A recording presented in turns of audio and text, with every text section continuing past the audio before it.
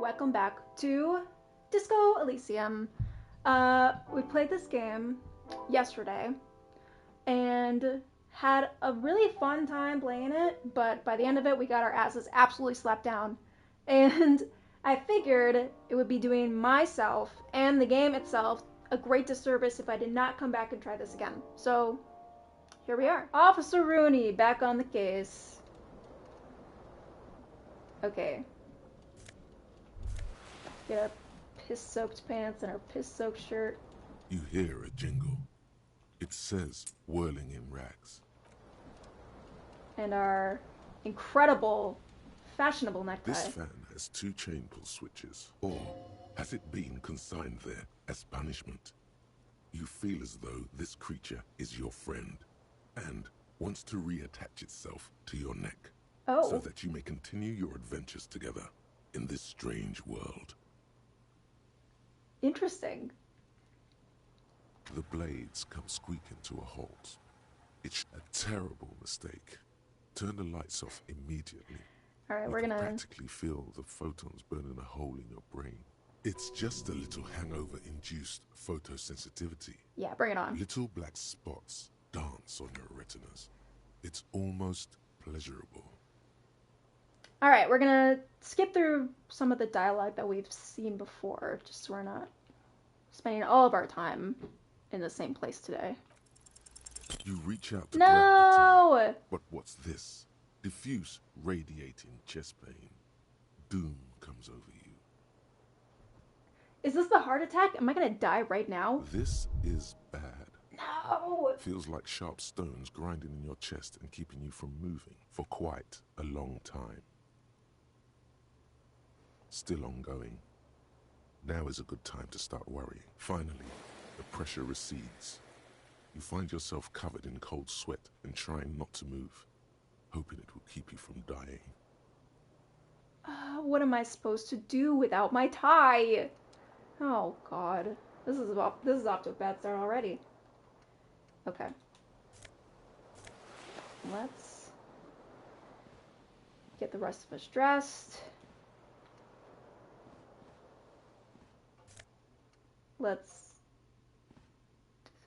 A Do we mirror still hangs have that above. expression? Hot water sprays from. Suddenly, you realize as you slowly abort. You clearly have not thought this through. You won't like what you see there. No. It's still there, haunting us forever. You have no idea who this thing is, do you? I still think I'm a superstar. It appears you're also dead. There's clearly rigor mortis. Please stop. It's horrible. No. You can't. What does it even mean? What is the emotion you're trying to convey? I think it's for the ladies. Please promise yourself you are not going to try it on any of the ladies. No, I promise. You liar. You can't even tell the truth to yourself. Go ahead. Try something. What happens? 3% is pretty impossible, but it's not impossible. It's not 0. So what happens if this actually works? Like the rest of you, it comes from a bad place, somewhere, and it's too late. Like an image on film.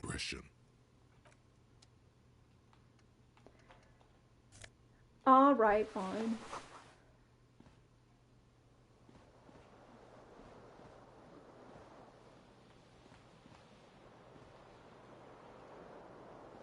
This fan, or has it been consigned there as punishment? Still so bummed You about feel as that though tie. Well, we know what we're leveling up first.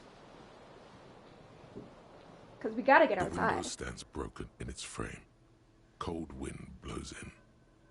Easy.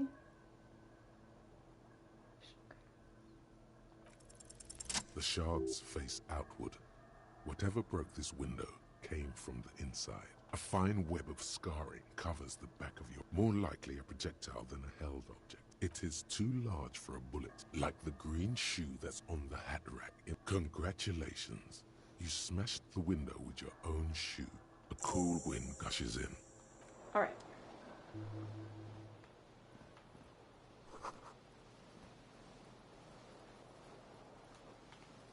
No.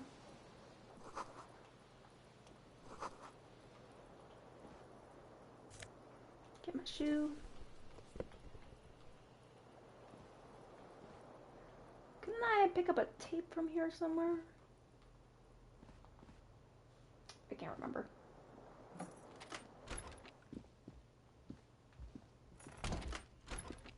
Hello, officer. madam. The young woman raises a cigarette to her lips. No. There's only one solution to this. You're a businessman. I must be a businessman. The young woman shakes her head slowly. No. You're a police officer, sir. I'm not. You've been here for 3 days. Couldn't say.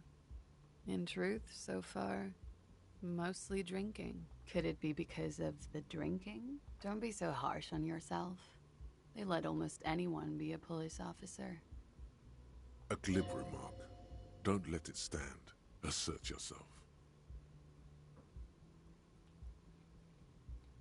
Actually, I can see why they wouldn't trust me with the law. I have the right A character. fondness for contradictory statements. I'll have you know, I broke my window, and I deduced it all by myself, like a detective would. Extraordinary. I am. I should not do this. I'm so curious what you'd say, though. The words have already left your mouth. Fuck. No. I want to have fuck with you. Oh no. Oh no. Abort. Throw yourself out the window. Abort. What was that?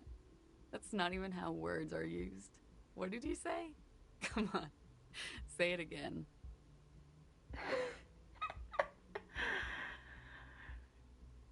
No, be confident. Be confident. I said I wanted to make love to you. No. You see, that's not what you said. You said... Come on, man. Pretty, please. One more time. I said I wanted to have fuck with you. Goddamn right you did. You crazy asshole, you. What kind of cop are you? I'm a superstar cop. Okay, that's cool. Or if I can just maybe ask you to elaborate on that superstardom a tiny bit. It's a theory I'm working on. I have certainly been entertained. Thank you. Whatever you are, you should stick to it. Otherwise, it's gonna suck for you later when you have to interrogate me.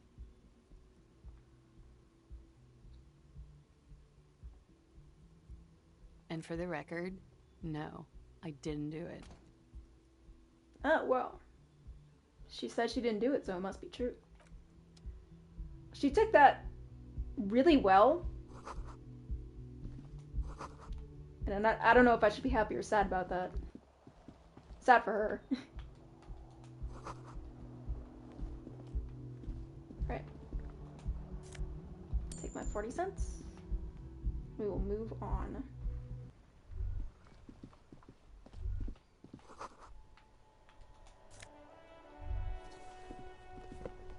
There they both are. Two identical shoes. Both copiously green. And it's pretty clear a normal cop is not what you are. You may be what they call a big dick cop. Good. They're balanced. Comfy. Feels like the only good thing about you right now, truth be told. Cool. How did I get a health back? I thought I lost one when I had that heart attack, but seems to be okay for now. What is You going on? should pick that fat, juicy cigarette butt from the tray, light it up, and smoke the living shit out of it. Am I even a smoker? Who knows what you are? A monster, a murderer, the gnome of Jeroma? You feel like a smoker, especially when you look at that juicy, succulent, seductive cigarette stub, still smoldering deliciously. suspiciously. But she broke the filter. I can't smoke that. How very astute of you. This renders it ineffectual. You should look for a whole cigarette, or better yet, an entire pack. Strike that. A carton. Make sure they're all healthy and able-bodied. Then smoke them all. Or you could not do that. No one is making you. I should probably not do that. Good. They'll make you stronger and better. You're too old to be cool now. But find cigarettes, smoke them, blam. Instantly a cool renegade man. Yeah. A mystical red dragon with smoke rising from his nostrils. Yeah, drugs are cool. Plus, smoking them gives massive bonuses. Is that for real? Find some smokes.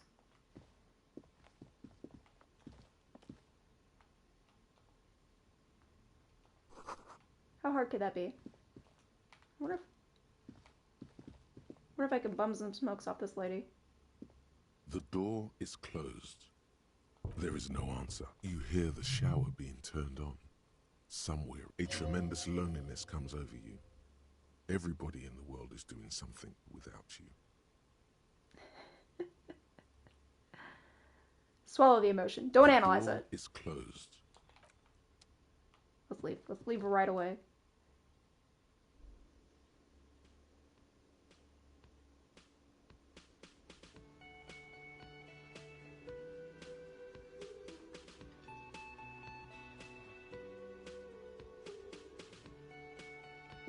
Okay. I want to... We kind of looked at all this stuff, but I kind of want to talk to people before I talk to Kim this time. Just to see if we get any new dialogue out of that. You should totally sing karaoke here, utterly. Through a PA system by other people, whether they like it or not. Who is mistakenly identified as a cop for his prominent? You have not yet stumbled on the right. Serves them right. You have to find something tragic to sing first, though. Alright. Hello. Sir? A man in his late 20s stands behind the counter, inspecting a stuffed seabird. As you approach, he gives you a sideways glance, then looks down again. I got the impression last time that this guy was kind of a creep. But I also got the impression that I was kind of a creep, so I don't know if I'm able to judge him. That was disdain in his eyes. Even now he is purposely ignoring you. Looks like he's not a fan. Are you the bartender? No, I'm not the bartender. I'm the cafeteria manager. What's the difference? I have 3 cafeterias to manage. 3. Sylvie tends the bar here, not me. I'm only standing in. Where did Sylvie go? She just, you know... There's something there, and it's not good. That's all you know for now. A competent work of taxidermy. The white and brown seabird lies among piles of coasters and drying mugs. One of its wings broken. The man is trying to mend it. Looks like the bird was ripped off the shield that was used to mount it, most likely on a wall. Something about it makes you feel bitter.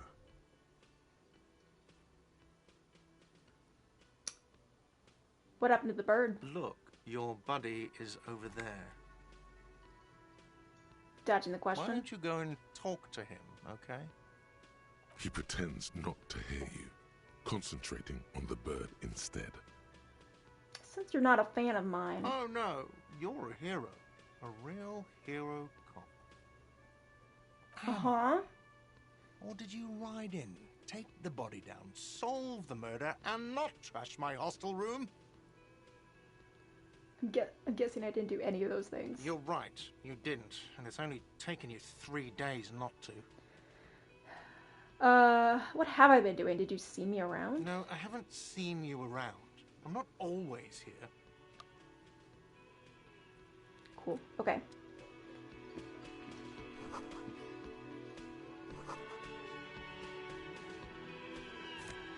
Ooh.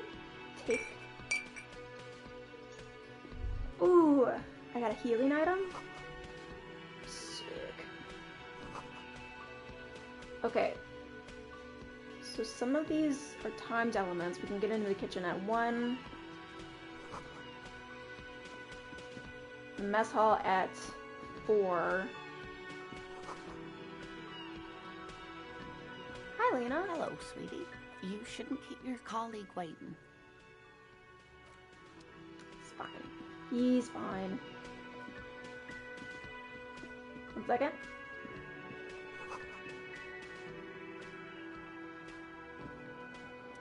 He looks one with the table. It would take quite some effort to wake him up. On the counter, rolled out of his open hand, you see a blister pack of headache medicine. The man does not mind. You probably need them more than he does. Alright, we're in good standing. We're in good standing this time around. You've just picked up some magnesium. This item is stored in the bottom left corner of the screen above your character portrait. Use magnesium to heal your morale if you have morale damage. Wake him up. Well, this guy, he is a dock worker. Maybe I should question him with Kim. I'll question him with Kim. What's A up? bespectacled man in an orange bomber jacket is tapping his foot on the floor. As you approach, he narrows his eyes. If an assault were launched on this building right now, if the windows came crashing down and the whole world descended upon you, this man would hurl himself in death's way to save you. You are sure of this. But why? Yeah, why? Who is he He to me? is your half-brother. No way. Absolutely no way. Where did that even come from? Shake his hand. Hello. I'm Kim Kitsuragi, Lieutenant, Precinct 57. You must be from the... You realize he's waiting for your name. This is your chance to come up with a really good name for yourself. Get creative. Conceptualize. Conceptualize. Really give focus to a name. Raphael Ambrosius Costeau. That's so cool. Yes, it is. Raphael Ambrosius Costeau is one classy name for one classy cop. Say it. My name is Raphael Ambrosius Costeau. Yes, well, He doesn't even process what you just said. He moves on. it looks like we had a little scheduling error on Sunday. Saturday too, actually.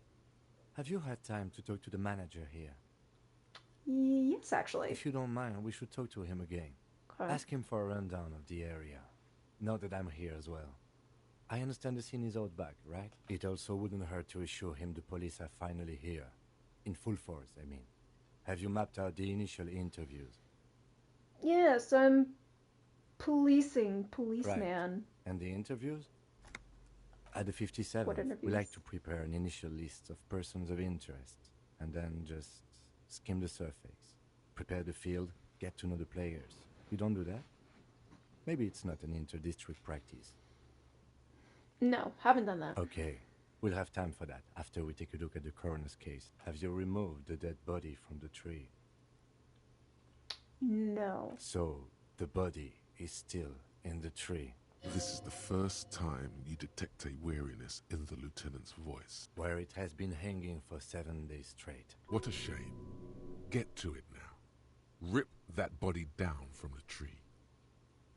After it's been up in a tree for that long, any kind of ripping is inadvisable.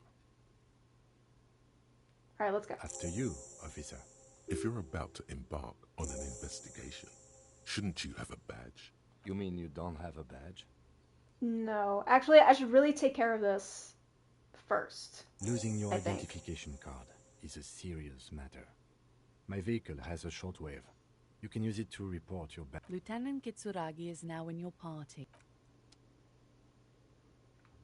All right. What if I... Okay. First thing to try. I was was hiding, like, my amnesia the last time, but what if I'm just, like, straight up front with him about everything from the get-go? Yes? I think you should know that I can't remember anything. No response. He just arches his brow.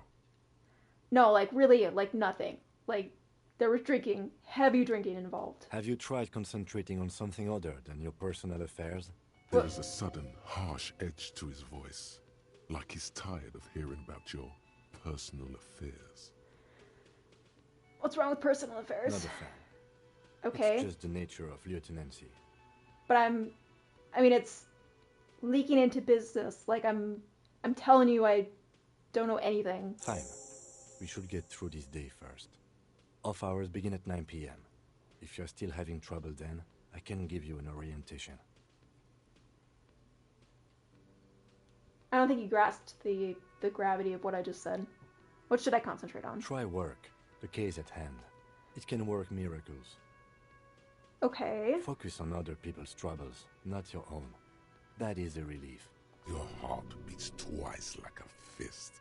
The serotonin deficiency makes your teeth clench. Thank you, oh wise man. The lieutenant blinks, his mouth slightly open, and his body motionless. A microsecond passes. Excuse me, I was lecturing you. I shouldn't have. You should consult a medical professional if you feel that you need help. You can use the radio in my kinema to call your station's Lazareth. This habit of dispensing wisdom has been brought to his attention before. He will not think less of you for lashing out. He is trying to curb it. Okay. A moment passes. The lieutenant glances at the sports watch on his wrist. Tell me about the case. What do you want to know? Literally anything. Maybe you can tell me what you do know to help me narrow it down a bit. I know literally nothing. How many times do I gotta say it? Do you want me to brief you? Yeah. 3 days ago, the RCM Emergencies Desk received a report about a security guard who was found hanged in Martinez. An anonymous caller said there was a dead body behind the Whirling in Rags hostel cafeteria. The cadaver had been there for 4 days. No one had come to investigate. During that time, the victim had been stripped of his belongings. The caller did not identify him, but used the word lynching. There is an ongoing labor dispute between the local dock workers and the logistics company Wild Pines. I was told we should approach the death as part of this dispute. Who was the caller? To find him or her is one of our tasks here. For now, all we know is that the tone was muffled, using a device of some sort. The desk could identify neither the caller's age nor sex. What kind of... Why hide themselves? There's a strong prejudice against involving the RCM in what's seen as union matters. The dock workers' union is the de facto police in Martinez. Now it appears they've started executing too. We cannot allow that. The RCM is what? That's us, the Raphael Citizens Militia. We're the police in this city. Got it. So our job is to find the killer. That's right. Easy. Easy to do. Would you say this is a mysterious case? No, it's not a particularly mysterious case. Why not? The deceased is a security guard for a corporation involved in a labor dispute. It doesn't take a DeLorean polymath to put the pieces together. I just don't see the case getting more mysterious than that.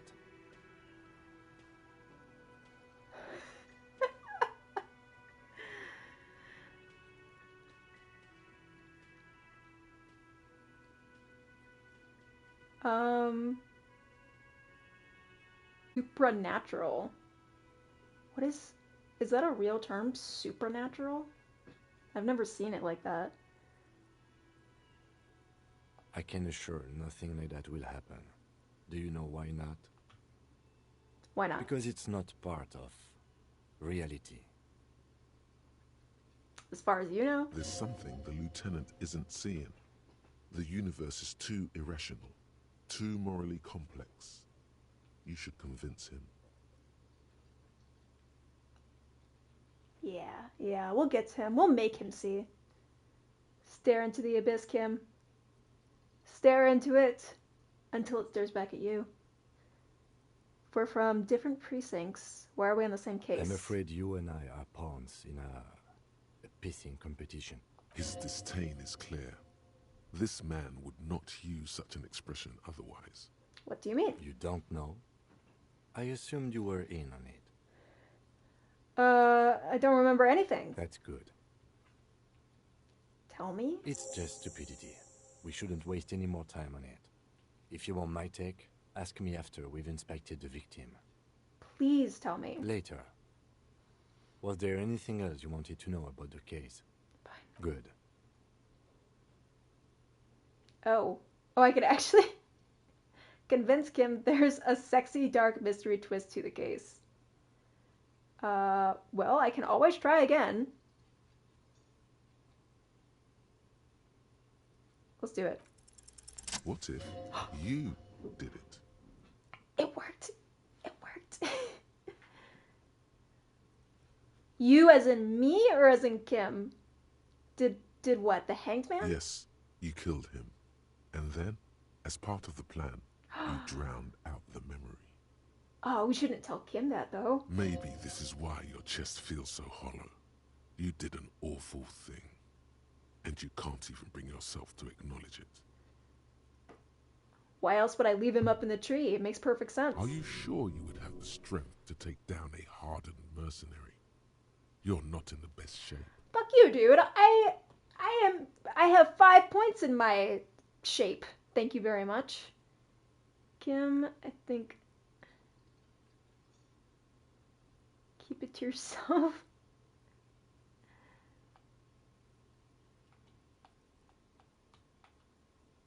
I can't say that, though.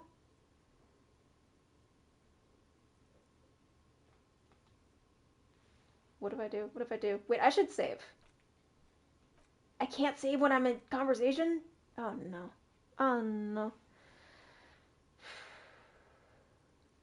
Kim, I think I did it. And what has led you to this conclusion? My chest feels hollow like I did something terrible. That's gotta mean that I'm the killer. That is a common side effect of overindulgence. It will pass. So you're saying I didn't do I it. find that highly unlikely. It's not unusual for detectives to feel complicit in a crime until the perpetrator is apprehended, especially when the investigation is dragging. So let's get back to it, shall we? I hope you're right. I hope we don't both regret passing this opportunity up. Yeah, let's get going. That sugary black rum stain on the counter makes you teary-eyed with joy. It's almost touching how syrupy and sticky it is. How long have you been up already? It's been like an hour? Sweet Lord, a whole hour. And you haven't thought about rum and lemonade in all that time? You've truly extinguished all trace of yourself. Now that you mention it, a drink would sound lovely. Forget about the bar. Or don't forget about it. You should totally try to get a drink there too.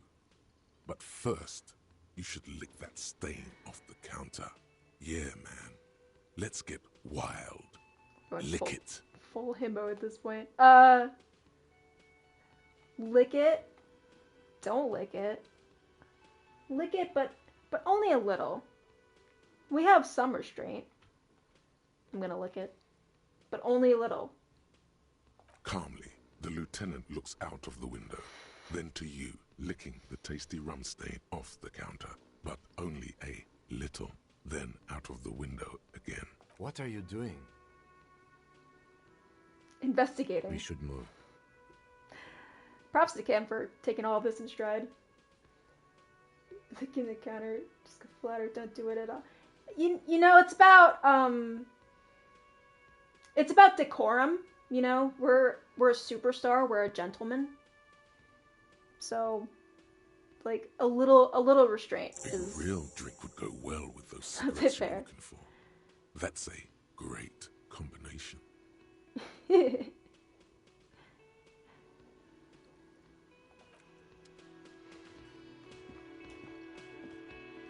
worker is in a deep slumber. Perhaps he's on his way to where you just came from.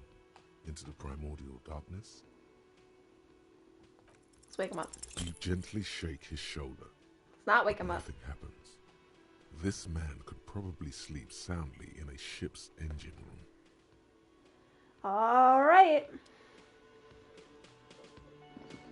Come back to you later.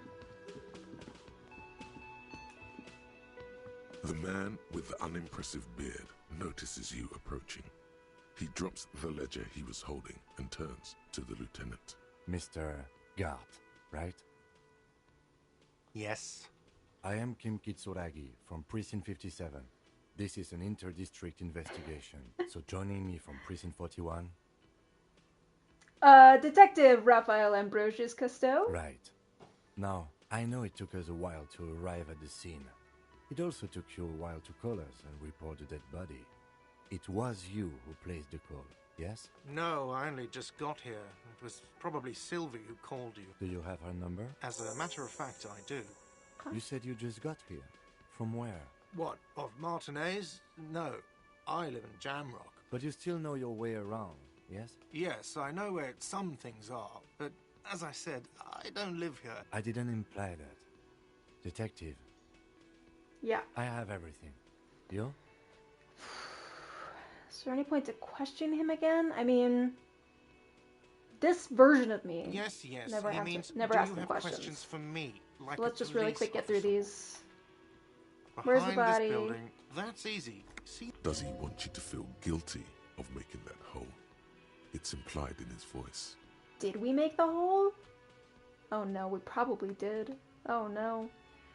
Who killed him? I don't know who killed him. What are you, crazy? Of course I didn't kill him. Suddenly he tense up. Blood is being pushed to your muscles. Love You giving should this guy a hound him hard with this. time. Hound him hard. No, I didn't. It can't have. We already established it wasn't me, so it must have been you. I didn't. I don't appreciate this. What is this? Do I have to answer him? The lieutenant stands. What are you, an idiot? He ignores you. More. Press on. Fuck you, man. That's enough. A very silent wave comes from the lieutenant, like the distant echo of a drum roll. It's approval. Got some approval. Okay, I believe you. For now. Thank you ever so much. Why did Sylvie She go went away? away because none of your business. It's the second time you avoided the subject. Oh my god, what is your obsession with this Sylvie person? Maybe it's he who's obsessed with this Sylvie person. Certainly sounds like it. I think maybe It's so. fine. Not so fast. You owe me 130 real. Cheese it. Uh-oh. One No! moment you're running like the wind. Then you've suddenly turned around and are giving him the finger, furiously, with both hands. Why? No, Lena! Why did I do this? Why did I just catapult myself into that old woman? Watch out!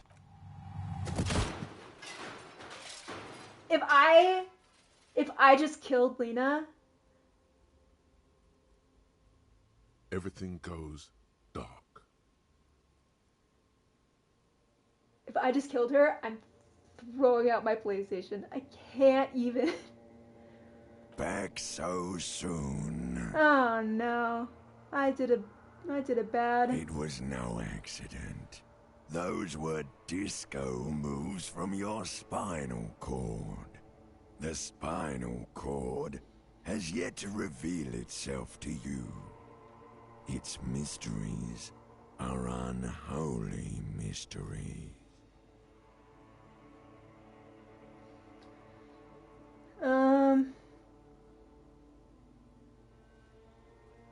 I don't know. That just comes off as a lazy effort to reconceptualize the antics of a shambling drunk. If it comes off like that, it's because it is. And you are. How's it going out there? Are the tiny apes screaming about money yet? I think so. Did one of these tiny apes have a pale green face? Oh, she's fine. Thank God. Thank God it's just me who's horribly injured. What? It's a joke, sweetie. I didn't actually think you saw the kind green ape of South Safra in a hostel in Martinez. That would be ridiculous. Are you okay? No. You have sustained a trauma to your lower neck. In addition, you have strained your left trapezius muscle. Pain surges down your back when you move. Are you okay? The chair took the brunt of it. Don't worry. Are you sure, ma'am? Yes. Check on him. Sir, I didn't mean for this to happen. I'm sorry. This has always been a cop-friendly place. The drinks are on the house, okay? There were a lot of drinks on the tab. I still have to charge you for 3 nights and the broken window, though. That's 100 square. With your back against the cold mosaic floor, you feel the pain recede. You just need to get up and dust yourself off. Hell yeah. Thank you for your cooperation. Don't thank me yet. You still owe me 100 real. If you don't have it by tonight, I just can't let you up there. And for God's sake, watch out for yourself.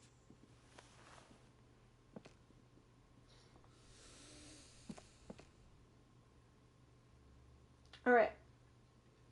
I have no idea how we're gonna get 100 Royale by the end of the day. By the way, where is home? The address is coming up blank, and this place sure isn't it.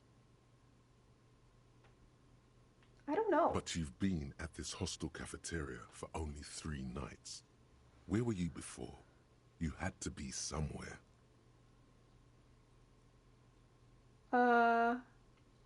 Up on Marble Hill. Why did you say that? I don't know.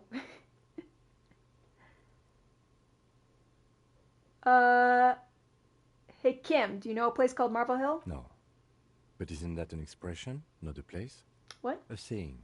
Up on Marvel Hill, a great high place. One that is impossible to climb back to. That doesn't sound like somewhere you can stay if you run out of money. Could I trace my way back somehow to the exact street, exact number on a building? You can try. Run some addresses in your head when you get the time. Right.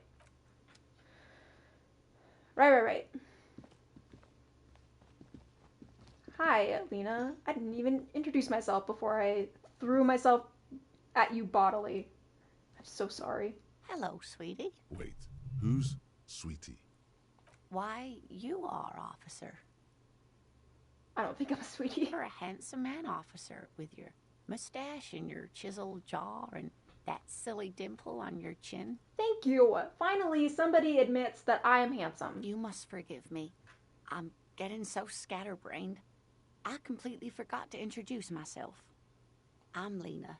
My husband Morel and I are staying with our friend Gary just down the street, but I come here for tea when they're away. This Lena is wacky enough for the motley crew. Hire her on the spot.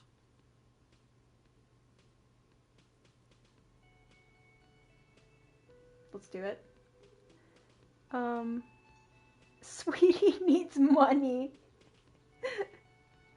I know I just assaulted you, but can you give me some money? Oh, I'm perfectly all right.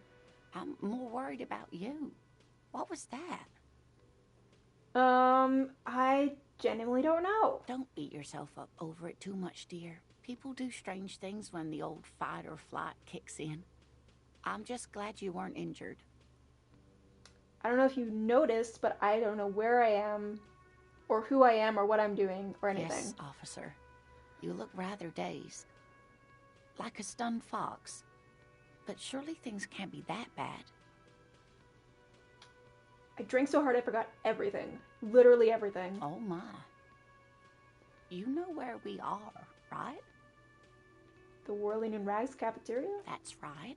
And where is the Whirling in Rags cafeteria itself located?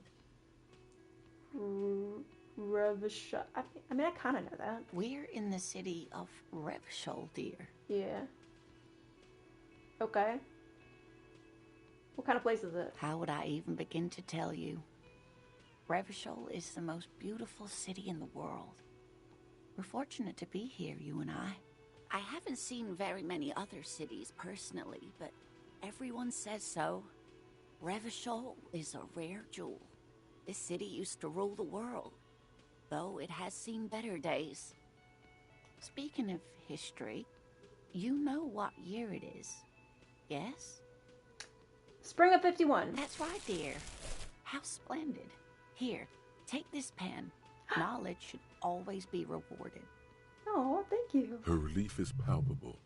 She was getting pretty worried about you there, but now she relaxes her shoulders.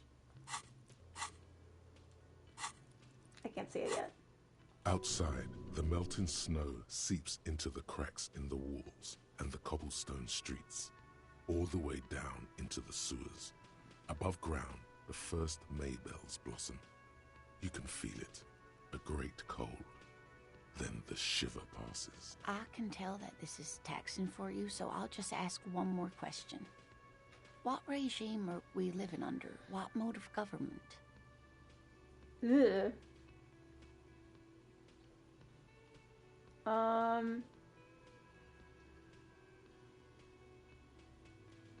Determine the free. These are all wild. Cop regime. Actually, we are not. You could say that about almost any other nation, but not Revachol. Try it one more time, officer. What mode of government? Damn it. I was really hoping it would be a cop world. Okay, well, let's see. Some kind of democracy? Nope. Sadly not. Revachol is what's called a zone of control, under an alliance of foreign powers called the Coalition. We have no government of our own, and what democracy we have is market-driven. If there's no government, how are there cops? Oh dear. And you were doing so well. Oh no. There aren't any cops in Revachol, not in the traditional sense. The status of law enforcement has been a complicated matter since the Revolution. But we should stop for today, sweetie. You look like you need a break. Besides, I'm not the best person to explain the big things to anyone. She's scared now. She's realized you really are brain damaged. How did I do, Lita? You were doing quite well up until the end there.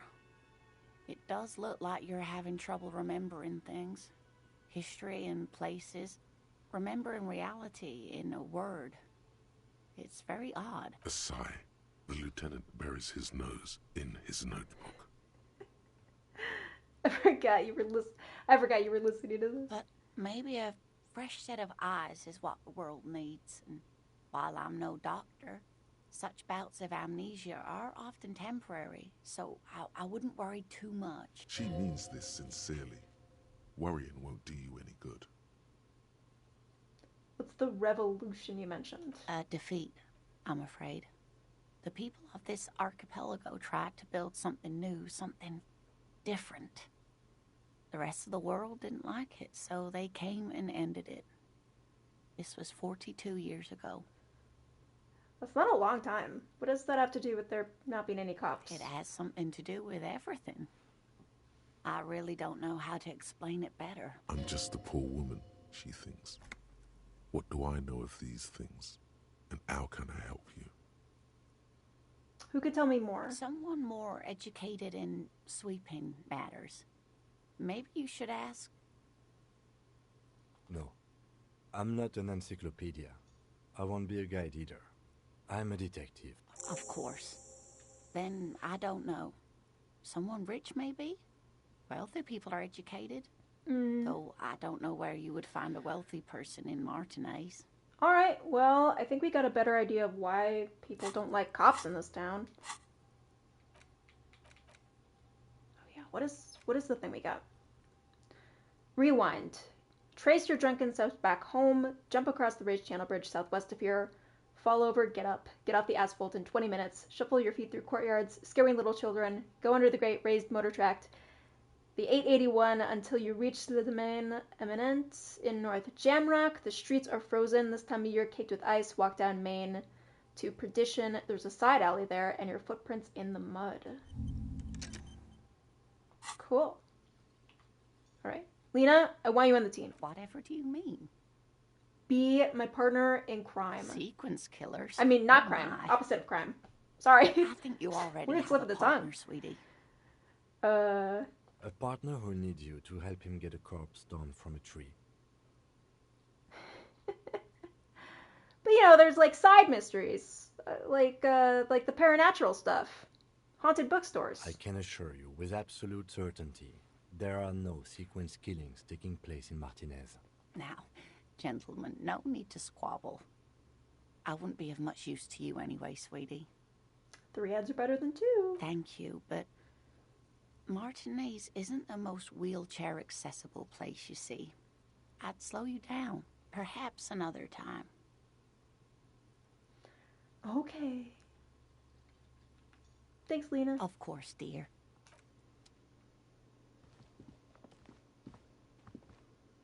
Okay. Talk to everybody that we could talk to. Let's go. Actually, let me look at the little thing. It's a... Is that a monkey? Wait.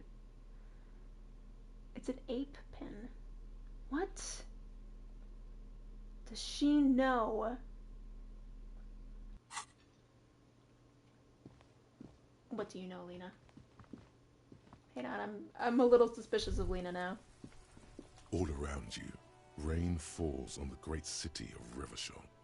Rain drips from the eaves and floods the gutters, washing the filth away. Oh, I like the zoom out view. The spring thaw must be here. The snow is melting. Looking up at the sky, cold water dripping from your hair. What do I see? Grey sky like great battleships, clouds colliding with one another. Rain falls down on the world. How does it feel? Your shirt sticks to your chest. The shoulders of your disco blazer grow heavy. The cold finds its way in under your skin. You shiver, and the city shivers with you. You're not dressed for this weather. You should get an overcoat or a patrol cloak. What is to the west? Sheets of rain over the water. A flight of stairs leading into the ocean. Wave after wave washing the coast of Martinez, with its motorboats and gently swaying reeds. The ruins of a half-sunken sea fort crumble on an inlet beyond the Bay of Revachol. Ghosts rise into the sky.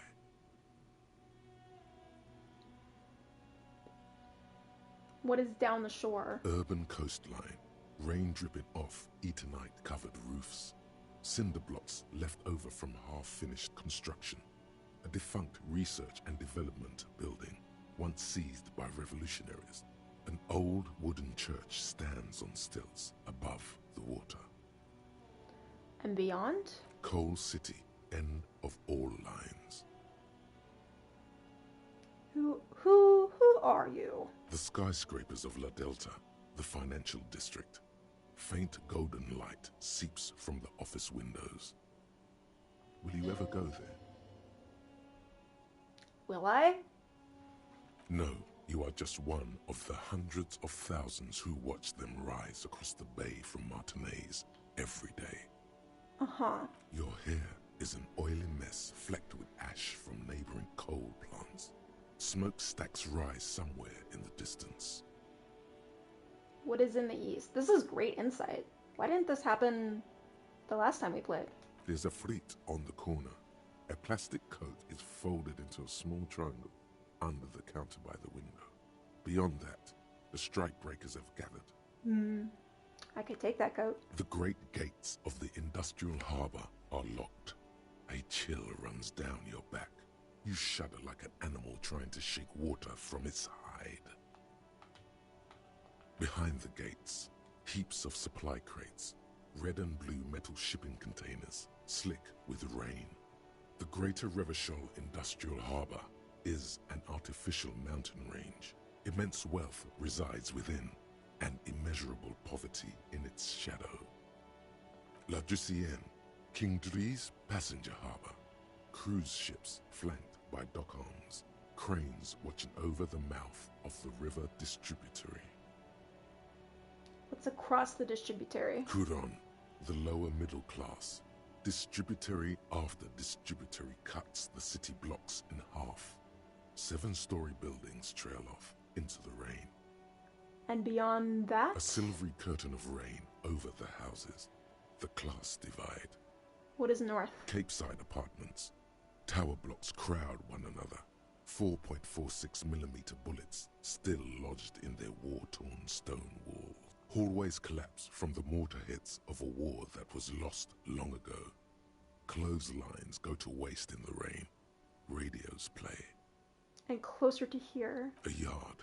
Rain falls onto the roof of a woodshed. Coal leaks into a puddle beneath a dead man's feet. He swings from a tree, bloated.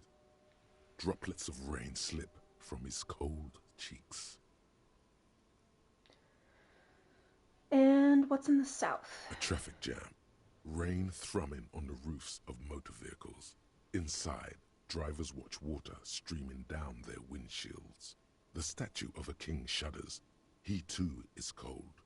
The canal bridge has been raised. The road ascends. A raised motorway loops above the ghetto. Beneath its concrete columns, a sea of rooftops, woodwork, and tar stretches northward. 4-story buildings as far as the rain can fall. The snows melt in Jamrock. What is Jamrock? Revachol is the capital of the world. Jamrock is the capital of Revachol. Droplets form on your eyelashes. City within a city within a city. It's home. I'm from Jamrock. Where? Why am I not? Where do I live? On a street there that flows like a muddy river in the snow, with fire traps rising on either side. A film rental opens its doors to the rain. An armored motor carriage rushes past the corner, where you used to walk together. Suddenly, the hair on your back rises. You cannot return. Why can't I return? Why am I not there? To be in Martinez, where no one goes, at the runoff point of a long-forgotten canal, in the whitest part of town, in the shadow of the day the revolution fell. What am I doing here? Standing in the rain, looking north, where Jamrock Rock City stretches inland. Where the hood at? Have a brother in the cut. Where the hood at? Interesting. In the rain-swept distance, above the rooftops of Jamrock, a repurposed silk mill stands perched above the motorway exit. Precinct 41 hunches in the rain. Satellite officer Jean Vichmer rushes down the precinct stairs, umbrella in hand. It's unopened. He doesn't seem pleased about the spring rain. On the bridge, officers Torsen and McLean are standing guard. Torsen wears jeans and a fishnet wife-beater. Satellite officer Vichmer passes by, and the young man remarks to him, "Where's your homo, homie?" Excuse me? What? It's not like that. They're what is called heterosexual life partners. They have a battle-tested relationship. A brother bond, if you will. Huh? Yeah. He opens the umbrella, but the wind immediately turns it inside out. Sexual life partners. Funny apery. Male-centric workplace humor. Have you seen him? Is there something wrong? No, nothing. It's just... Should he went to his place and found the Monday mail unopened? I think he's still there. You didn't drink with him over the weekend, did you? That would be irresponsible. Uh-huh, sure. With that animal? Never again, man. What is he, still down there? In, south of the interchange? What was it? In Martinez. He's in Martinez. Are they talking about me? Your vision blurs. You wipe your face with your hand. The rain stings your eyes, making you look up and blink. What's above me? Coalition aerostatics hang like apparitions under the cloud cover. Way up there, where rain forms, rotors flutter silently. Your sight clears. This rain will not let up anytime soon. You should get a raincoat. There's a freight to the east. They sell them there. We just got a ton of information that didn't even crop up for us the first time we played. That's so cool, but also I'm confused why I got that.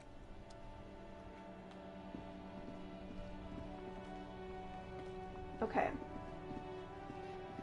What should we do?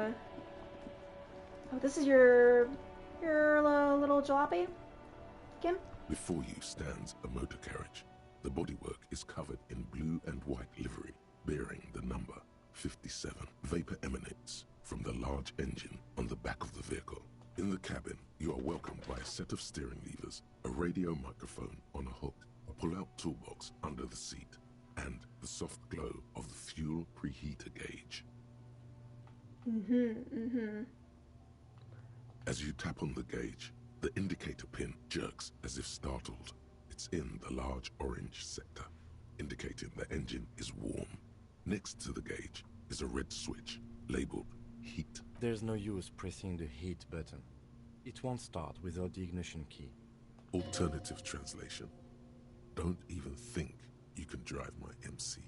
The white suede feels luxurious under the touch, and the metal clutch handle so very familiar in your palm.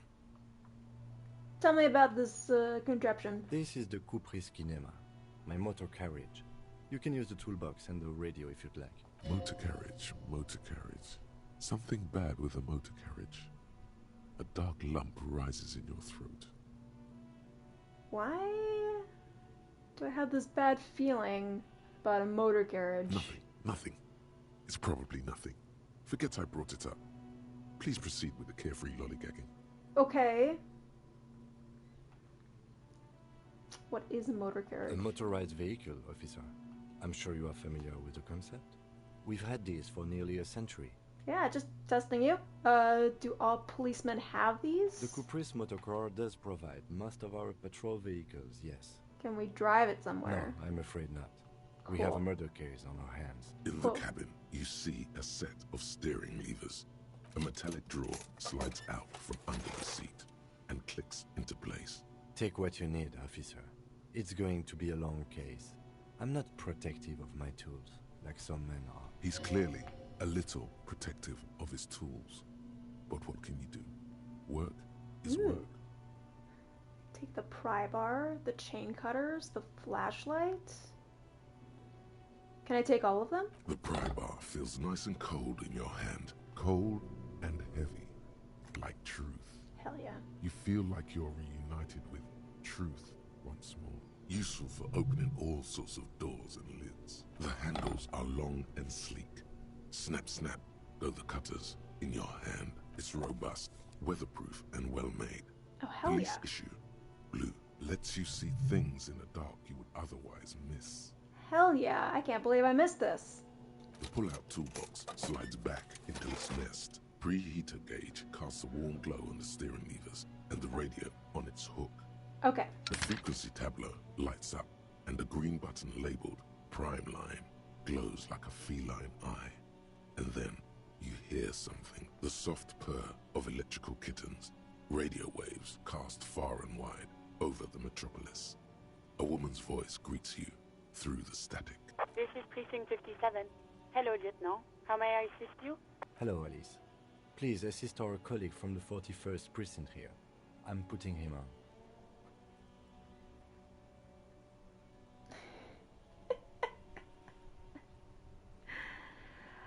Come in, Delta 10. This is Firewalker. Copy? This is Officer Alice Demetri, Precinct 57. How may I assist you?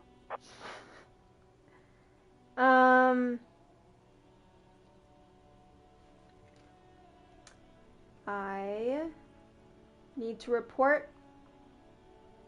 I have a few things I need to do, I guess. Connect me to the 41st precinct. Just a second, officer. She puts you on hold, the static crackling softly like a bonfire. After a while, you hear an old man greet you from the radio. His rattly voice is oddly familiar. 10-2, 10-5. This is 41st. Come in. Over. A scrawny old man sits in a dusty cubicle, smoking, with a large white rectangle sewn on his vest. In front of him is a box-shaped apparatus with an array of wires and antennas. The radio switchboard. Hi, this is me, Raphael, Ambrosius, Costeau, working here at your station. 10-4, what's your status? Over. It's, 10-18, 10-20, over.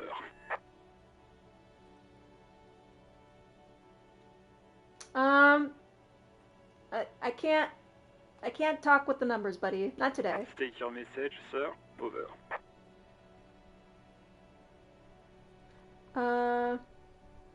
I need to report my badge is missing. 10-9, repeat message. Over. My badge? I can't find it. It's gone. 10-4, message received. This is a very serious situation. I need to 10-22 the captain. Over. Is that bad? 10-22, the captain. Yeah. This sounds bad. Bad and scary. Like being called to the headmaster's office in school. Is it him? What does he want? You're my cap. Oh, Sam in the flashback. You're my captain, dude. Says he lost his badge and needs to report it. He what? He lost his badge? Who lost his badge? Who are these people? Dick fucking Mullen. Who do you think? It's Officer Dick Mullen from the bestseller Dick Mullen and the Lost Identity. Is that my name? Wait, is that my name? Or are they making a pun? Dick Mullen is not your name. It's the name of a fictional detective who would not lose his badge. Somebody just say my name! Defend yourself. Immediately. They're laughing at you. Guys, stop it. This is serious.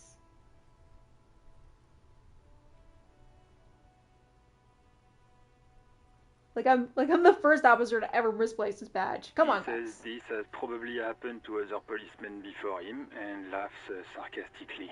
Thank you. Oh, goddamn it. Is he fucking kidding?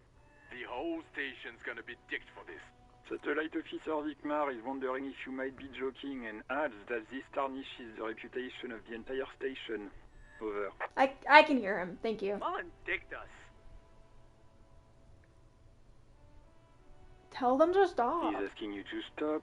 Says this is serious. Of course it's serious. He lost his fucking badge. Satellite Officer Vicmar concurs. Losing your badge is serious. Okay.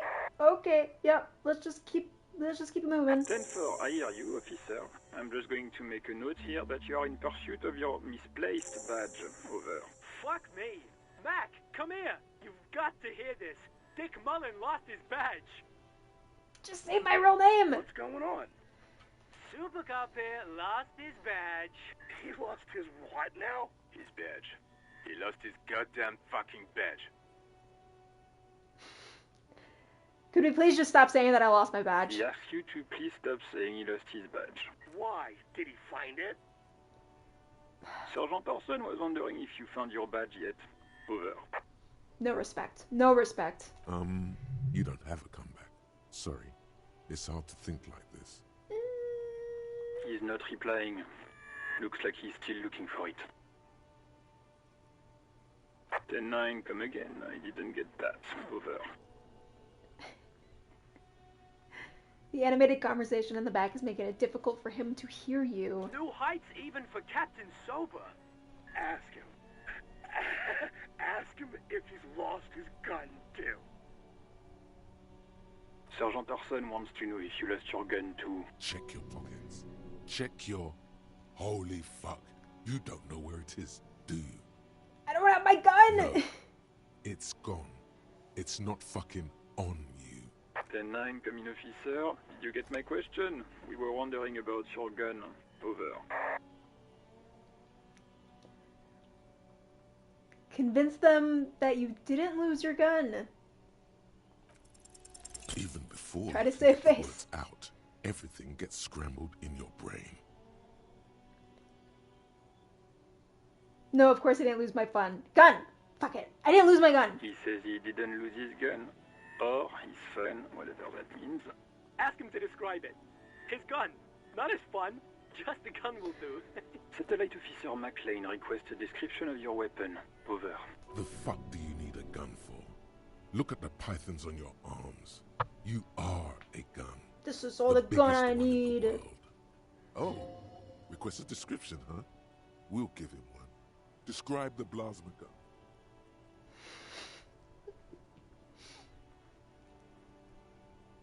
Kim, what are you back? I should ask him. I should do that. Alright, there, got it.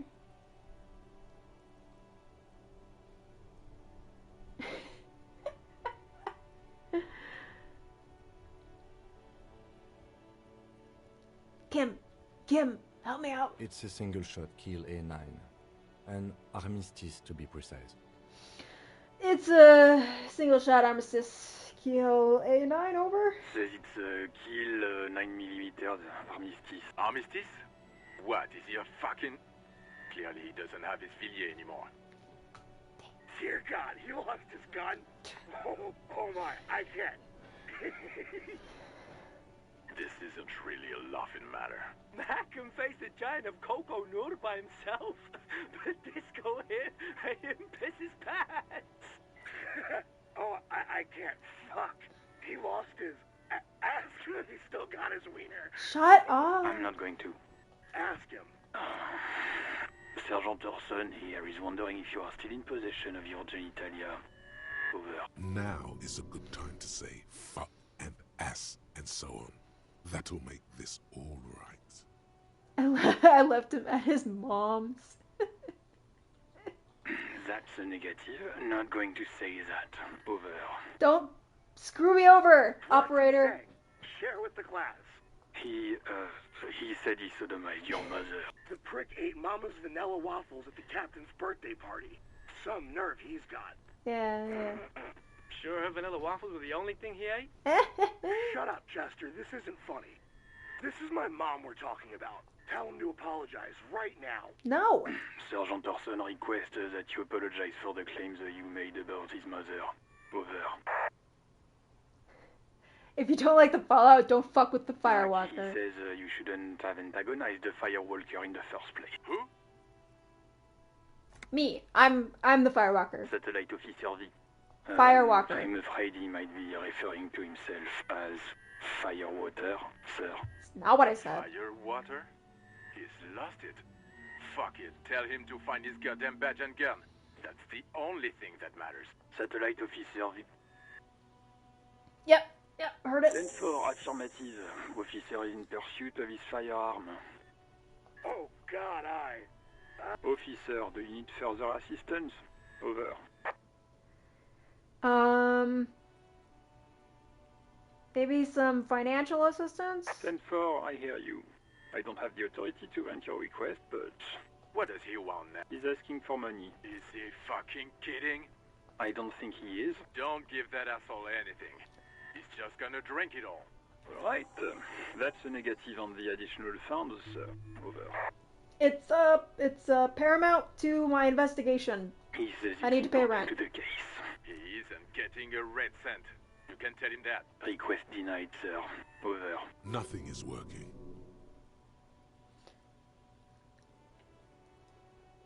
I'm begging you, I don't have a place to sleep tonight. He says he's in trouble. Doesn't have a place to sleep. Well, I guess he'd better crack the case before sundown then. Vigmar said...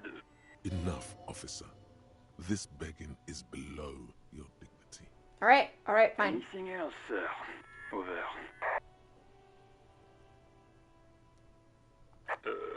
Okay, 10-4, sir. I hear you. Relay your question. Over. Wait. Before you say anything stupid, think it through. What are we thinking about? You're going to be looking at a straitjacket if you tell everyone you lost your memory. Be smart about this. Ask if he's there alone. He's not alone. We were just talking to a whole fucking squad of people. 10-4, sir. I'm not hearing your question. Just tell me my name. Just please refer to me by my name, full name, in the future. 10-9, repeat message. I didn't get that, sir. Over.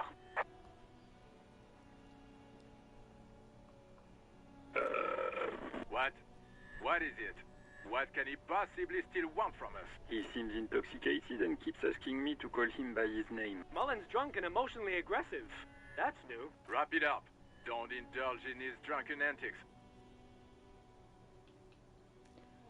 Okay. Okay. Have you ever told you about my... Now we're gonna wrap it up. Understood, sir. Over. That's all for now. Roger that. 10-10. Over and out. 18 kilometers to the south, in the 41st Precinct's relay booth, a small crowd has gathered around Communication Officer Jules Oldboy Pudier. Around a dozen cops. The small room is filled with cigarette smoke, a buzz with laughter, when Officer Judith Minot enters. Her left arm is in bandages, and her hair trimmed short. What is going on here? Did something happen? She asks, startled. Jean Vicomer turns to her and says, "What is happening right now? Am I experiencing a flashback?" What happened is my partner made contact. It's not good. He's lost his badge and his sidearm. He seemed confused, delirious even. Mac, the torso Torson, is finger-fucking his fist, laughing hoarsely and apparently telling some dirty story to his partner, Chester McLean, near the entrance. Yeah, Mullen was fucked, alright. Sounded fucking drunk to me. Yeah, Mac's right. This was some gnarly shit there. I mean, before he started begging for money, it was... Enough! None of this is funny. It's fucking sad. That's what it is. He's a cop. He's one of us, goddamn this. We must help him. Minot looks down at her neatly polished black shoes. There's a quiet firmness to her voice when she speaks. Yeah? How do you fucking plan to do that, huh? Get him off the drink? Go jogging with him in the morning and get him on carrot juice? He's a lost man. I just know we can't give up on him when he's at his weakest. He wouldn't. The crowd in the room has started fidgeting uncomfortably. Someone's trying to slip out unnoticed. Mac, man the door. You know what he told me? I don't want to get better. I want to get worse. Those were his words. This shit does not leave this room. Not a word of this to the captain. Or anyone else. We'll give him a couple of days to pull his shit together. I guess I can hold off the report for a few days. Good. Okay, everybody. Nothing but a prank call here. We all got our laughs. Now get back to work. Far north, on the other side of the motorway, the officer quietly hunches with his hand in the motor carriage. Okay. This is Precinct 57. How may I assist you? Okay, we need to talk to the Lazarus. It will take just a moment. Her voices fade out.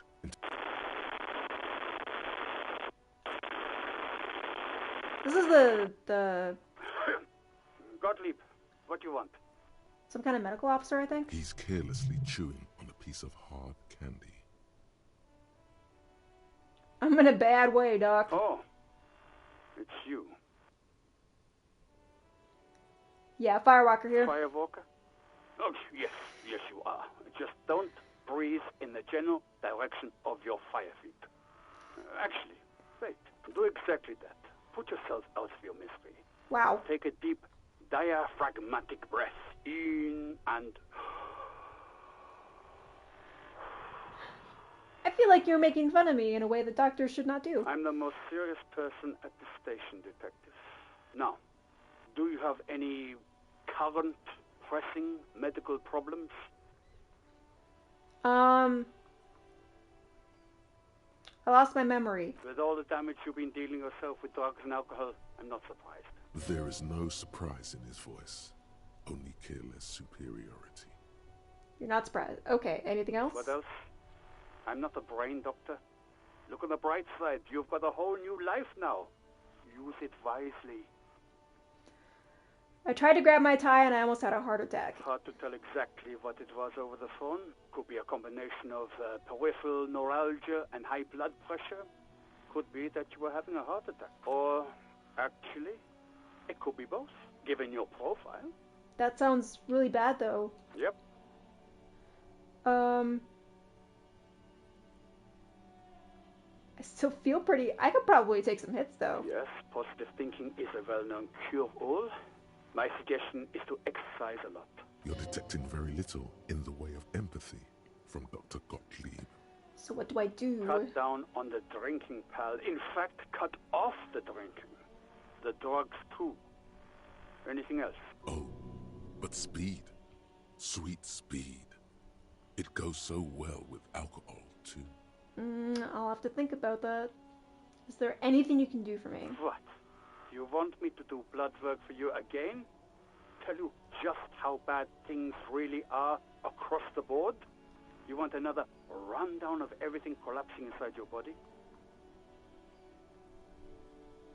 Yeah, I want the truth. You want the real, honest-to-God truth? Stop drinking, eat magnesium and vitamin D. Our station is not a retirement home. We don't have the funds to deal with rock stars past their prime. So it's political. You're being neglected because of political reasons. Unbelievable. The money is probably going to some old, oily... And no, I don't want to hear a political commentary on the topic. In fact, I got work to do. Some idiot has glued his eyelids shut with cyanoacrylate. It looks knew like it. Mactorson. I cracked the case. And it looks like Mac Torson. It's not fucking cryoactylate.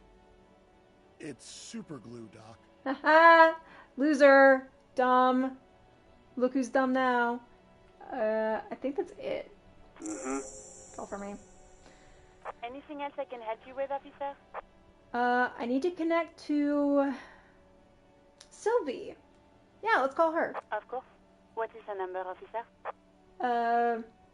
Kim, you got her number, right? Yes, hold on. Her number is 005 1944 298. Received. Hold on, officer.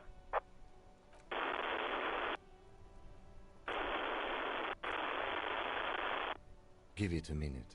She might be busy at the moment. Takes a bit to get to the phone. Just wait. Relax. Officer, I have Sylvie Malaika on the line for you. Yes, hello? Hello, this is the police. I have some questions for you. Oh, right. Hello, officer. What can I do for you? You can hear resentment in her tone. She's not thrilled to be talking to you again. Uh-oh. There is no resentment in her tone. She wants you to ask her out. No question about it. Oh, no.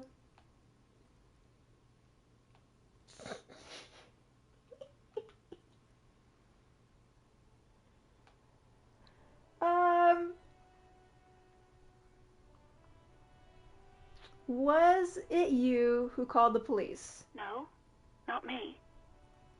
Do you know who made the call? No, sorry. I don't. Not a lot of people have phones around here. Copper thieves take the wires. People don't have the money to have the cables put in again. They use the Union's phone, or the one on the coast. It was someone else. We'll find them sooner or later, officer. It just might take a while. But why didn't you call the police? What? Of course it bothered me.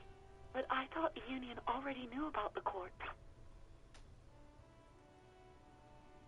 I meant, but call the police, though. No one calls the police. The Union would get angry. What do you mean by that? You know, what the Union says goes. People listen to them and they take care of their own, which is like everyone here. Garbage.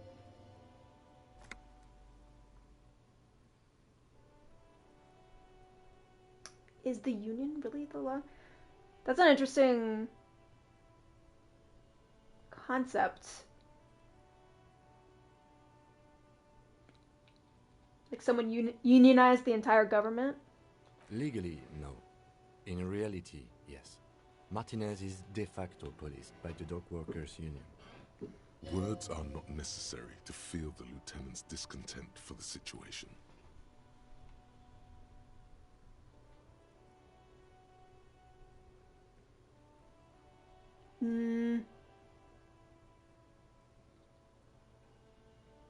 Is there a limit, though? Mm-hmm.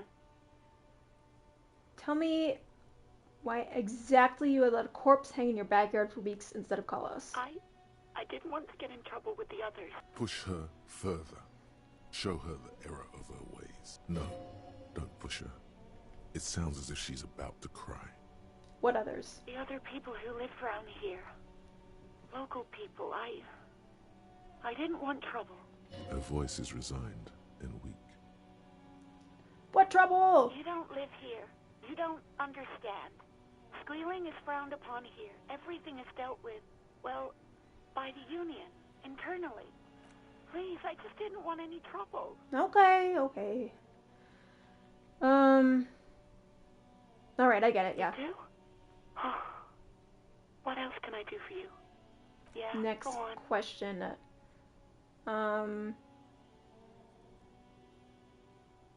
Why did you quit your job at the Whirling? You mean, why did I leave the bar? Honestly, I'm not really comfortable discussing it with you, sir. Why is that? Let's just say I left because I needed to get away from someone. Get away from who? You know whom. You think you hear a sliver of accusation in her words. Don't be paranoid. She's obviously talking about someone else, not you. She might be talking about me, though. I really don't want to talk about this. Let's just forget about this, okay? Maybe, I don't know. Okay. I just know I have to take some time off right now. You didn't happen to see my badge, did you? Yes, I know who you are.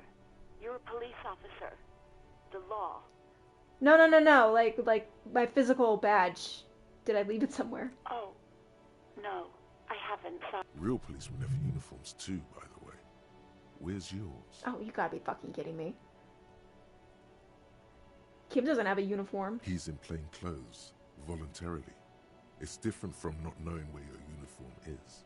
Shut up. There are officers who wear the signature Perseus black uniforms to the highest ranks in the RCM and end up buried in them as well. Others do it more casually. Looks like you're one of them. Have you seen my uniform? Uniform? I never saw you in any uniform. You had your things on. The disco things. The superstar things. Have you seen my gun? Please, no. Not this again. Everyone saw your cool gun, detective. She sounds like she's going to cry. What did I do to her? I showed you my gun. You were trying to impress some people with it. Everyone was eating and... Sounds like it's going to be bad. Do you really want to know? What did I do? You were waving it around in everyone's face, begging them to describe it. You said it calms you, and then you started making suicide jokes. It got pretty graphic. Ooh. Some poor sod was trying to eat his pudding while you were screaming, spit flying, imitating the mercy shot right next to him. Spat some in his food. I don't think he touched it after. People tried to back away from you, or even slip out of the door. But you screamed. I am the goddamned law, and you have to listen to me. You are all suspects in a murder investigation.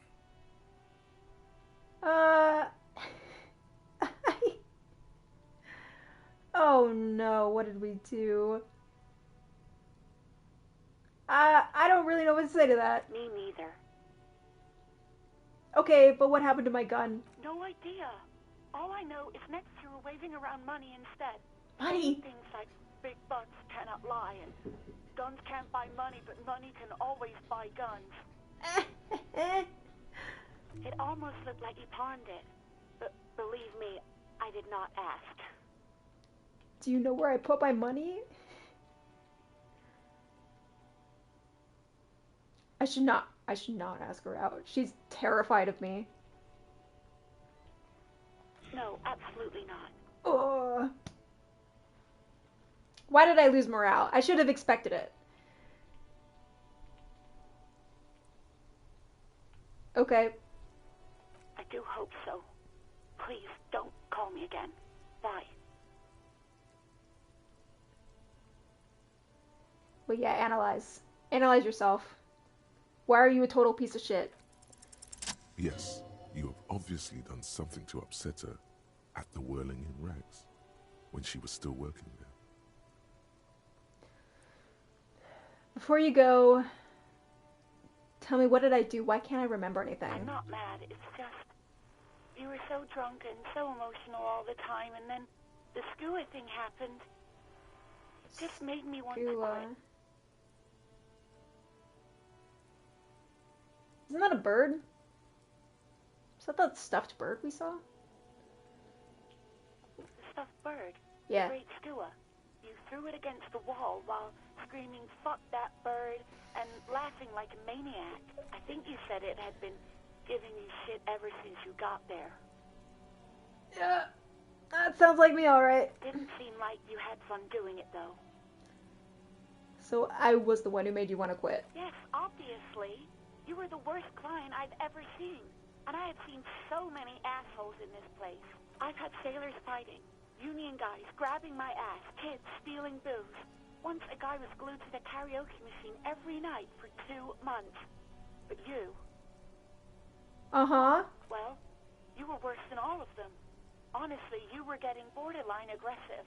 Even about little things like not turning down the volume at 3 a.m. I even liked one of those songs you kept listening to on repeat. No more. I hate it now. What song was that? We Go On by the O.O. I can't listen to it anymore. You've turned it into a parody. Sorry? To hell with that song. I'm so sorry. Then there was your room. Your project. An experiment to see how bad it can get in there. I tried to send the cleaner, but you wouldn't let me. Threatened to make me understand. I had no idea what you meant, and I don't want to know. And then you screamed something about how you're actually a real cool guy, and no one understands it. One of the coolest guys there is. The coolest guy in Jamrock. Something about disco, too. Sounds intense. And then I had to deal with your toilet.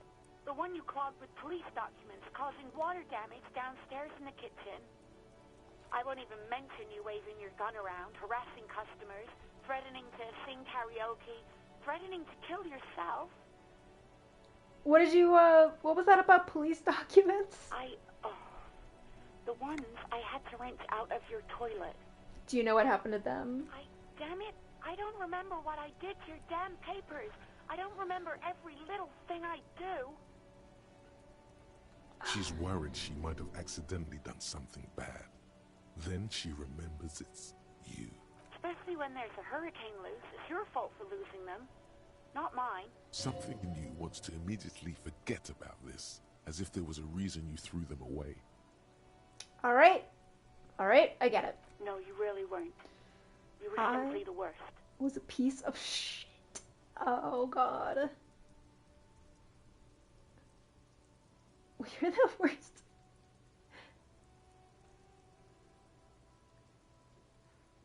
I am so sorry. God, I knew I shouldn't have brought it up.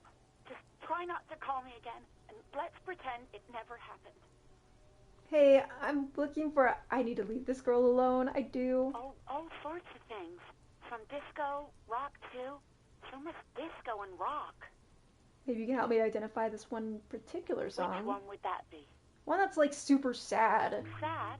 I think the one you mean is the smallest church in Saint-Saëns. Butchered that right up. Interesting.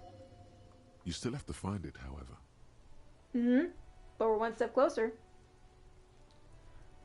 You hear a sigh of relief on the other end of the radio. Wordless, the call breaks. Then, the already familiar voice. Anything else I can help you with, officer? I Am done. 57's over and out. In the cabin, you see a set of steering levers. Ooh, that was a heck of a lot, my guy. Oh my god. What should we do now? I guess we should take care of the body thing. Ooh, ooh, ooh, ooh. No. Wait, shut up though, because I can level up.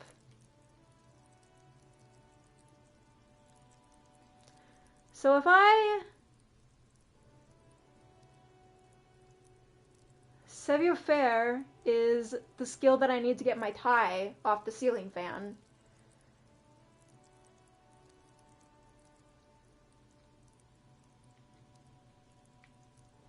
But do I have to level that up specifically, or can I level up the entire motorics thing? Oh wait, I can't do that. Right?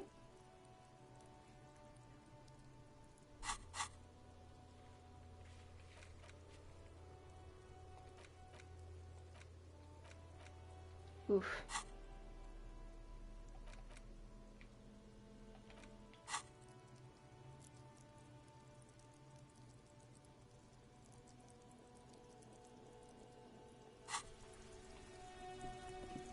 Just gonna do that. Let's try to get our tie back. Really quick.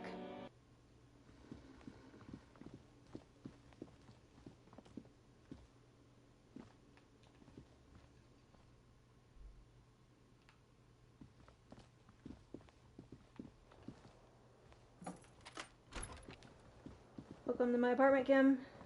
This fan has two chain, or has it been consigned there as punishment? You feel as though this creature is your friend. And, oh no, it's happening again. No! You didn't catch it, and now there's a numbness in your left arm, plus half your chest. It's even worse this time. Maybe you should stop trying to catch the tie. Still happening. Definitely worse than the last time. Finally, the stabbing recedes. You could try doing it again to see how painful it gets, but you would probably die. I would probably... Damn it. Okay. Okay, fine. The bed is cold and not particularly inviting, but it's yours. The sheets look awful. The option to go to sleep becomes available every night after 9 p.m. Got it. Good to know, good to know.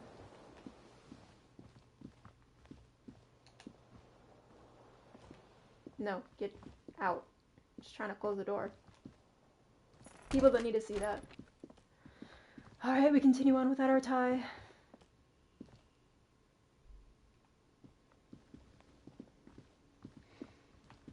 Unbelievable, really. I'm going to save my game.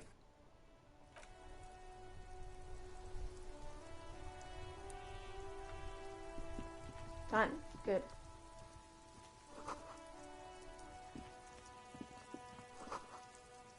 All right, let's get this over with Kuno.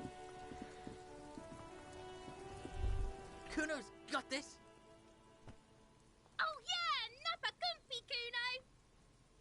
Right in the dick, Kuno. Get him right in the dick. Love it in the dick. The boy is sweating profusely. His eyes are like two black holes and his jaw is twitching as if trying to break free from the empire of his body. Stop throwing rocks at my crime scene. Fuck that. Kuno, yeah, right in the mouth. They pay you no heed or pretend not to notice you. Shits himself. The rake, Kuno. You should throw the rake at him. The fuck? Does Kuno know what a rake is? Kuno's not a gardener. Goddamn right he's not a gardener. He's an athlete. Every rock connects, making the battered corpse look just a little bit worse for wear. The fuck are you talking about? He's calling us Kuno. He says we're fucking each other. Literally not what I said. We shouldn't do anything. I don't tempt such forces. You will see.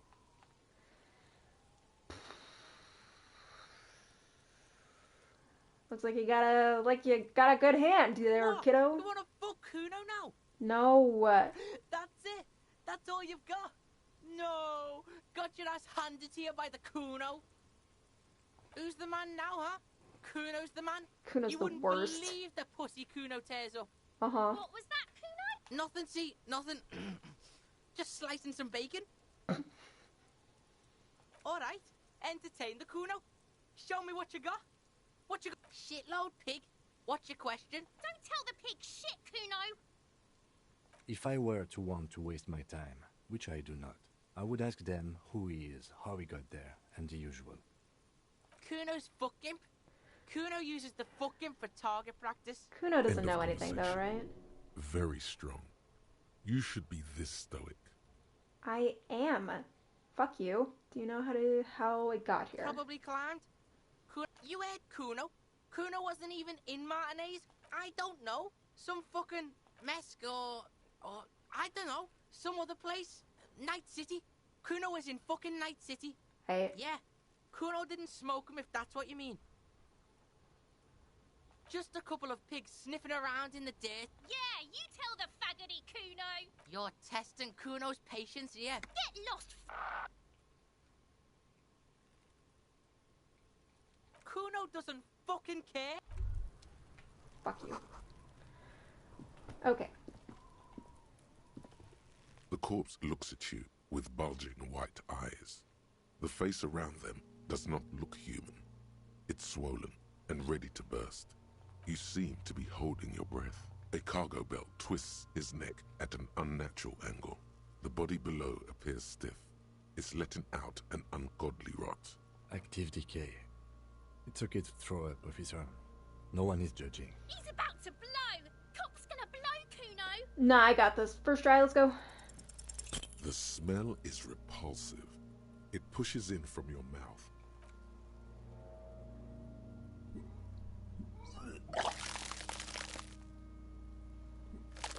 Such a visceral sound.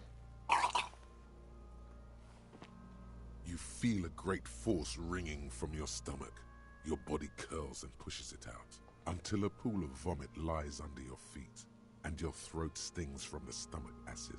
Fucking corpse. Keep it. Thank you. The hangover is clearly making this worse for you. You could use some ammonia to clear your head. There is freight nearby. There's a greenhouse here, and a gardener with a wheelbarrow on the corner of the whirling in rags. Acquiring ammonia will provide a modifier to the white check. Alright.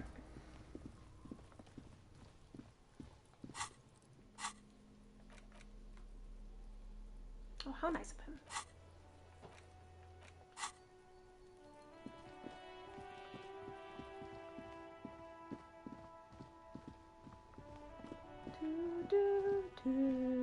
The RCM in Martinez. Of course. What can I help you with? Sure. I'm done with it. Go easy on that stuff. It gave me a terrible headache. Of course. Thank you. I won't hold you back. Her gloves. You get the feeling that you need them. You have a dead body to deal with after all. Yeah. Take the Sure. gloves. Keep them. Really? None.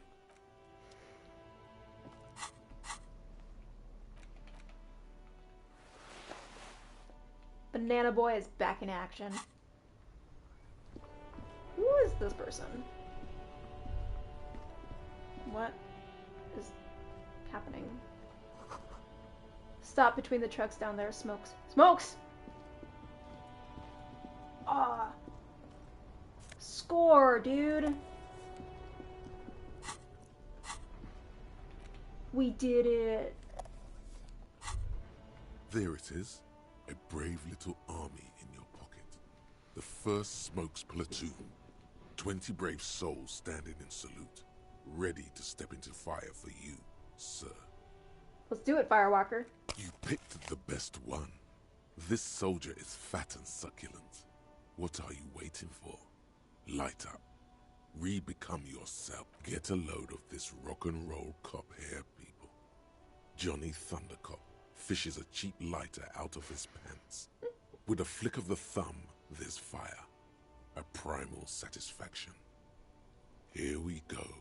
Dip that bad boy in and breathe. Thick, warm smoke gets sucked down into your lungs. Whoa. Immediately, you feel a warm nostalgia fill your head, body, and soul. A nostalgia for yourself.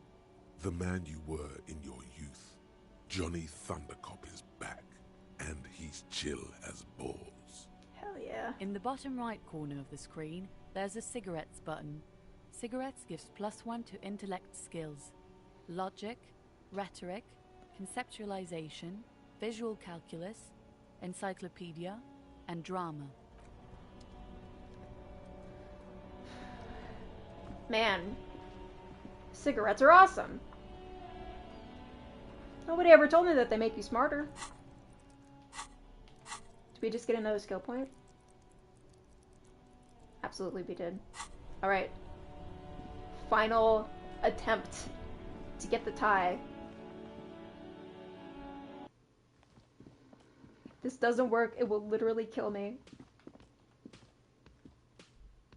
But you know what? Worth it. Doo-doo-doo. Kim also tries not to look at the pile of taped viscera on the carpet. Yeah. Or the weird suitcase on the hat rack. Or the potted plant dying in the corner. But it's all just too morbid to ignore. The man is finding it hard not to trip on the tape, and not to send any of the bottles rolling across the floor, where unidentifiable sludge makes it hard for him to breathe. Smells of vomit in here.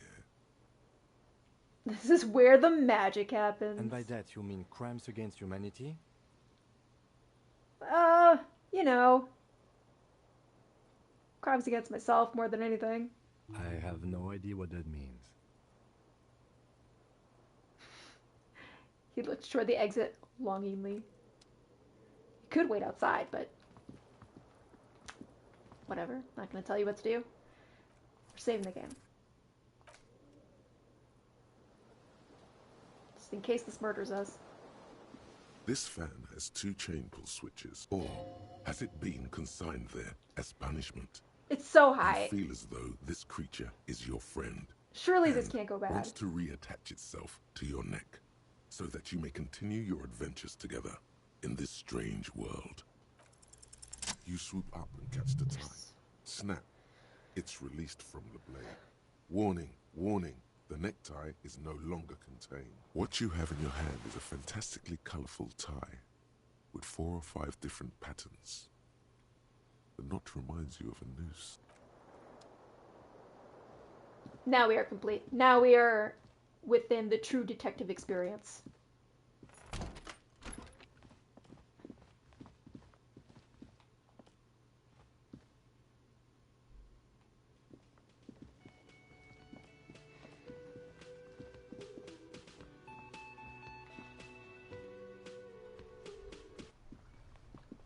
Alright. Can we look at this? This hole in the fence? No, I don't think so. Okay.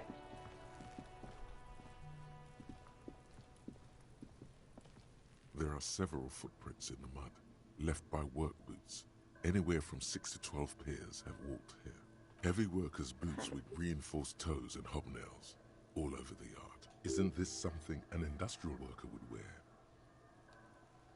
Check it out, Lieutenant. Noted. Bet you wouldn't have even noticed that without me. Master Detective. Get an exact count. Maybe more than 12. Ah! No. 8 pairs of boots have shuffled back and forth in the mud. Oh, we're so smart. 1. Standard work boot. Steel reinforced toes, number 46. 2. Standard work boot. Steel reinforced toes, number 44. 3. Hobnailed work boot. Steel reinforced toes, number 43. 4. Standard work boot. Number 45 or 46? Wait, which is it? You don't know. It's a miracle you can tell the prints apart as it is. The cold must have preserved them. 5. Another standard work boot. Steel reinforced toes. Number 44. 6. An aberration, light as air, even pace, same make of boot, but number 41.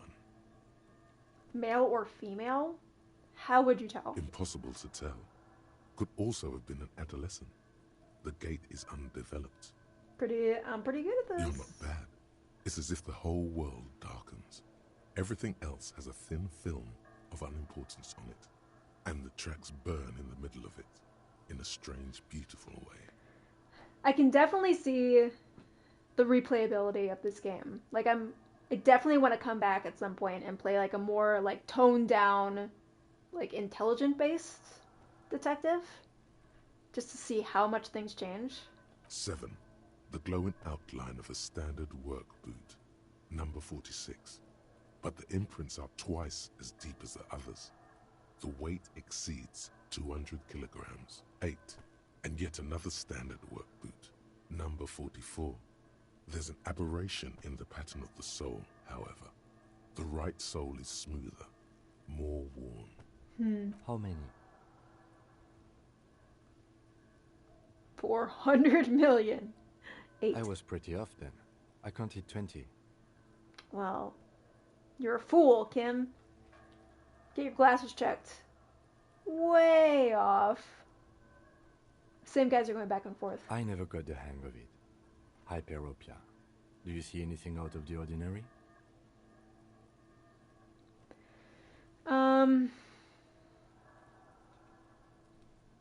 A heavy one, 200 kilogram imprint. 200? Could it be the combined weight of two people, one carrying the other who's tied up? Let's say a heavily built worker carrying a similarly built, soon-to-be-dead man. Yeah, that would make sense. He might be right. 200 kilograms of living weight is unlikely. Yeah, that sounds right to me. Possibly, yes.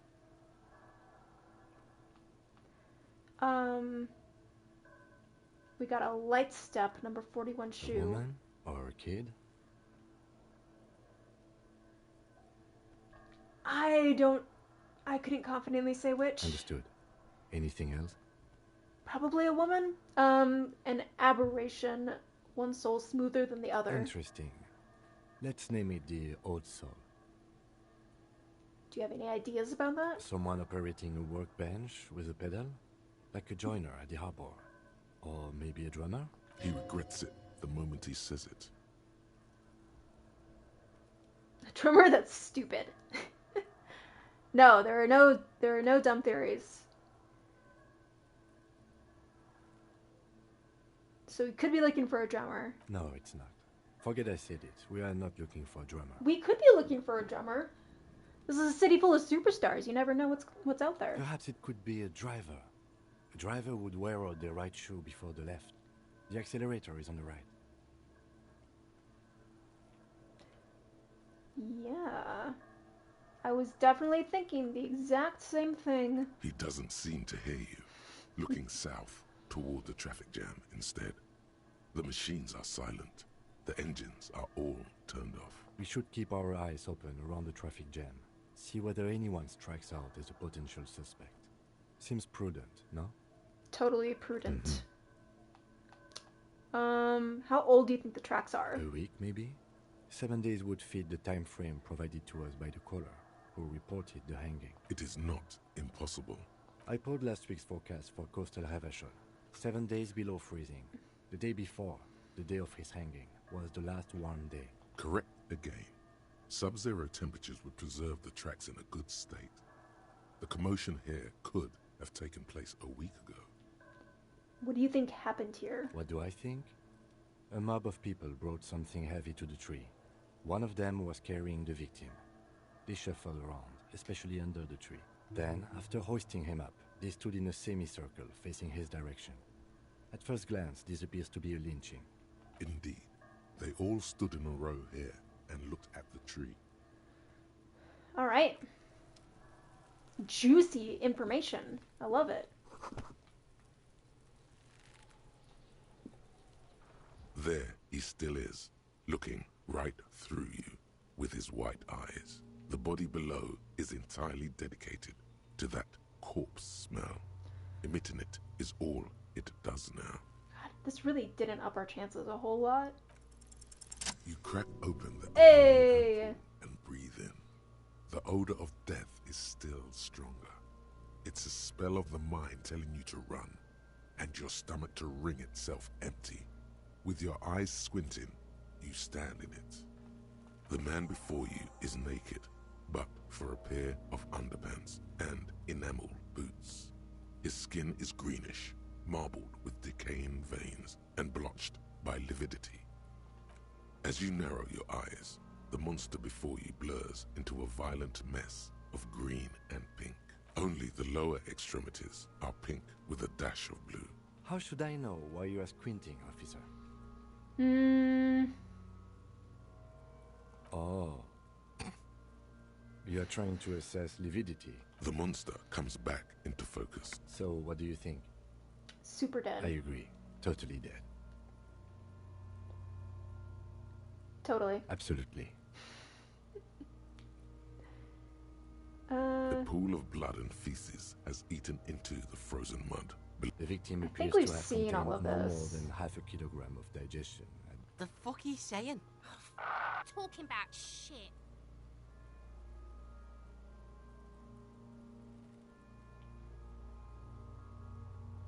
What is he saying? Appears to contain more than half a kilo. Guess we got lucky. Did we? I don't feel lucky. I do. Most of them are post-mortem. Stop talking in riddles, coin slot. He means you fucked him up good, Kuno. Fucked him up brutal like. I think he was upright immediately after death. The noose acted like a tourniquet, keeping the blood in his head. The hypostasis here is in tune with the hanging. That's what I think. Everything here seems to corroborate that assumption, but we should still get him down before assigning a probable cause of death. But there is no breath to catch. Only the cadaver filling the air and your nostrils. He slowly rotates before you, decomposing. His eyes are milky white and blind to the world. Dark brown hair grows on his head. His face is ready to explode from the organic processes inside. The death... I'm gone. Into the wild pale yonder. In the past. Way out in the west. What do you mean? It's the power of your imagination. Imagination. Yeah, man! Don't be crazy! Inanimate objects and dead people can't really talk to you. Your wild imagination is doing this. Ask some more of those questions you love so much.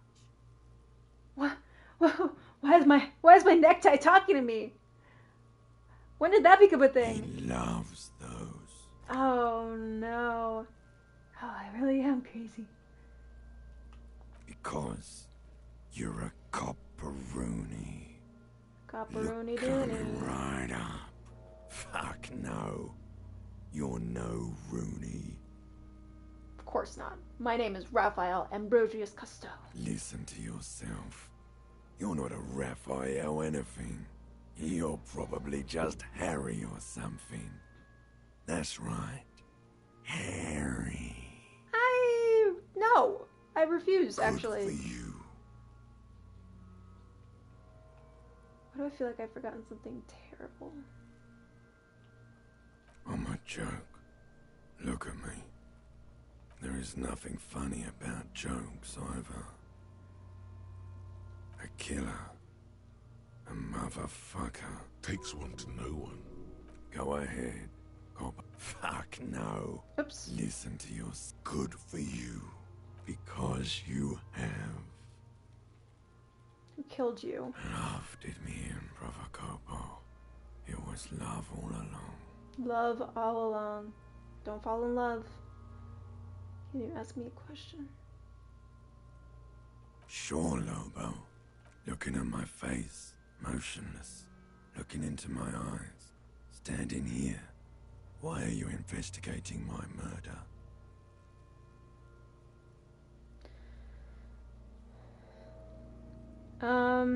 Maybe it will lead to something. Something indescribable. Unforeseen. Miraculous? The clown lifts on the course appear to smile. The face rotates before you, slowly. Something is on its way. Something hidden. It's coming. A miracle from the northwest, and it's almost here. You can feel it in the air, on your hands. The cold spring air smoothing them over. Do I remind you of someone? Me? There you go. Look at that bright kid. We're birds of a feather, you and I. Soon you will be just like me. Just keep drinking and having a good time. It's a matter of weeks. Feeling nausea, vomiting, tenderness or pain around the liver area, tiny red lines on the skin above waist level, more like days, Copo. The clock is ticking. Your liver tells you so. Nah, we're good. Come back later, Corpo. Amuse yourself with my frank manners and my memento mori features. An intricate web of blue lines stretches across the torso. His corpse is marked by stars. What will mine be marked by? Alcohol and heartbreak. Your fist clenches suddenly.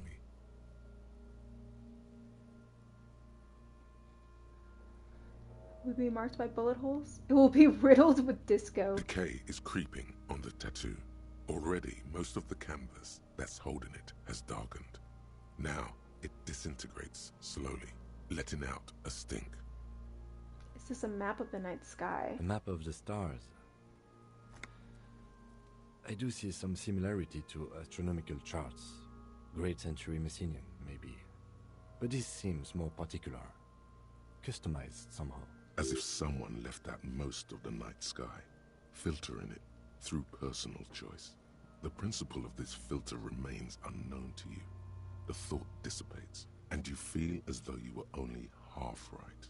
Definitely missing something. So am I. He takes a thin piece of milled aluminium from his coat pocket and pulls it open. Sounds like a sword being unsheathed. A small lens appears. A Trigger Sunshine. Mini. Shit, Kuno! What the fuck is that? An instant color camera. I have only 2 ampoules, so nobody move. I don't want to waste one. A sound, a shrill flash, followed by the breaking of a small ampoule of glass. You see streams of color pour onto the thick, glossy piece of paper, rolling out.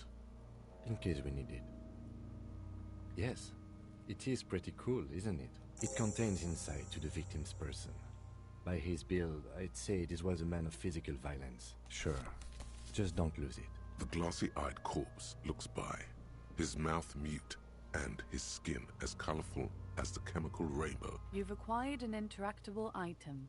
Investigate this item further by going to the Interact tab in your inventory. Alright, we'll look at that in a minute. The hangman's knot is pulled tight by the weight of the corpse. Oh my, there's something on the belt. Vermilion, in yellow letters, along the length of the twisting cargo belt. No, you should not get a drink. Industrial strength. The kind used for tying cargo to lorries. Like in a harbor? Yes, it looks like they use whatever was on hand, paying no attention to not incriminating themselves.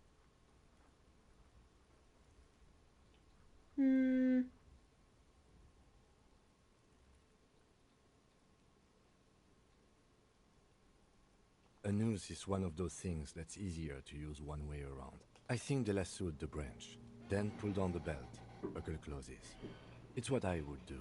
Seems easier than climbing up there. It's not merely polyester, it's steel reinforced. This makes getting him down much more problematic than I had assumed. I'm still approaching this as a lynching, yes. Motivated by the ongoing strike. You? No.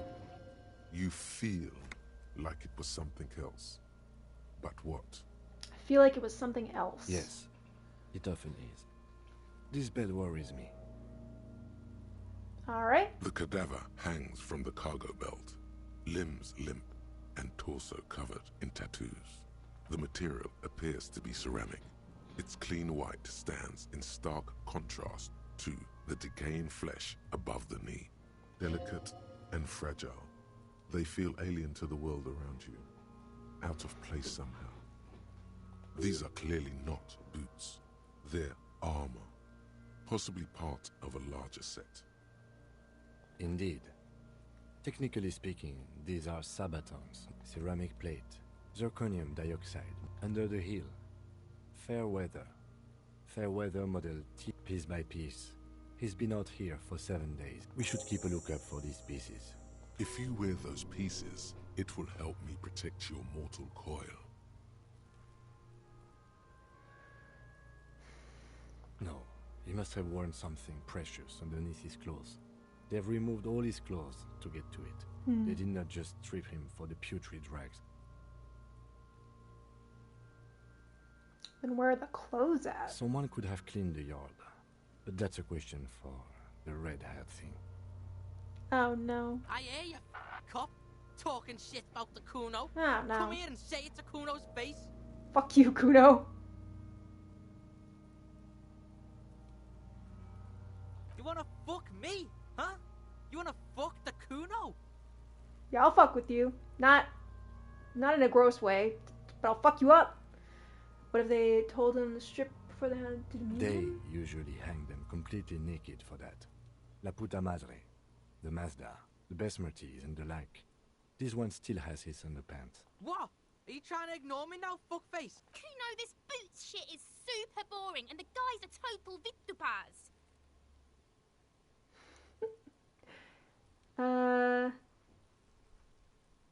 Material looks out of place. It is. We've requested similar material for a full set, about 4 years of wages. Ka-ching, baby. By catching, do you mean let's not log them as evidence? Let's steal them? No. Maybe? No. Of course. How could this man afford such expensive hardware? That's for us to find out. My initial report on the area suggests he was a security guard for the I hardware want to say company. we talked about all those too. Just something I scraped together from... He's not actually sure of that. He's just being tactful. I agree. This equipment is way beyond what a guard can afford. A small bell-like sound fills the air. Suddenly, your biceps coil up. Your fist connects to the boot. Did you hear that? This is a kinetic redistributor. It spreads the incoming energy horizontally, from plate to plate. Faint, organic lines cover the plates, where they separate into smaller ones, like the scales of some ancient white monster, cracked and pearly. This feels dangerous. Are you sure? The stench fills your nostrils. Stop! Pig's gonna pull his head off. Brutal! Even the mongrels can see you're about to pull his head off. Do it, homo! Stop obsessing about your sexuality, officer. You are about to seriously compromise the coroner's case. What are you trying to achieve anyway? Why are you hanging on to that boot?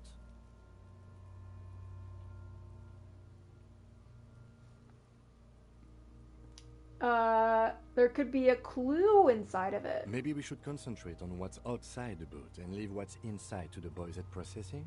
Just this once. Besides, there's no way you're getting them off. You're sure there's a way to peel them off, but first the body needs to be down.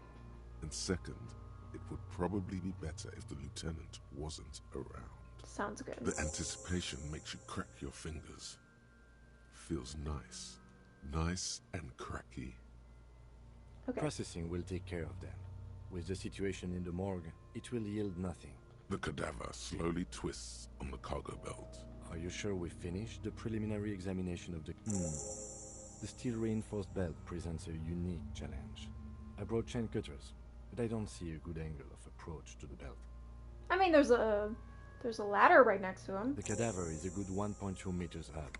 Neither one of us can reach the belt without assistance. And even if we do, there's the question of cutting it. There's no question. There's only cutting. How hard can it be? I can cut it, and I already have the chain cutter, so... I don't doubt your physical prowess, officer, but that's aircraft-strength material, and we do not have a secure platform to perform the procedure on. The risk of acrobatic failure is one we cannot take. We must not become comedy for the locals. The fuck have you got against comedy pigs? I love the arts. Can someone else do it? Someone else? You mean, like, the police? Yeah. Call the police? Someone already did. You know who came? We did. Because we have made bad life decisions. Okay. I know it's hard, but I assure you, the others won't come to help us. And we have a growing sanitary concern here. We need to get him down, fast. Can we saw the branch off at Climb all? up there and saw the branch? Yeah, we could use the ladder. I don't trust that ladder. The assailants didn't use it. It's rotten and less sturdy than it looks. And I don't see another good way up there. Honestly, I prefer a non-acrobatic solution to this. Why? Clown cops climb tree, fall down. Enraged cop assaults children after falling from tree. What? Well... Cretin cop, they like that word, saws the branch he's sitting on, literally. Local children report corpse mutilation. Fuck yeah, climb that shit, monkey. See, you're only making them do those things less.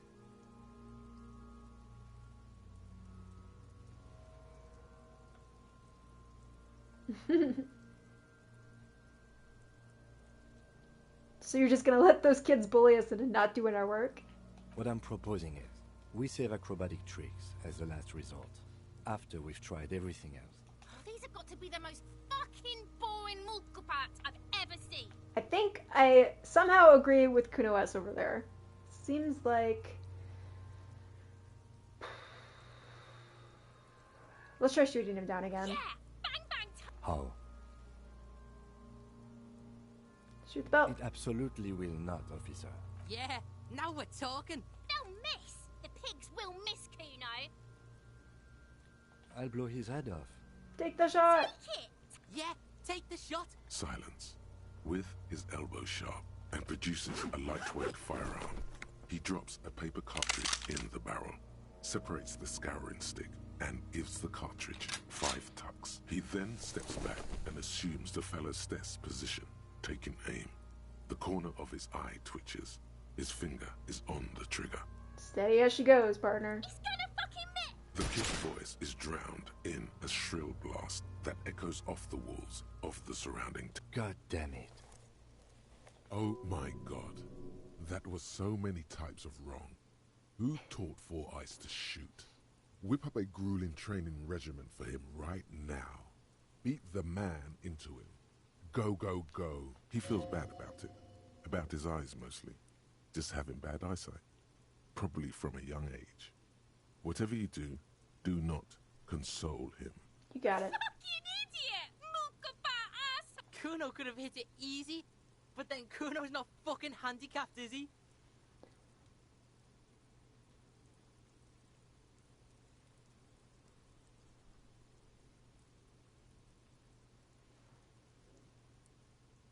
Sorry, bro. ACAB includes Twitch streamers and video game characters. I don't understand what you're saying. Catastrophically, Emma.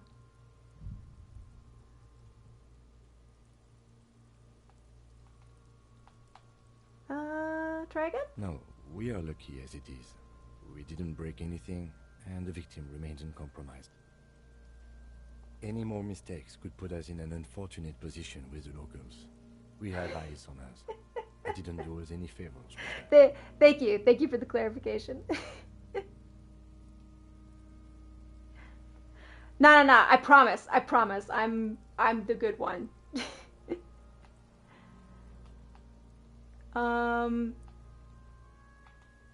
What now? I have to say, it's beginning to look unlikely we can get him down without assistance. Take his gun and show him how to use it. Let's do it. It's bad as it is. Us shooting firearms like punks. Go ahead. I'm not stopping you. Just don't lose it. Shut this the is fuck the up. sorriest pair of pigs Kuno's ever seen. Yeah, take it, you fucking banana pointer. The cold piece of bakelite and gunmetal is surprisingly light.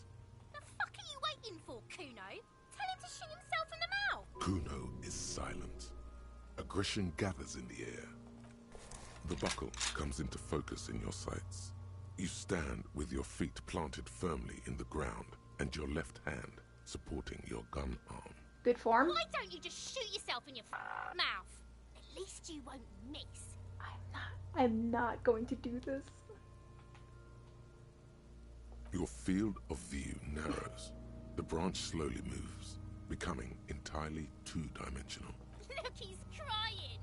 You gonna cry now, fucking faggoty? Shut up. Or what? You gonna fuck me? You wanna fuck me, pig? Is that what this is about? Do it! Set me free! She's crazy! You feel as though it would be dangerous to set this creature free to roam about the cosmos. Don't. Do it! Oh my god, I can actually do it. No, I'm not gonna do it. Intense shit, copper. Fucker waved his gun! It wasn't intense, it was pathetic! Can't believe I'm getting bullied by a bunch of 10-year-olds. Oh no. A plume of smoke erupts from the barrel. Your hand goes numb from the explosion. With your ears still ringing, you lower the weapon to see what happened. What was that? Was that a 10? Did I need to roll, like, 2 6s to beat that? That's crazy. You missed the belt, but hit the corpse straight in the chest. Bits of ribcage protrude from the skin. No blood, only a murky sludge dripping down his belly. Oh my god, he's gonna fucking cry! I knew it! What a mulko! There's something wrong with your gun, Lieutenant. It aims for shit. The armistice is sufficiently precise, officer, especially at close range. It's not the gun's fault you can't shoot. It's your pig hands. Pigs don't have hands. They have, like, fucking hooves or something. Kuno has hands. Kuno can shoot that shit down for you. No. Absolutely not, Kuno. Pop's bitter because he fucked that corpse up, Kuno. What a fucking kurpilla. We still need to get him down, somehow. But how? The bad way. The way I didn't want us to. By asking the harbor for help. They have the tools and the men. If they put him up there, they can take him down too. Alright, how do we get there? From the gates, by negotiating or fighting. I'm unenthusiastic about fighting. Or we can try to find some secret third path. It's unlikely though. To the gates. Let's fight, I say. Fight, fight, fight! Don't worry, Cam, I'm a master negotiator. Is there anything else that Kuno can tell me? So you tried to kill Kuno's girl? What's up with that? You want to talk about it? I didn't! I just kind of aimed at her a little bit. What? Bitch! You fucking making excuses for yourself now? Kim, you are not helping me. I'm sorry. Do this shit again, and Kuno's gonna climb in your room at night with a knife. I like to see you try. Kuno knows where you sleep. The pig who fucked his window up. I'm gonna climb in through that balcony, put the fucking knife in you. Yeah, I've been in your room. Shut the fuck up. That's the creepiest thing I've heard. Kuno are good for now. Pals, shoot that shit at Kuno. Let's have a jolly time. Kim, I might need to sleep in your car tonight. Don't threaten me. One word out of you, pig shite, and you're locked out of the Kuno experience forever. You hear me? You hear the Kuno? I quiver in fear. No, you don't need to ever talk to these little shitheads again. It's much more important to prove to this kid you're a man. A big man. Seriously risk your relationship with the Kuno. Try it. Try me. You and Kuno are fucking done. Get the fuck out of Kuno's sight. Let's go, officer. I've had enough of this.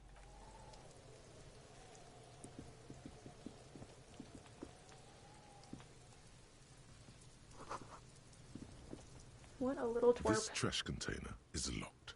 The sliding lid has a padlock that says, whirling in rags. There's something in there, not necessarily connected to the case, but still.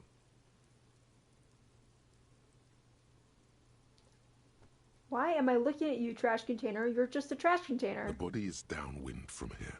Maybe you prefer the smell of garbage to the smell of death. The trash container is talking to me. What do you think could be in here, Lieutenant? Trash, food waste from the cafeteria. They lock these containers to keep the derelicts from flocking in. Could be evidence, too. Yeah, they could have thrown, like, the murder weapon or something in there. What do you mean, feel? An extrasensory perception of mine. I agree. We should get someone from the remote viewers division here. What is that? All the detectives from all the precincts who experience extrasensory perception go to the remote viewers division. Their work is invaluable to the force. Are you making fun of me?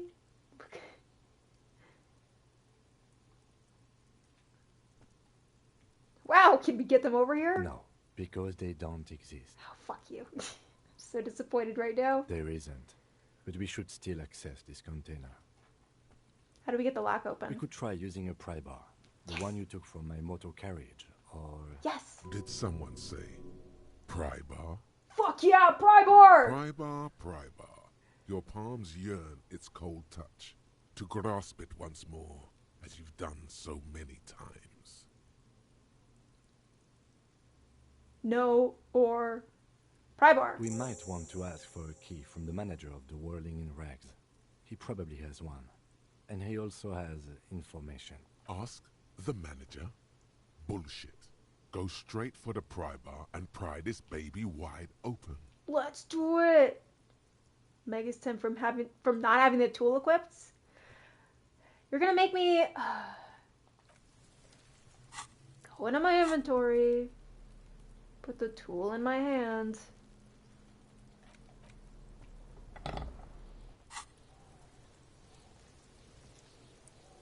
This trash container is locked. The sliding lid has a padlock that says, whirling in rags.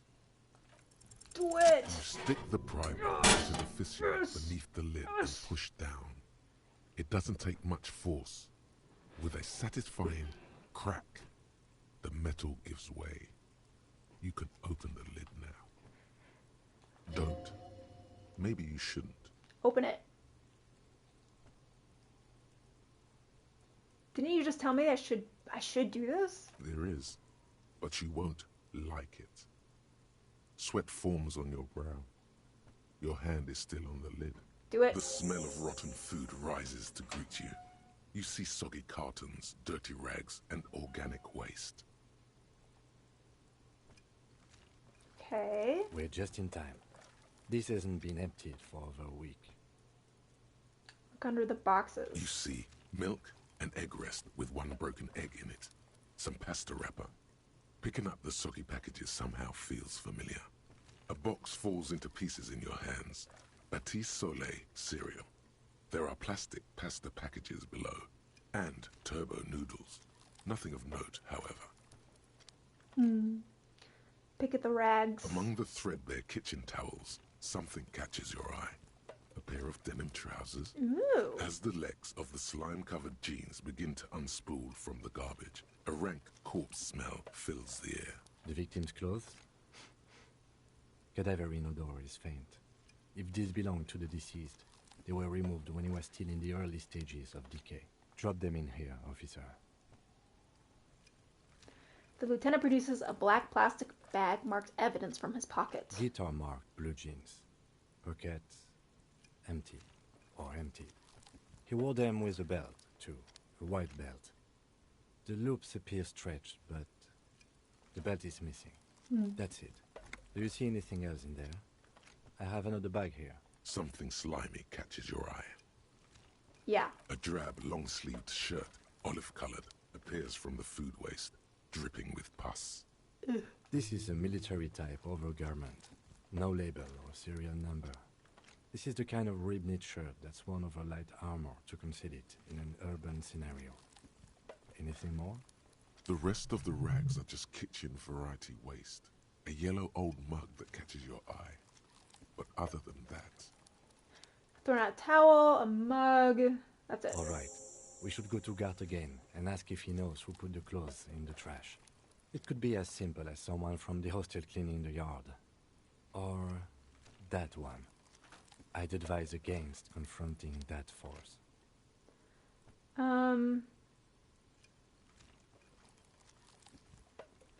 We could try. I don't know if they'll talk to me anymore. What the fuck's he on about? Kids? You hear that, Kuno? He thinks you're an infant or something. See? Could someone at the whirling have been involved, maybe? Not really. All we know is the victim's clothes are in the trash. The lid was locked, and his establishment had the key. It's just a small loose thread. The lieutenant nods, then looks back into the trash container.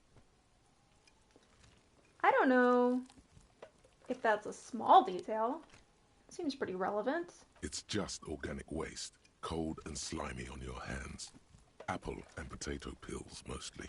Unidentified sludge, and the occasional chicken bone thrown in for good measure. But hey, nothing. It's nothing. Nothing more to see here. What's this? What? A blue piece of plastic sticks out from the apple peels. It's shiny. Looks like the corner of something. Yes? Something larger. A clipboard. A blue plastic clipboard with moist papers hanging from it. They look badly damaged, but you can still make out forms and notes, written in a man's handwriting. It's my police documents that I lost. Officer, is that your paperwork? I think it might be, but I'm not sure. It is. Look, the plastic has the RCM street grid on it. You've even got an autopsy form in there. If you don't mind my asking, how could you have let your paperwork end up in the trash?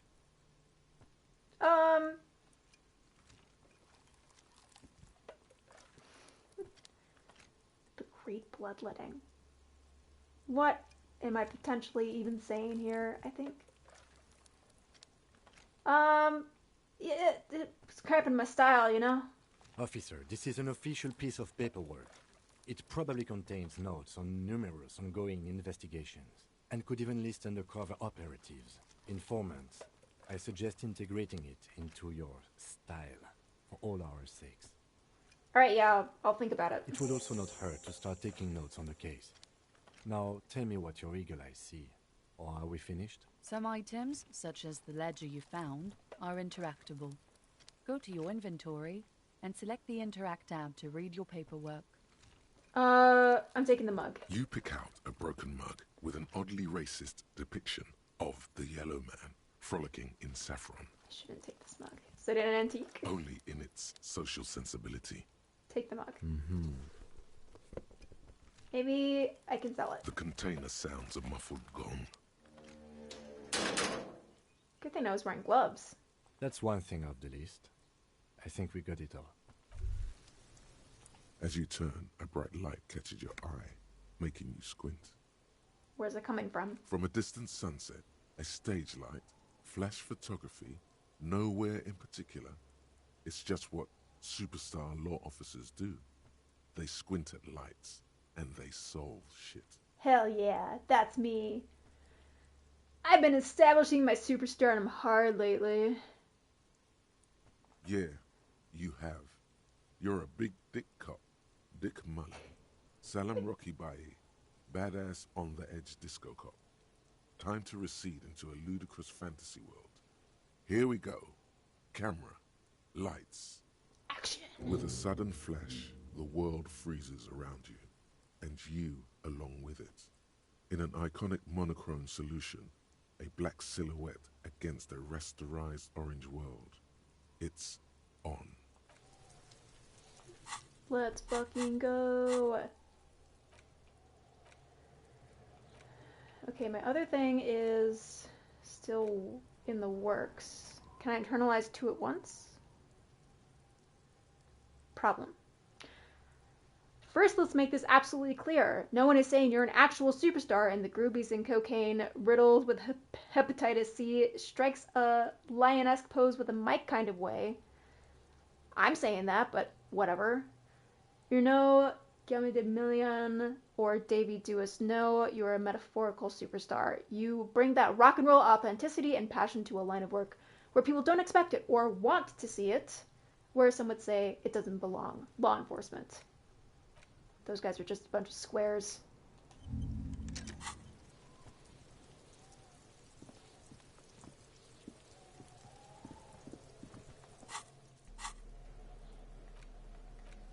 So, a mug. A potentially very racist mug. It's just a racist mug. What's there to read here? Not much. Look at all that content. Oh boy, here we go. Oh no. What are you going to say about a broken, tossed away mug that you dug out of the garbage? Oh no, this is too much. This is too much for a mug. Why am I spending my time on this?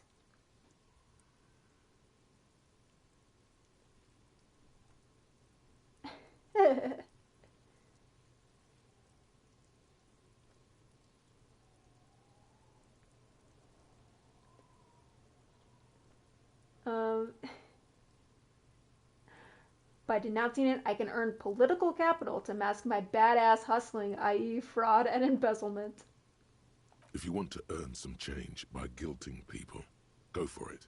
But if you want to earn real dough, finish the case and start getting paid again. You're not thinking big enough, narrator.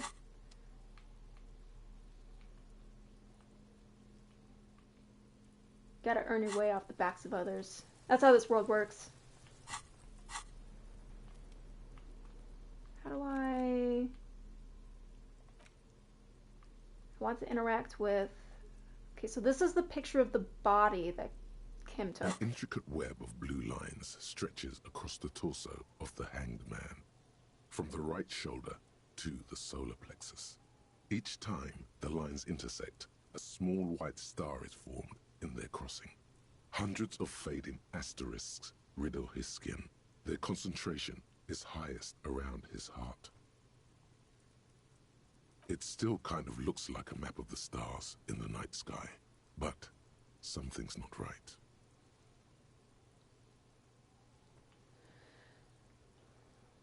What is the meaning of the tattoo? For you to discover. You've gotten as far as you will without assistance. Gone. Okay.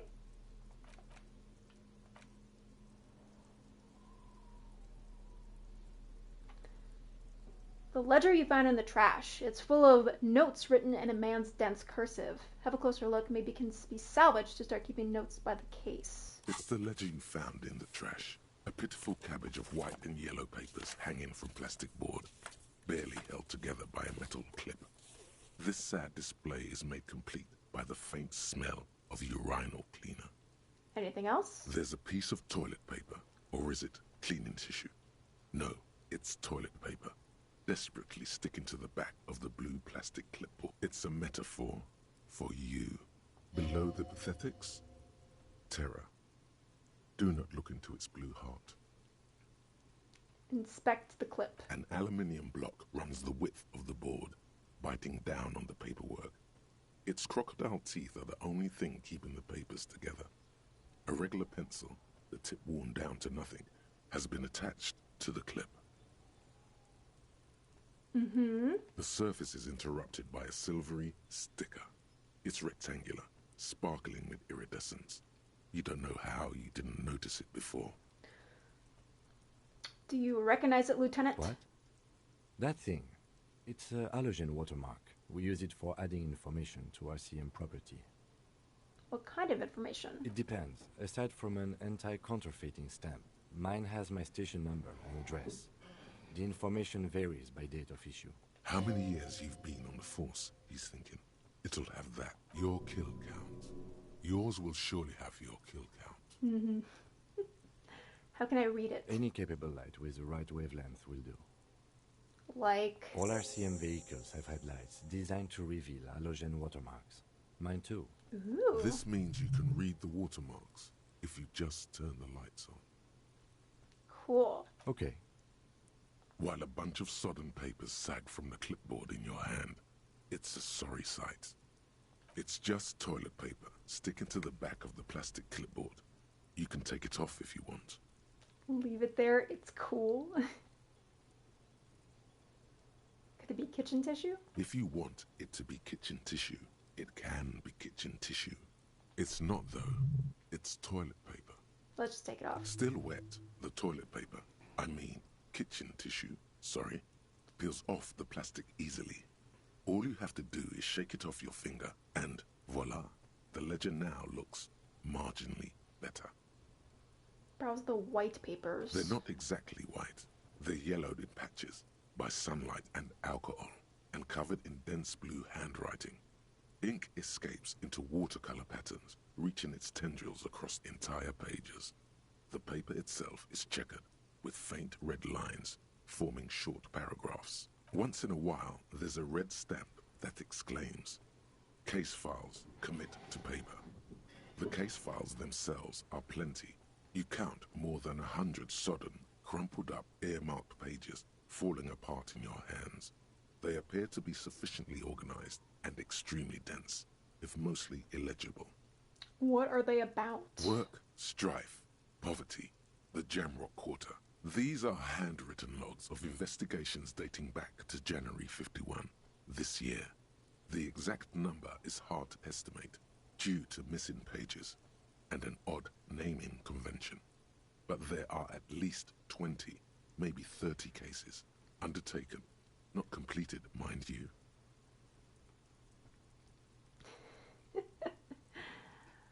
What was the mention of the naming convention? Yes, it appears you employ a, shall we say, robust yet literary system. Each investigation has its case number written on the margins.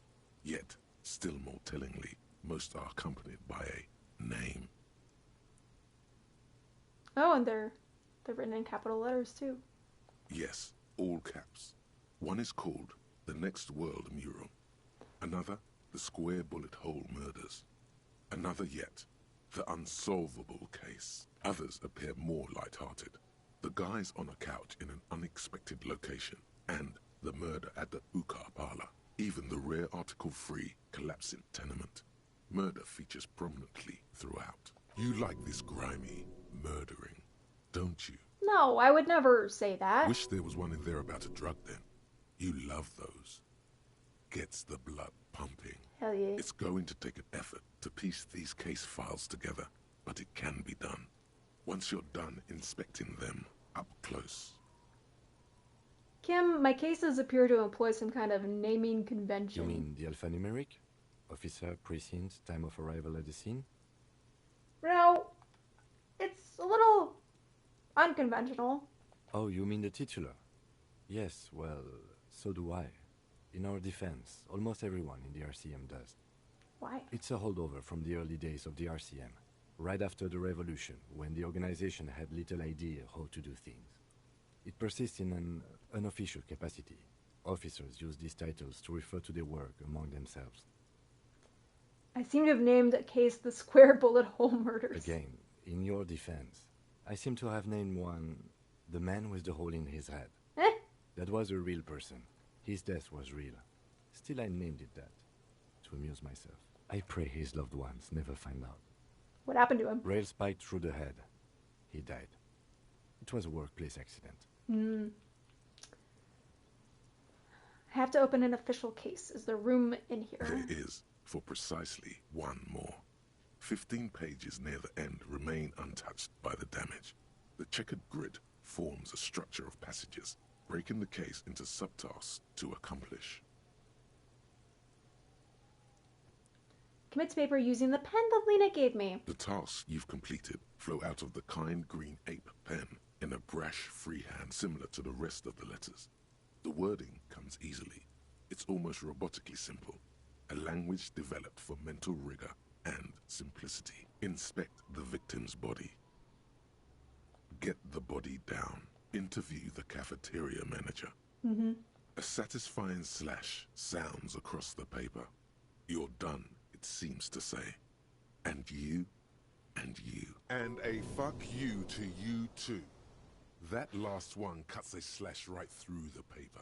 Oops. Things to be done and things already done. The composition of reality. This is an extremely useful tool for a detective of the citizens' militia. Now all that remains is to name the case. Lieutenant, have you by any chance named our case yet? No, actually. Any ideas?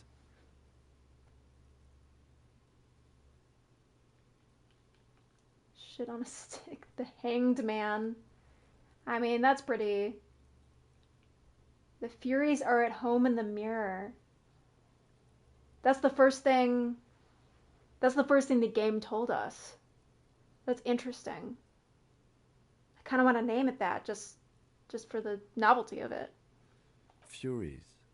Yes, well, I don't know. I have to be honest. I'm not experiencing the internal strife that it refers to. And also, could you make it less poetic somehow? Just a normal case name, you know? Think, what would that be? A good normal name. Okay, fine. The Hanged Man. Great. That's great. That's actually what I was thinking too. Hey. The Hanged Man. Good, strong name. We have a very good name for the case now. Yeah, I feel like we're on a similar wavelength here, Kim. I feel like we're really getting to know each other. I'm going to start calling it the Hanged Man. It's good we sorted this out. I agree. You don't exactly close them so much as distance yourself from the smelly papers. They're a little further from your nose now. Can I read the case files? No way, can I? Browse the yellow papers. In the back, you see thin, translucent copy of paper. Some neon yellow, some bright red, all covered in boxes, like marching armies.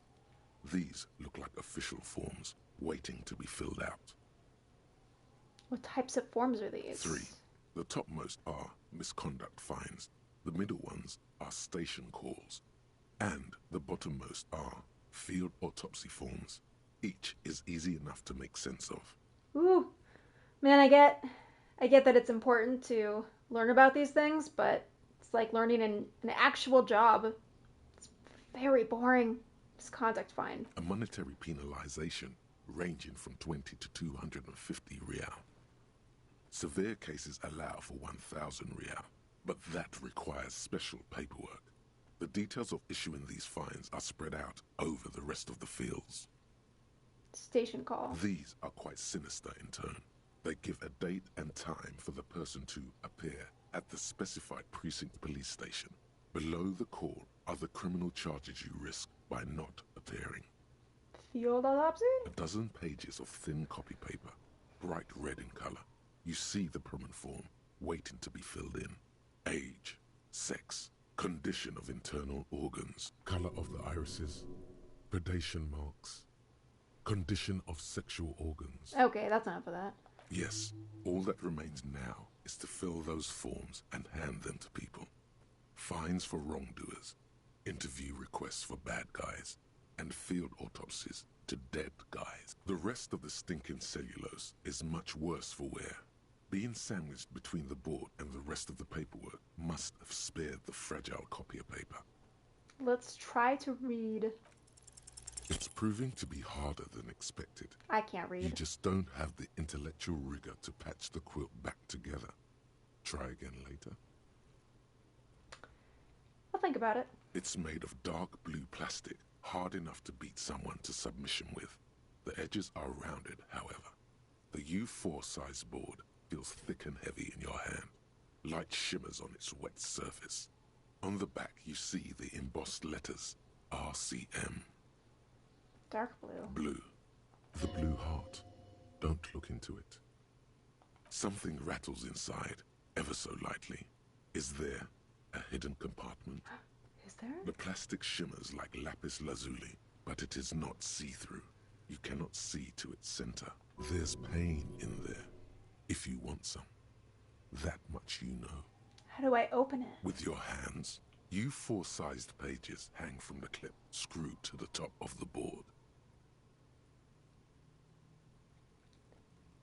-1 for Lonesome Long Way Home. What is that?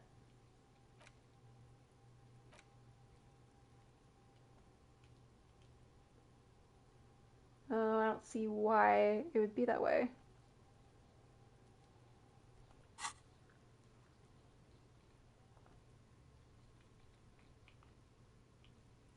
Okay.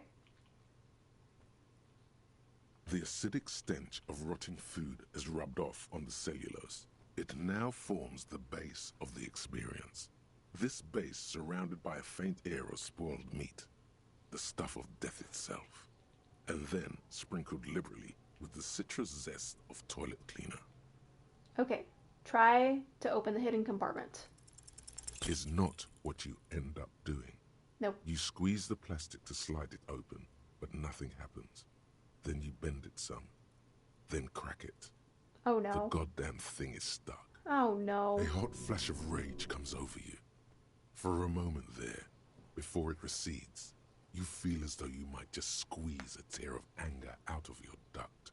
Makes you wonder, why? It's unjust, that's why. You can't even get to that thing anymore. Really? The ledger quivers in your hand. As it shakes, the pages rustle. This pathetic mess suddenly afraid of you for some reason. Can we just smash it to pieces? I have a heavy crowbar. Fine. Either way. Okay. Woo! Where has the day gone? You know, is there anything else? Doesn't even look at you. You're dead to him. Fine. Alright. I'm never talking to Kuno again. What about Kuno S? The girl is ignoring you. It's like you don't exist at all, as far as she's concerned. Alright. Alright. Absolutely have closed off my avenue with the kiddos. That's fine. I am a police officer. I can figure things out myself. Hey, I hit some morale. Somehow. Oh, because I used... Okay, shoot. I didn't mean to actually do that. Oh, but I got another one right back. Cool. The winch mechanism has been oxidizing for some years. Alright, I have to be super careful not to use those healing items.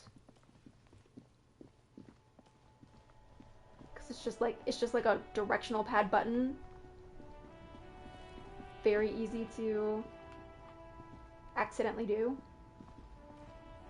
Inside, you see a set of steering levers, a radio microphone, a pull-out toolbox, and the soft glow of the fuel preheater gauge. Alright, how do I turn the headlights on? Alright. Ready? I turn, you press start. It's next to the preheater. He's downplaying his excitement. The lieutenant is more than happy to show off his precious carriage. What a nerd. The dashboard lights up with orange glow. The rouse per minute gauge jumps, and the engine of the Caprice Canelo comes to life with a whiny growl. The lights unfold with a little click, casting electrical light onto the ground before the vehicle. There you go. I'll turn them off from the remote once you're done. We just need to stand in front of the machine now. Okay.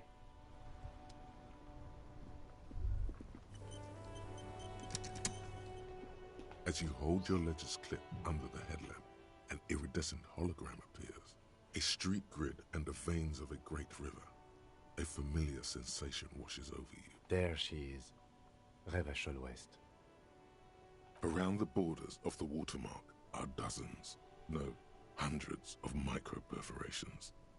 Look at the shimmering street grid. The rectangular watermark is overlaid with the logo of the RCM, and yet the major arteries of Raphael are all recognizable. They shimmer in the Kanema's headlights. Where are we on this? Let me see. Right here. he says, his finger near the top of the map on a segment of coast jutting out into the great ocean. Seems nice? No, it does not. Okay. Look at the perforations. There are many of them, and they are divided into 3 separate rows. Tally them up. The first row has 18 dots. And the next one? The next is the longest. It runs all the way around the border, and then some. There are so many, it's hard to count. More than 150, at least. Maybe even 200. What about the last row? The last row has 3 perforations. Huh. That's it. That's it. What do these holes mean? Those are perforations. They represent your record as an officer of the RCM. They are your statistics, as it were. I should have guessed you'd keep a record. Officers often do. Let's take a look. Oh no. Son, here is where we score your life performance. You better hope it's good. I'm scared. The first row represents your years of service. 18 years. Okay, not bad at all. Oh, what wow. did you do before you volunteered? I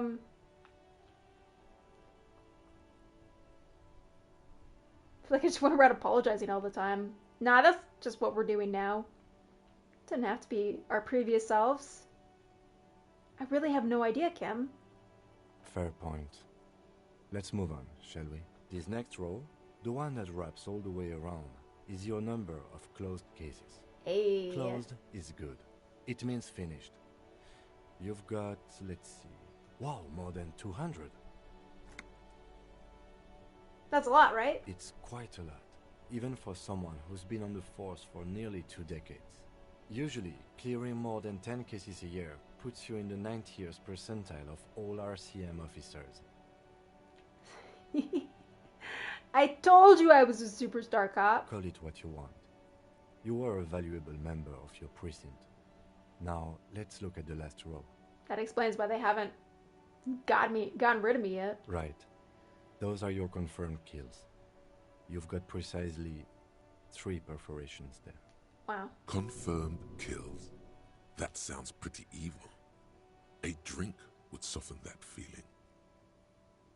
No, that's not too many. For an RCM officer, especially Precinct 41, which is in the Jamrock Quarter, it's rather tame. I mean that in a good way. There are certain officers who treat their kills like some kind of ghoulish game. If they do happen to solve a case, it's usually by accident. But it seems as though you are, or at least were, one of the good ones. So we have that to be thankful for. He's sincerely glad you're not a scary predator. Not to say relieved you're competent. I still have a funny feeling that those 3 kills are gonna become significant at some point. Have you ever killed anybody, Kim? Yes. It's not a problem for him to state it, however. How do you handle the strain? Everyone has their own method of coping. Some more effective or self-destructive than others. Personally, I find it helps to keep up a few hobbies. Like? Oh, this and that. Let's not get into it now. Maybe I should find a hobby. Why not gardening? You've already got the gloves. It's meant in earnest. Please don't mistake it for a jab. Thank you. The lieutenant Kim. nods. This was helpful. Right. I'll go turn off the lights. You can now see your statistics on your journal page, to the right of the task description. Ooh. Can I now?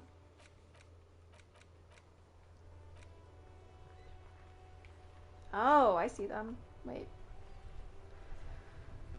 So, name, still very unknown. We have been mostly superstar cop, as this befits us. I've been avoiding the apocalypse cop stuff just because that's truly like, those have truly been insane to say. I was an ultra liberal once, Don't know. Don't remember when. Good cop, bad cop is on the same one for some reason, and I've killed 3 people. Solved 216 cases in my time. Okay. Okay. Ooh, it's getting late in the day. I wanted to talk to this guy earlier, so let's... I am a gander and a hunter and a gatherer. Feel like a traveler from another planet. Hey there. I am the law. What's going on? It's the jam, my man. What's the jam, brother? It's a traffic jam for the ages. Harbor gates up the street are shut tight. No explanation given. Workers on strike, scabs agitating, all around clusterfuck. Meanwhile, we're all stuck here in long-haul limbo for days upon days upon days. Upon days. So, how long is that? Feels like forever. Like I was born on this here roundabout and this was all I ever knew. Just me and the metal and the tires, the oil and the fumes of mazout.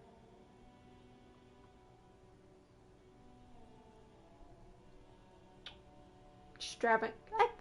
I understood what you meant. Yeah, imagine. It's been a whole week already. Behind the laugh, however, a touch of sorrow. Yikes, buddy. So tell me, what do you need? Got any smokes on Nope. you? Don't smoke. Some of the other drivers do, though.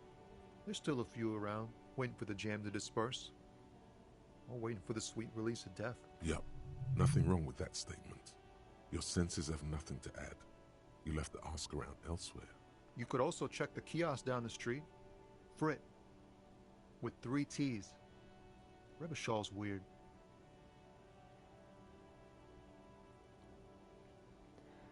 Tell me about this strike. It's like whatever's going on over at the docks. Workers got a blockade set up, making demands. No way in or out. What's the union demanding? Some pretty wild stuff, I hear. Like a giant new power crane in half the company? Wow. Forget what exactly. Good on them, I guess. I've heard talk there's a company rep in town, too. Like a strike negotiator type. They'd know what's up. Precise demands and so on. Ah, yes. From the Wild Pines. We'll meet her soon enough, I'm sure.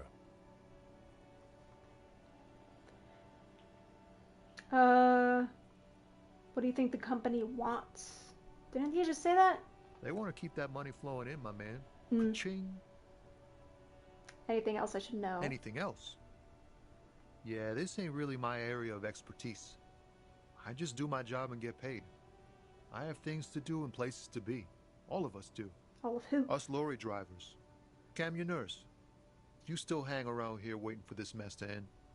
Most have scurried off somewhere to get drunk or high. Or laid.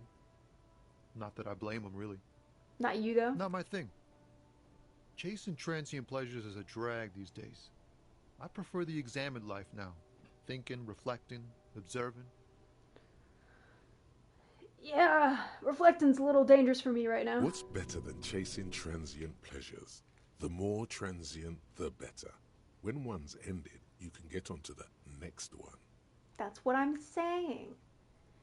Care to spare some change for the working stiff? Huh? Oh. No, I ain't got any money. They don't want to pay for unfinished work. The bosses, man. Got it. Sounds like a good arrangement for them. Yeah, it sure ain't good for me. Or you. I'd spare a coin or two for a city cop down in his luck. If I had saved 4 myself. What are you hauling anyway? Oh, high-grade narcotics, illegal firearms, stuff like that. Really? Time to arrest him. You're under arrest.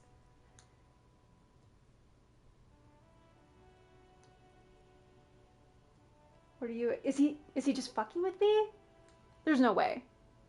Why would he just say that to a cop? Unless it's not really illegal here in this weird union regime. Can't even get a few jokes past you, my man. Yeah. I've got another haul of found cargo. Mostly sporting goods, tracksuits and that kind of thing. They usually get shipped to Grodd and the Occident. Though we've been making headway in the Il-Moran market lately. Could I get one of those tracksuits? We're pals and all, but I can't just freely hand out the merchandise. The bosses won't be happy. There's no denying it. Your body needs to feel the touch of some good performance wear. I need it. Nothing illegal, huh? Not unless they've illegalized sports equipment while I was on the road. Never. They would never illegalize sport. Sport is the most wholesome thing known to man. This rockin' beauty. Sure is. Like a rash you can't get rid of. You interested in heavy-duty cargo machinery? Not really. Just ask because, you know, cop reflexes. Yeah, it must be. Your job's to know all these little things, isn't it? Yeah, all the details. Well, my job is to deliver tracksuit trousers. I love it. Keep the world running, you know? There it is again. A little touch of sadness beneath his cool. He thinks he's spent too long in this lorry. The man taps his fingers rhythmically against his arm. What do I see in his eyes? In the white of his eyes? Ease into it. Don't go too far. This seems like a personal matter.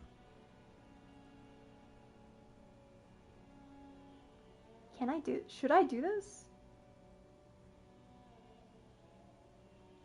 My man, I want to know about your soul. Just scream at him. Tell me your soul. What's troubling you, Tommy? Come on. Man, nothing's troubling me.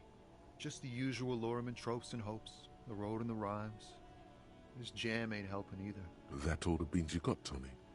Damn, it really is hard to talk man to man. Mm-hmm. Yep. Do you know anything about the dead man in the tree behind the hostel? Throwing it out there. He ain't one of us drivers. I know that. All accounted for. Otherwise, I haven't really asked about that. Been wasting time right here. Keep him busy. With what? Analyzing the fundamental structural and psychological conditions of being stranded in the midst of a sea of motor lorries and their sad, despondent chauffeurs. Uh-huh. And what was your conclusion to this? A sense of surprise there ain't more bodies hanging from more trees. Okay, good talking to you, Don't man. be a stranger. Could I steal a tracksuit? Just pinch one. Just one. Just to wear. I'm covered in piss, man. Help me out. Maybe I should take unequip the crowbar. Maybe that'll help me talk to people more. Better. More better. Oh god. Welcome to Raphael. Why is your name racist lorry driver?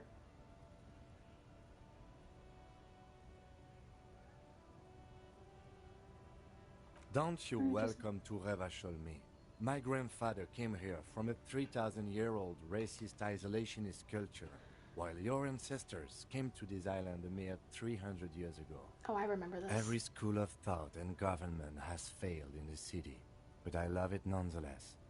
It belongs to me as much as it belongs to you. Yeah, you tell him. It's men like you who keep Raphael divided, making it that much harder for everyone to climb out of this post-war limbo. Oh, come on, man. I just said, welcome to Raphael. It's... I know exactly what you meant. You think my kind doesn't belong here, that I should watch myself and behave. But you see, I'm an officer of the RCM. It's actually my job to make sure you behave. I would advise you to remember that. Whew! Kim. Silence. The air between them becomes tense. Your partner needs backup. Now's your moment to shine.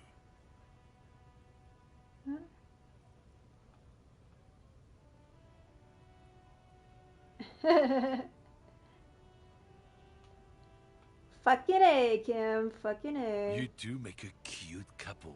You know that? I'll punch you. I will punch you. The lieutenant exhales and resumes his regular calmness. Now that that's settled, Whatever you say, officers. do I have questions for this guy? You could ask him to show you the soles of his boots. He definitely looks like someone capable of a lynching. Maybe he was present. Maybe? Hey, can I just see the soles of your boots real quick? Been admiring the stompers, huh? Sure thing. Check them out. On the bottom of the man's boots, you see an intricate tangle of treads with no immediately discernible pattern. The wind howls over the Bay of Raphael, a cascade of cold air flowing through the city streets. Those same streets have left their share of scuff marks on the underside of your green snakeskin shoes. What is up with your shoes, dude? It's Raphael.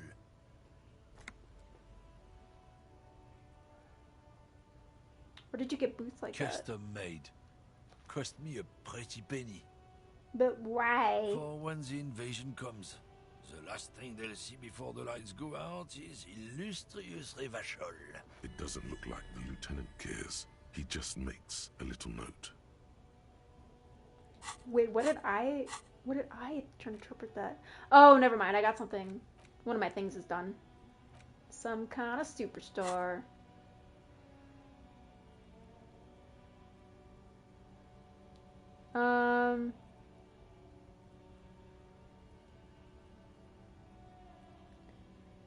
You do understand you're stopping on Raphael every day, right? Wait. Like, the city? Like, am I personifying the city right now? No, it's not like that. You don't get it. It's when I kick them, you know? Oh, fuck it. It's too complex for you. You didn't even try to explain. I found this mug. Is it yours? Oh man, that's great. Look at that guy go. Haven't seen anything that funny in a while. What a fucking prick. God, man. Thanks for that, but no, it's not mine. What are you hauling? Oh, not much anymore. I'm here to pick up some cargo, but the dock workers are on strike, so it's a sit and wait on your ass situation. Apples. Apples? Yeah, apples. I take it you had other questions? He's given you the runaround. Let's be honest, you were bested. Whatever. I don't even care to talk to this guy. Some kind of superstar. Yeah. I'm some kind of superstar. What am I looking at? They say the world isn't ready for a rock and roll cop. No one wants their state monopoly on violence to be mixed with celebrity worship. They claim to know it would be dangerous for detectives to rise to the ranks of demigods and have sexual encounters with barely legal cover girls. It would be insane, they say. To all this, you say, fuck off and die, in a cool voice. You people have no idea how good these cops are gonna get. They're gonna crack 20 cases a day. In the future, cops will be like astrophysicists, or prime ministers, or prophets. And you're the first one. You're goddamn right I am.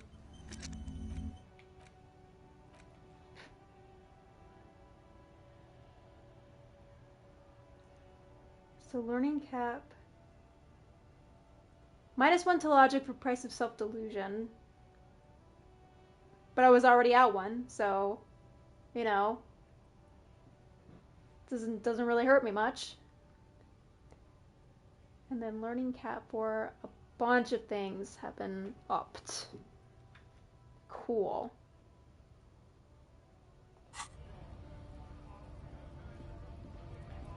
Is this the crit?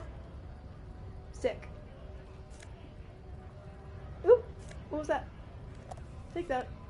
Thank you.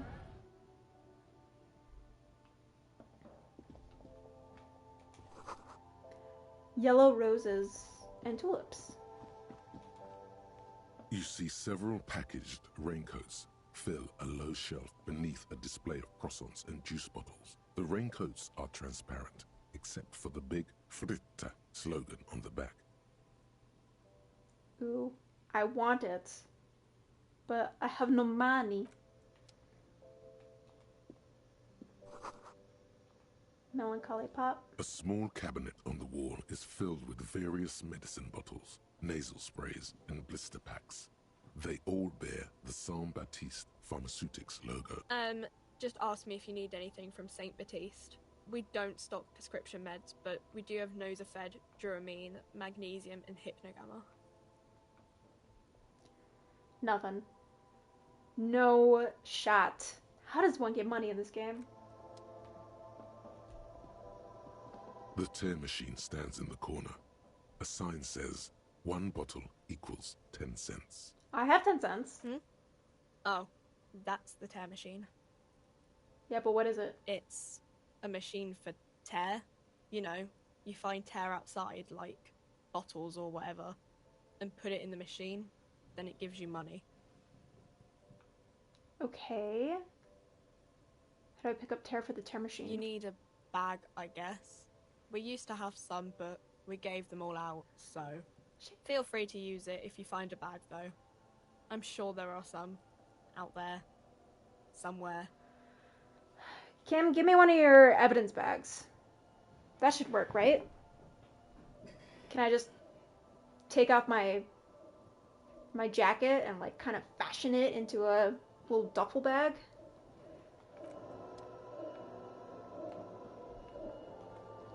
Welcome to Frit.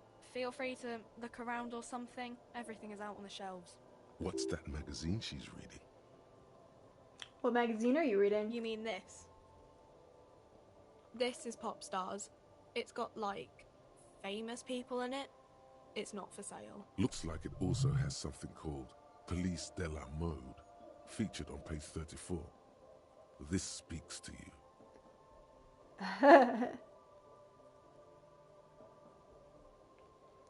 I approve this. It's very She futuristic. pops her raspberry-flavored bubblegum and nods. The lieutenant frowns at you before turning to the clerk with an apologetic half-smile. I also apologize in advance for anything that might come out of my mouth.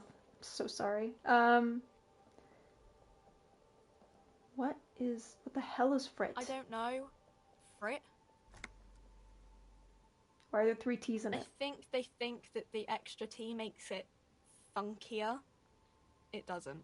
I got it. New wave bullshit. Let's proceed. I have questions for thee. Okay. I'm not really supposed to be chatting to anyone, but... Can you tell me anything about the dead body? I don't really know anything. I mean, I know it's there, but I haven't seen it, so... Did you know the man who died? Not really. Not really? So, like, you knew him a little bit. No. I didn't know him at all. How long has it been there? I don't know, really long. What do you think happened to it? I don't know. No need to worry. It's just standard procedure for us to ask around. If you hear anything, let us know, okay? Okay. Thanks, lady. Uh-huh.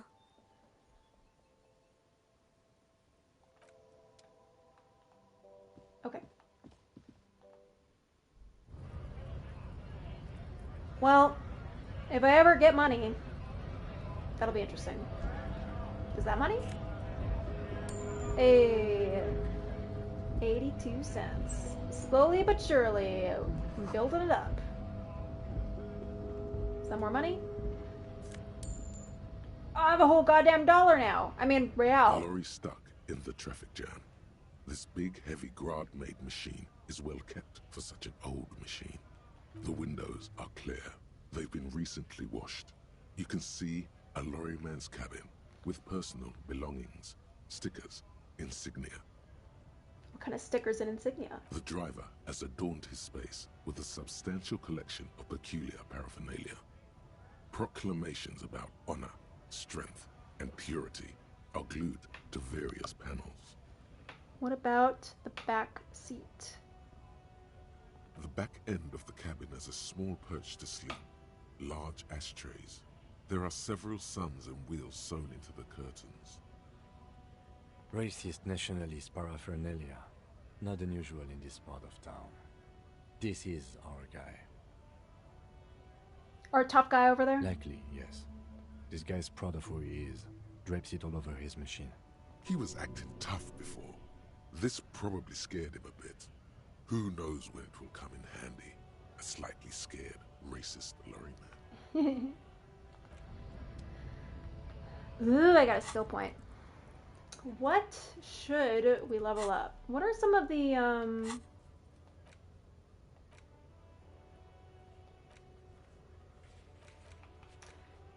checks that we didn't do? Sleeping dock worker. We could do that.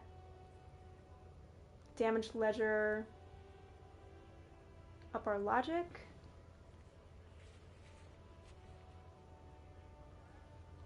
Interfacing would be the hidden compartment. Tameleon. Formidable. Let's try dock worker. So we're gonna re-up our physical instrumentation. I know we wanted to go back and talk to Guard again anyway. And I think we can get into the kitchen now as well, so. Oh, what is this? An old monument stands in the middle of the traffic island, pointing toward the sea. It looks as if it's been reassembled piece by piece, secured and mounted in the air with the aid of numerous ropes and rods. A silver plaque on the statue's pedestal reads, "I am Philip III, the Squanderer, the greatest of the Philippian kings of Revachol, son of Philip II, the opulent, father of Philip IV, the insane." Not a good track record of mental health in that family. What did this king do? What did he do? You have no idea what you did a week ago. I'm just How would asking you questions. know what this guy did many centuries ago? What's the harm in asking? High above you, the king stands triumphantly oblivious to your memory trouble. Fine. Keep your secrets. I'm going over here. Maybe. Where am I going? Ruins full of snow. Nobody lives here anymore. I got a white tank top. Hello? A small, wrinkled woman does not greet you. She nods along to something on her radio. A photograph is clutched in her hands, and there is a warm smile on her face. It's the warmth of a winter night's fire. Maybe she could give you comfort and shelter. Some cigarettes and food money. Maybe she's your... Grandma? Nothing. Her smile just keeps widening. No, this one is a monster in disguise. Excuse me, ma'am. I would like to ask you some questions. No response. Wherever this woman is, your words fail to reach her. Wait. She's just a distracted old woman. Better to leave her alone. Why? Why? I just told you why. Fine. Okay. What,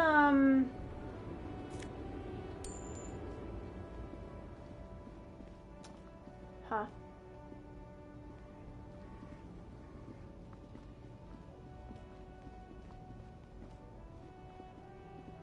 Ah. Uh-huh.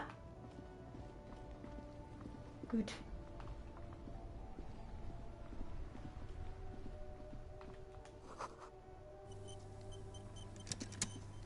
Ooh. I was just about to quick save, but it did it for me. Who's this guy? This guy wasn't here before. It's all about money, you know. What? Okay. Time to try to wake this guy up again. The worker is in a deep slumber. Oh, wow. I have a much better chance of doing it now. There is only one Heck way yeah. to wake this bone idol from his slumber. Roar like a hurricane. Rip the buildings from the earth. The most first thing that you think of in order to wake this guy up is to scream like an absolute banshee. Why the yelling man?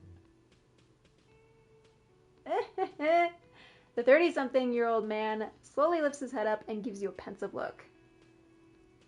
Oh, you're alive! You looked out of it for a second there. Wait, what? I was just sleeping. What do you want, officer? Officer, even after a rude awakening, this dock worker respects the police more than they usually do, at least. Of course he does. Who doesn't? What did you see in your dreams? Thank God, no.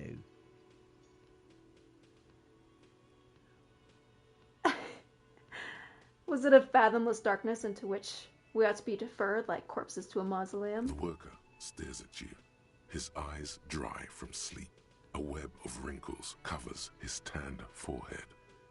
I'll take that as a maybe. I don't know what you're talking about, kind sir. But when I'm out, then I'm really out.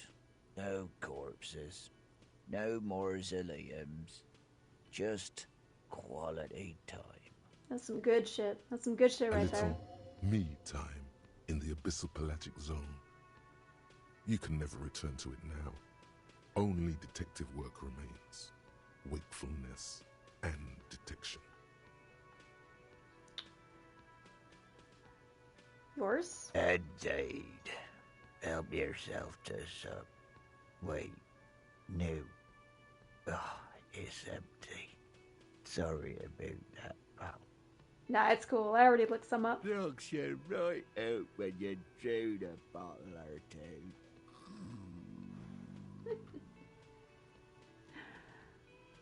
Do you know anything about the dead body? Yeah. What about it? I'm just trying to figure out what you know. You know, people die here every day. Someone's found in a ditch, another one falls in a manhole, a third one gets eaten by stray dogs. If someone has decided to die on top of a tree, then how is it my concern?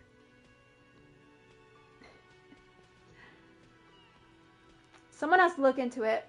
Looks like I'm that somebody. So just tell me what you know. I can tell you this. Trouble's ahead. You have a pretty solid feeling that the man's not just mouthing off. He's strong, but even he has reasons to be cautious here. The trouble's already here, my guy.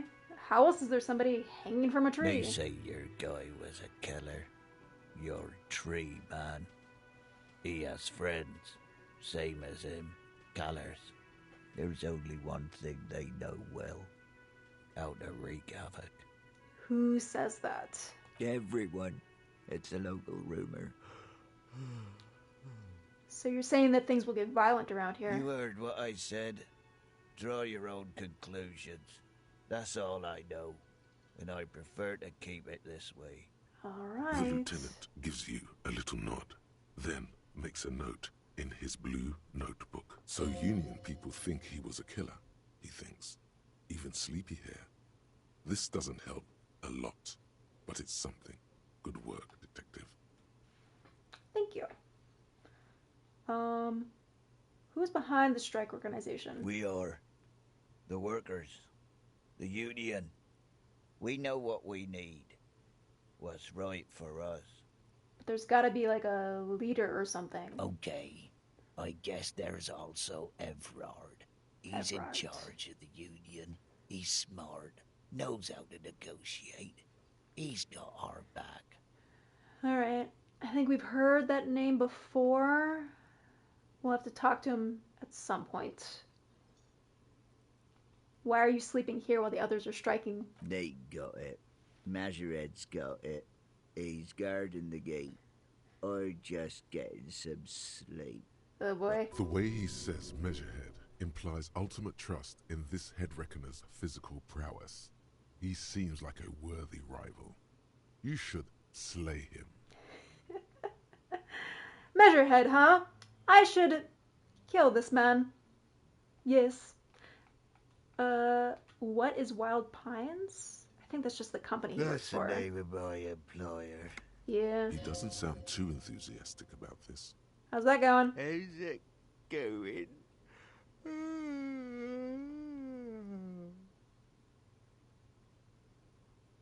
Haven't you noticed what's going on outside?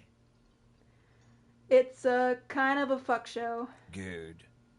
Then you understand the gist of it. We would all be better off without the employers and their employment. For one, I can get some goddamn shut-eye.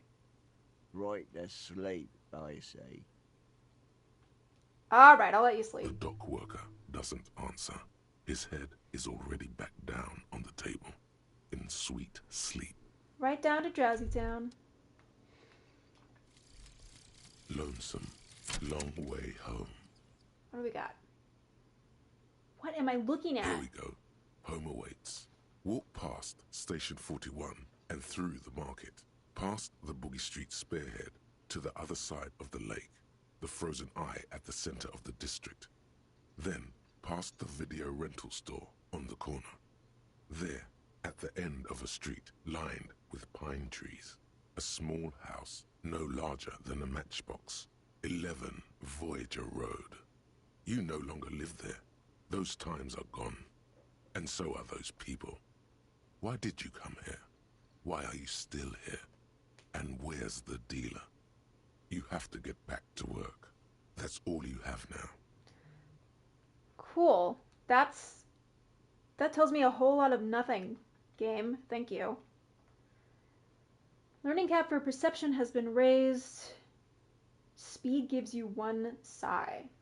Cool. Now I just need some speed.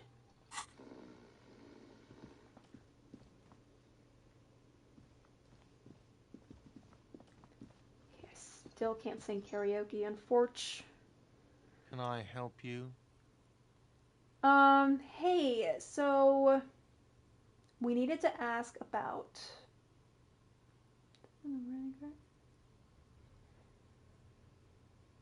I'm going to sit. I'm letting you know that I'll sing karaoke at some point. We'll start with this. We found the victim's clothes in the trash container out back. How strange. I certainly didn't put them there. Really?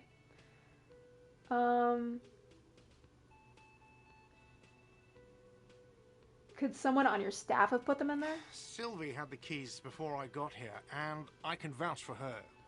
I can vouch for all my staff. None of us would tamper with the crime scene. Who else would have the keys to the trash container then? The trash collection service? CS Municipal. I don't see why they would put anything in the trash, though. Ah, the elusive CS Municipal. I doubt we'll be able to track down who was sent here last and when. This will have to be one of those little threads that solves itself down the road. I hate little threads. On Clinton Street, near the Boogie Street Diamond, a small truck rattles down an alleyway. It stops by a rusted trash container. 2 men, their faces rough and swollen, jump out. They look at the container despondently. CSM is written on their backs. What is happening? Thank you anyway. I don't know. Maybe you just don't remember putting them there, like you were like in a fugue state or something. I think fugue states are more your forte, officer. Well, that can happen to anybody, buddy. Yes. What can we ask about the whirling? What thing? I saw a sign that said a mess hall was reserved for the Union. Yes, not the whole damn Union, thank God. Just the nastiest and loudest faction. Oh, I see. They come here in the evenings. Dumb, unruly types. Think they're big shit. But they're good customers. They place big orders and always pay on time. He hates the Union, but grudgingly recognizes its power over him.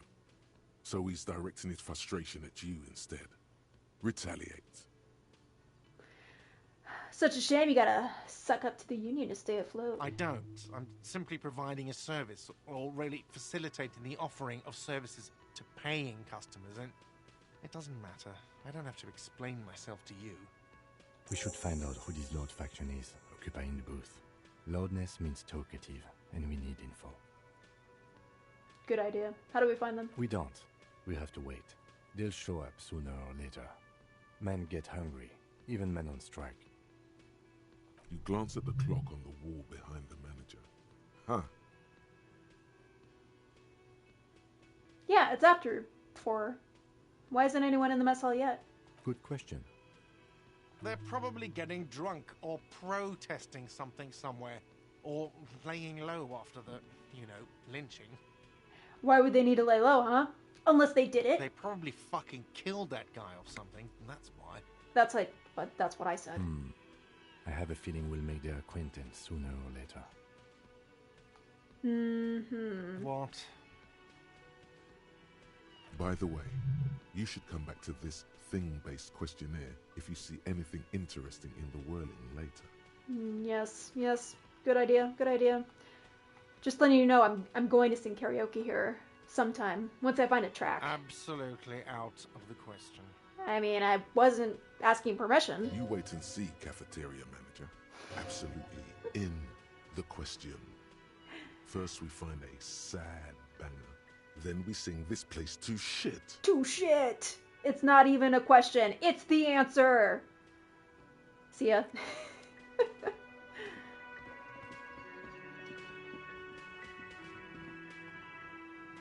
Alright, little kitchen. It's, cute. A thin man is smoking below an exhaust hood, occasionally sipping from his mug. This must be the Whirling's cook. What's up, brother? As you step in, he nods toward the table and says something in a completely foreign language. The only words you can make out are Garancy and Kubek. Garancy and Kubek. It must be his name.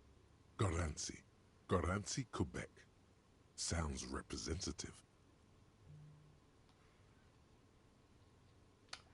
Mr. Kubek, sir, I'm on official police business. The man puts his cup down and replies something, his left hand drawing arcs in the air. Uh-oh. You've got some impressive pots? He smiles and bangs his ladle against each of his pots in turn. I don't think I need anything else. Stay masculine. Good protective conversation. You see a heavy steel door with a prominent dimple lock. You immediately feel drawn to the color. Blue is for mystery. Touch it. The cobalt blue surface feels rough to touch. The stainless steel door is flush with its frame on every side. Push it. The door does not budge. Damn. A challenge. Push it harder. The steel doesn't even tremble. Put your back into it. Now you're hanging from the handle. The door remains immobile. Okay, it was a challenge, and you failed. What now, loser?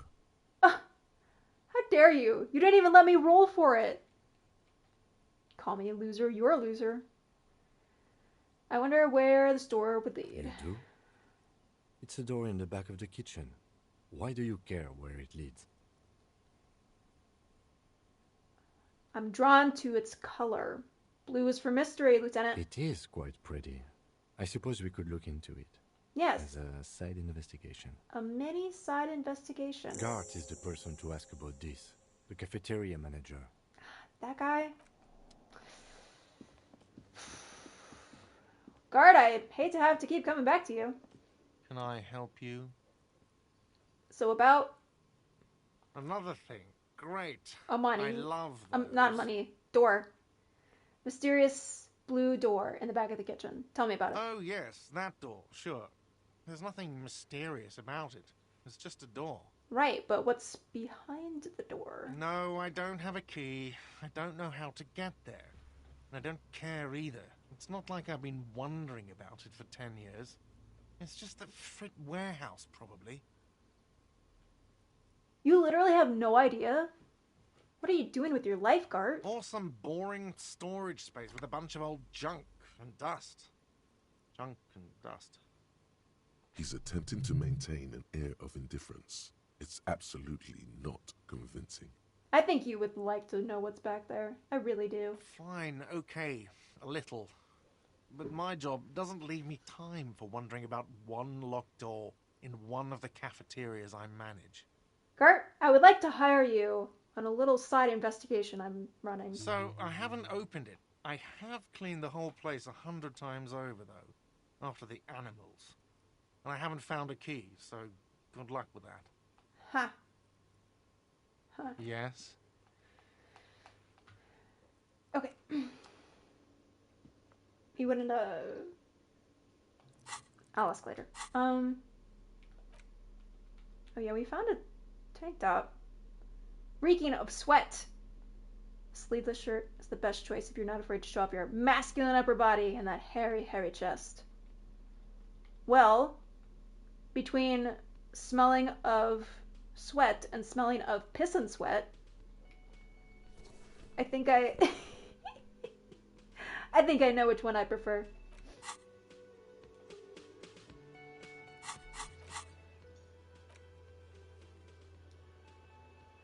We have so many things to do. And not enough hours in the day to do them. Okay, so... Can't I... What am I doing? Where am I going? Oh! Thank you.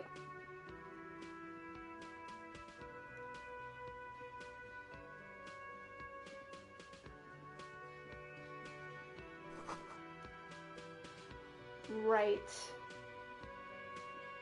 I thought I could interact with the door that goes into the Union Hall, but it's not letting me. I guess we need to come back later, maybe? Hello again, sweetie. Lena, I don't know if I can ask you anything. I don't want to ask her for money. Especially in the weirdest way I can imagine asking someone for money. But I'm gonna do it. Oh, sweetie, I heard your conversation with the manager about your financial troubles. When do you get your next paycheck? I doubt it's coming, Lena. If she could, this woman would feed and clothe you and every other sad, lost person on this earth. Oh. You've got guns of steel and a chiseled jaw somewhere under the bloated alcohol layer. Maybe she'd like to sponsor you. Maybe. Could also tug on her heartstrings. I have a pretty good chance of that. I understand her idealism. And I am willing to profit off of it.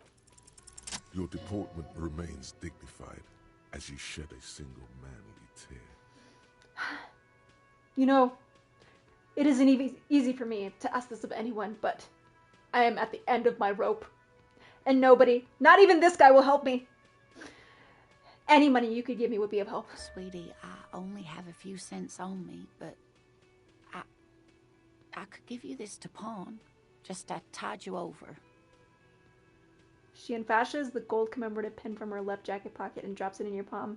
Wait, I actually feel bad. I actually don't know about this. He has a pin. The pin is round and slightly tarnished. 3 sailboats in bas relief with the sun hovering over the water behind them. A chipped green banner at the bottom reads, San Baptiste, Summer 31, Dinghy Races. You could totally sell this pin for cash. I totally could.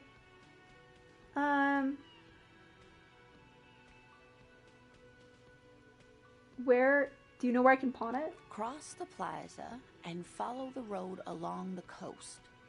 Down by the water, there'll be a shack nestled against an old stone facade. That's the pawn shop. Okay. An old friend of my husband's goes there often. He says the owner is quite helpful. Items that can be pawned at Bird's Nest Roy's appear in your inventory under the Items tab. You can pawn these items when talking to Roy. Thank you, Lena. I will use this to buy a raincoat so I can sleep in the rain comfortably because there's no way I can afford the apartment upstairs. I promise I'll buy it back for you once I have more money. I will do that. I will make it a personal mission of mine to buy this pin back for Lena. Oh, it's not an ancient family heirloom or anything, but I suppose it would be nice to get it back. Yeah. Thank you. You're the best. I'm going to run to the pawn shop now. Oh, I have no shame.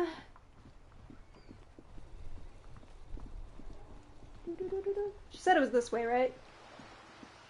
I sure hope so, because it's the way I'm going. I thought she said it was down by the coast.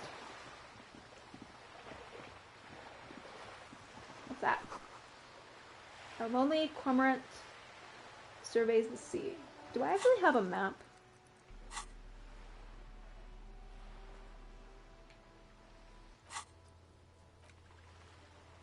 Map. Map information incomplete. Acquire a copy of the city map via RCM. Well, I mean...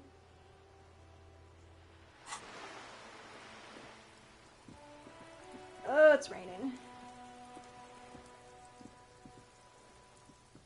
Is this the pawn shop? There's a girl up there. Did she spill paint? A motorcycle repair shop. Cape Side Apartments. Hey, up here, Piggo. What's up? A sturdy metal door guards the southwest entrance to the apartment building. It's locked. It's not where I wanted to be.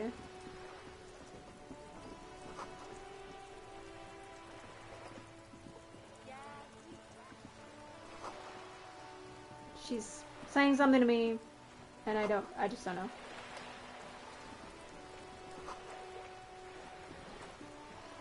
A boat captain? Okay, I feel like this is not correct. Here? This is a wall on the side of an apartment building. Why am I looking at this wall? 3%. You have no clue. It's just a wall. Just so a wall. many walls all over Martinez.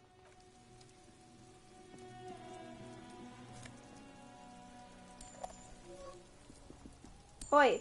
The girl is ignoring you. Fine.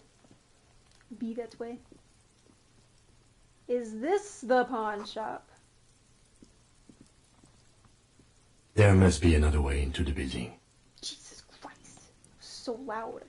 Why was that so loud?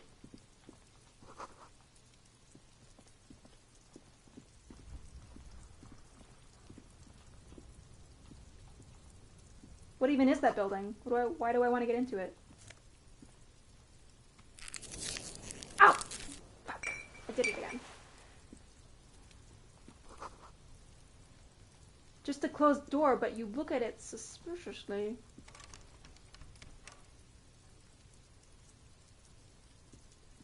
That one line has been bugged for years.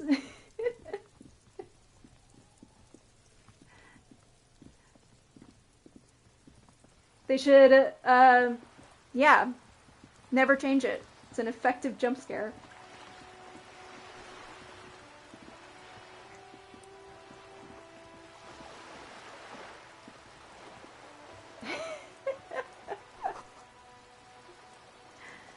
It's good, it's good. I'm willing to bet they did it on purpose. Just for the lulz. This coin-operated viewer is facing southwest. Its coin slot is full of fossilized bubblegum, rendering the machine permanently inaccessible. Such a shame. Probably some kids. Probably a Kuno or two. The metal feels cold and wet under your palm. A thick layer of graffito covers the lenses. You spell out the word Onuk, written on the other side, with N and C scribbled backwards. Under the graffito, a sea of blues and greys appear. Behind the water lies a coast studded with concrete and reeds. On it, a church on stilts, lanky weather-worn wooden planks, an X-shaped cross topping its tower.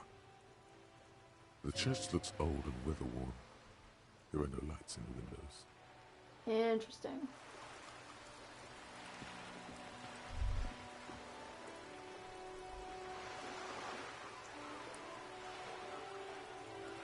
Better watch your row.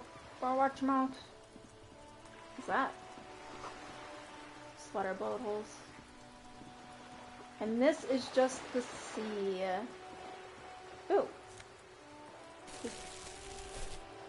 I got a bag! I got a bag!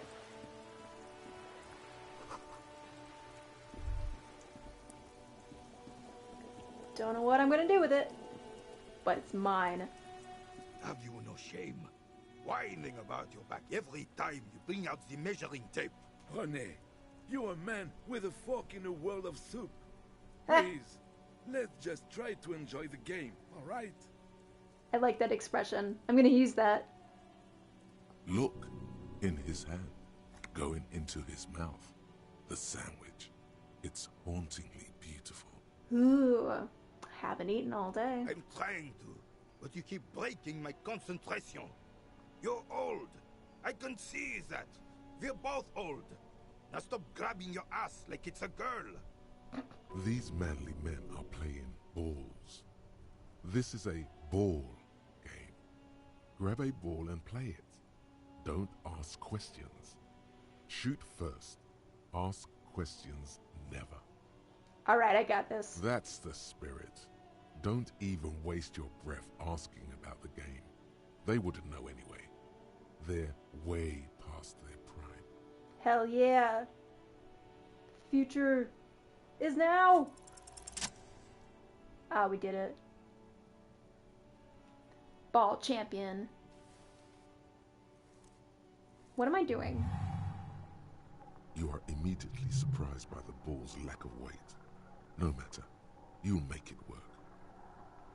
What is happening? God, this is right. You feel the familiar tremble of excitement and adrenaline that precedes every victory. Time has frozen.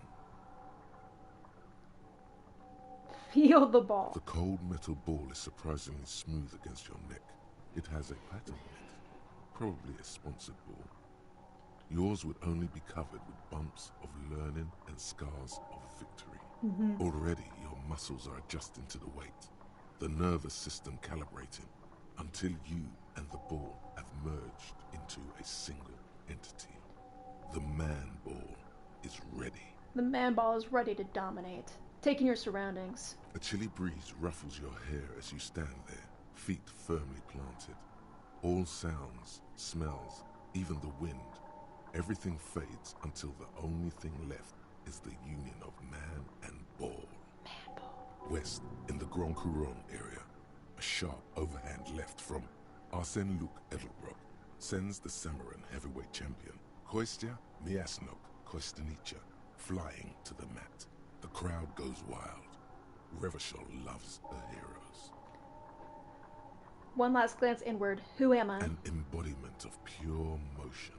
A fine-tuned locomotor running at maximum efficiency. Behold the fear and confusion reflecting in the eyes of the two feeble geezers. They are in awe of your superiority. You are a god to them. Behold! Some would still say you're a cop, but I guess we're beyond that now. The inertia can no longer be contained. No more than a bullet leaving a gun. Let go.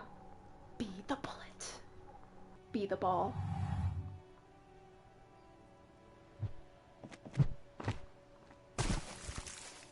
Huh. What the hell is your problem? He's so impressed with me.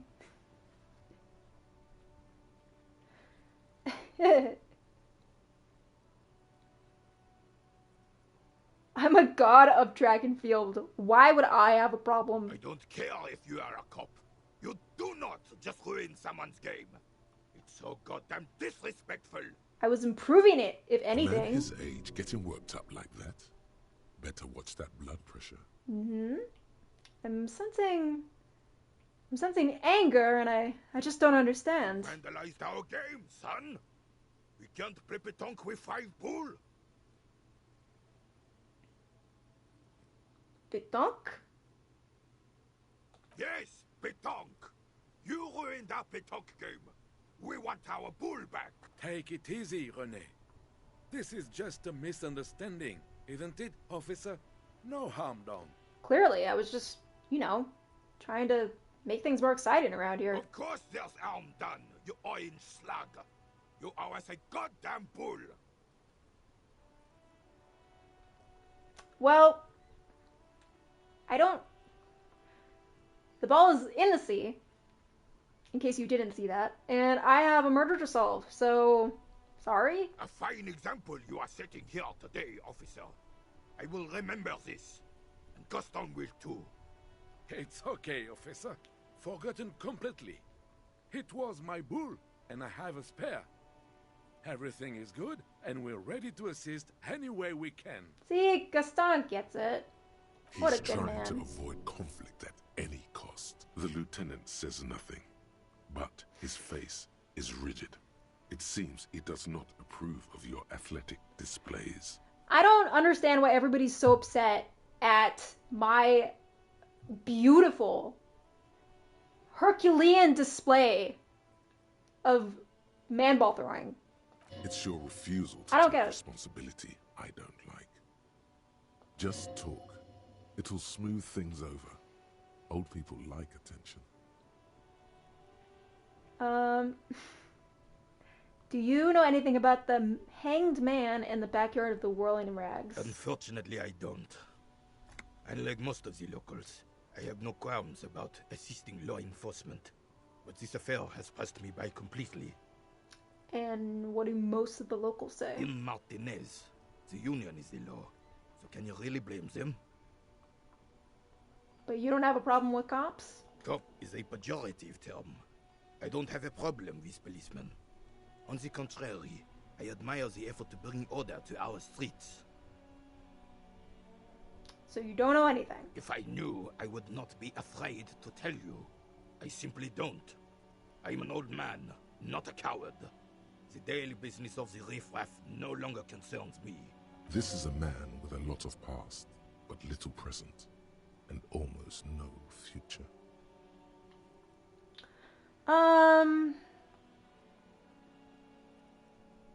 I don't really want to talk about the statue. Seem to be playing in a crater. Yes. The terrain here provides an interesting variety to a familiar game.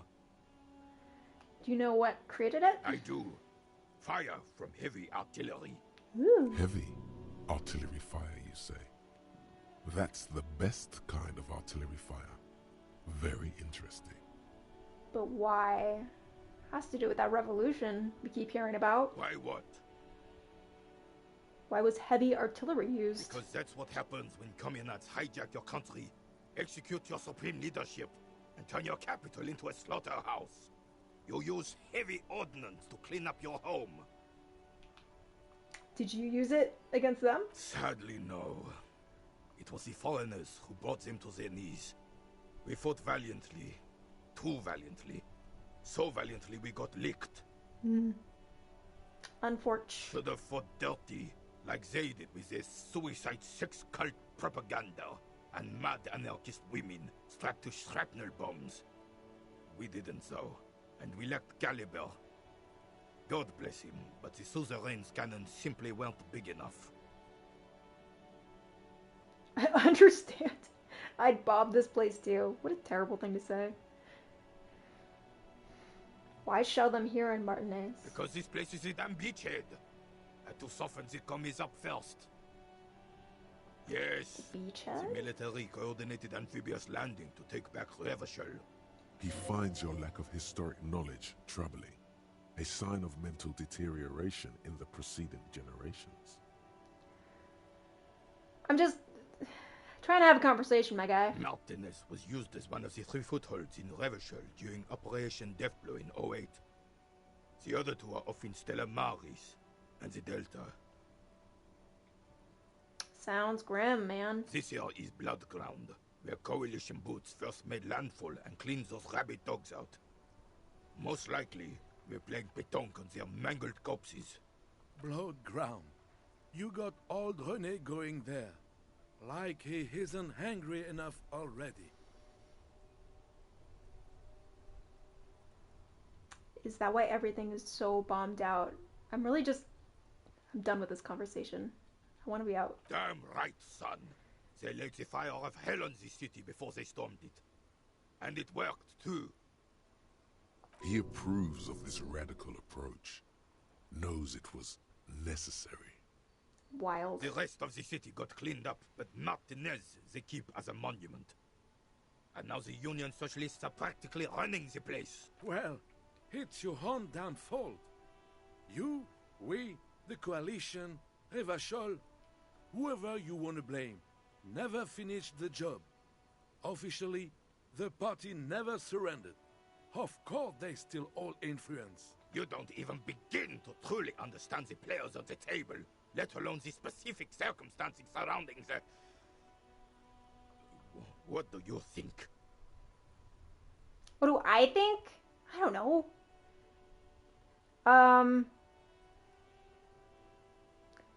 I don't think, I just do.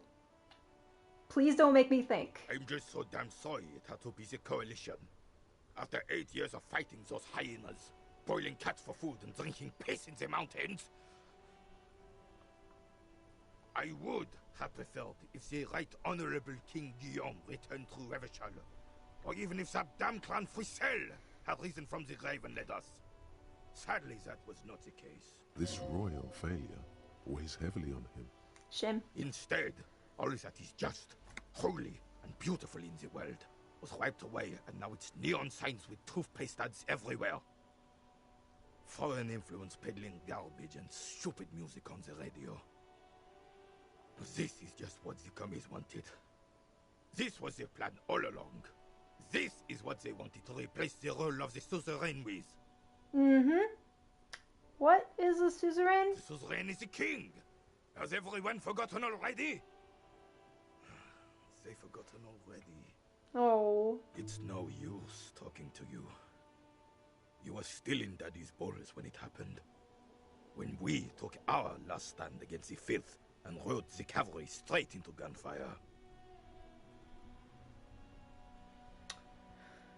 Alright, thanks for your time.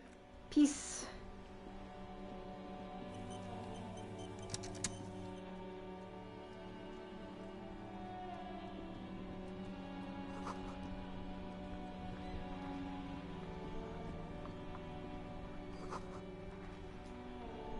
The worn and beaten wooden planks of the bench do not look overly comforting.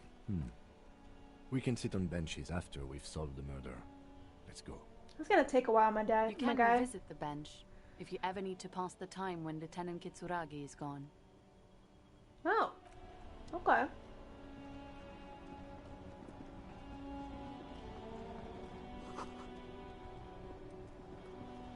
Fountain.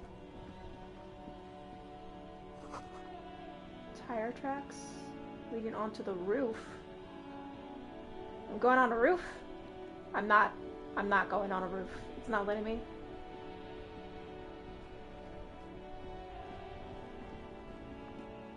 I'm just looking for a pawn shop.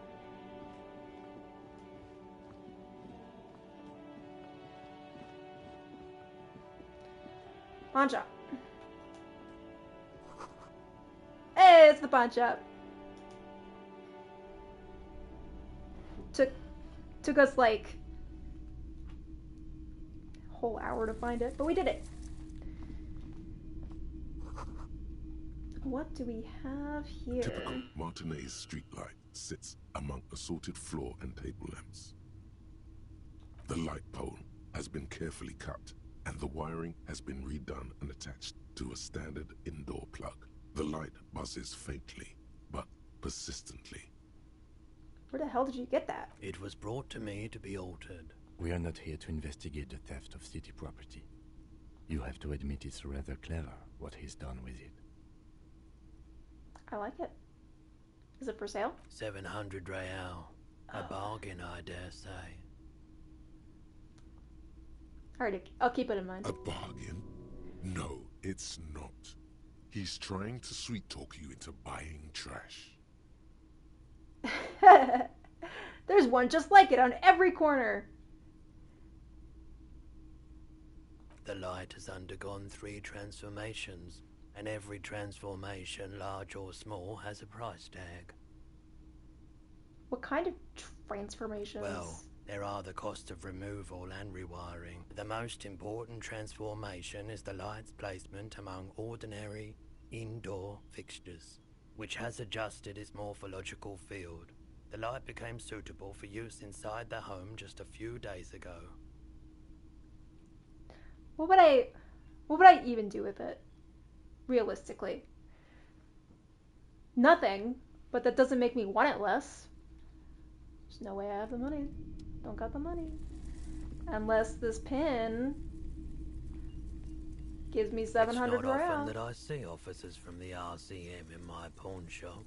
What can I do for you? His courtesy is not insincere, but he prefers being alone with his projector, just watching the movement of light across the walls of the shop. Have you had any trouble lately? I didn't really want to question this guy. I just want to pawn my pin off. It's a damn shame. I haven't had any problems myself, though some of my customers have complained about inconsistent law enforcement. Who are your customers usually? All kinds of people come through here.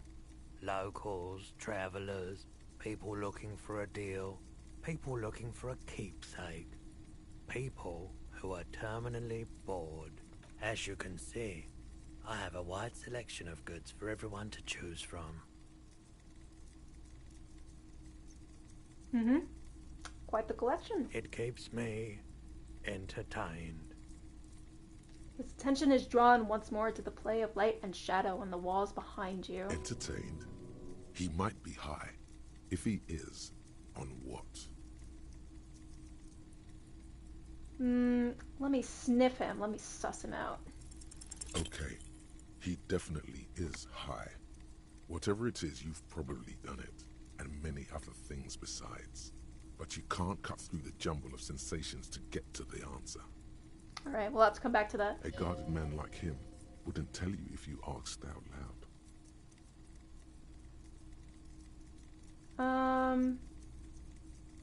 Can you help me with my investigation at all? I doubt it, but I can try and answer any questions you may have. Do you know anything about the recent hanging? I do my best to keep my distance from all manner of butchery. Bad for business, bad for everyone. No one likes to see what you have to see every day. Think you could help me get a corpse out of a tree? The corpse behind the hostel, I assume. I don't have a truck with a mounted platform or anything of that sort myself. Ask around the harbour. There might be some workers there who'd be willing to help. Okay. The pawnbroker's gaze is already fixed on the dancing colours. By the way, do you happen to have any guns like the ones carried by officers of the Citizens Militia? Someone else came here earlier today asking the same question. I promptly sold her the gun you pawned a couple days back. Fuck. What? Sold? Pawned? I pawned my gun? The lieutenant shifts from one foot to another, alert. I sold you my gun, huh? With Kim here too? That just sounded really, really bad. You were adamant about getting rid of it, officer. Said you were undeserving of a service weapon of the Raphael Citizens Militia. And I don't like keeping guns around the shop for long. Off the charts photon emissions. The unhealthy kind. He's not telling you the whole story. It seems he's trying to spare you. I feel like there's something you're not telling me. I really need to know. You weren't quiet yourself, officer. Uh-huh, what was I like? You were very distraught. You said the gun was a threat to your life and that you can't trust yourself with it tonight. And that you need the money. When I said that I don't normally buy firearms, you put the gun barrel in your mouth and sort of sucked on it. Then I agreed to take it. You sucked on a gun? Good. Very normal. No, not at all. How much did I sell that gun for? 15 Raphael. That was it? The lieutenant looks from you to Roy, and then back to you. It's clear that he hopes this tableau might still turn out to be a bad dream. It's not, though. Where did I put that money? This has got to be the most. Wow. Yeah. There's pity there, too. In case you didn't notice. Happens to the best of us, really. It certainly does. Especially in Revachol. Do you know if the buyer was also a policeman? She didn't seem like a policeman. Although she kept referring to herself as a pig. Which was odd. I found her interest in the gun a bit obsessive. But I was just happy to get rid of it. And of her. Sounds like she was trying to pass as a policeman, but she wasn't doing a very good job at it. Truth be told, she was terrifying. Probably high or Right, crazy. so let me get this right. You sold your sidearm, issued by the citizens' militia, and now a civilian is running around the streets of Martinez with it? Yep. Yeah, you don't need to repeat it, Kim. We all heard it. Miraculously, his face does not reveal what's happening inside.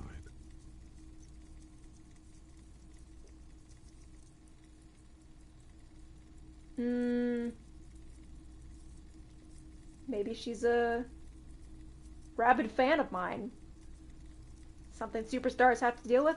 In that case, she'll be happy to get a visit from us, if we can find her. What if it's my neighbor? The neighbor chick that we talked to earlier. Any idea where I could find this buyer? My apologies, officer, but I have no idea where she was coming from or where she went. A needle in a haystack.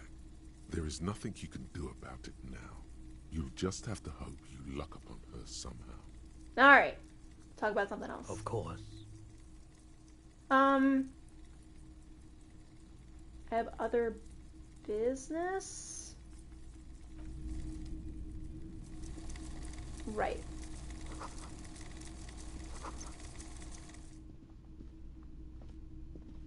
I have to sell. You see rows of toy soldiers guarding the rest of the trinkets displayed on the table. Some on horseback, others in rags, others yet in bright blue uniforms. All are stern and unyielding in their duty. Try to find something pretty and cool here, then use it to win her back. Who? Win her back? Yes. Buy something nice. A figurine. This sounds off. You shouldn't trust this guy. Let's dig up something cool. Why? What's this?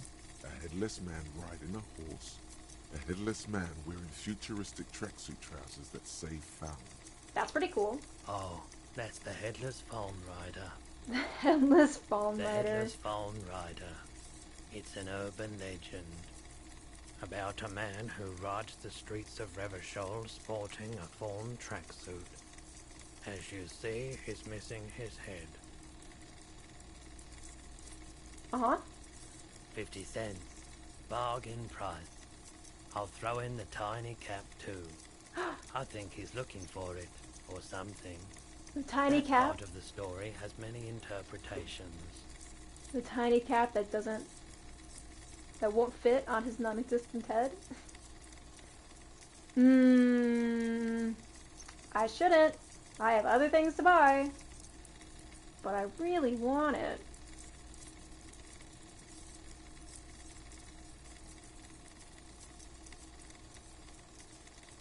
Let me inspect the other things real quick.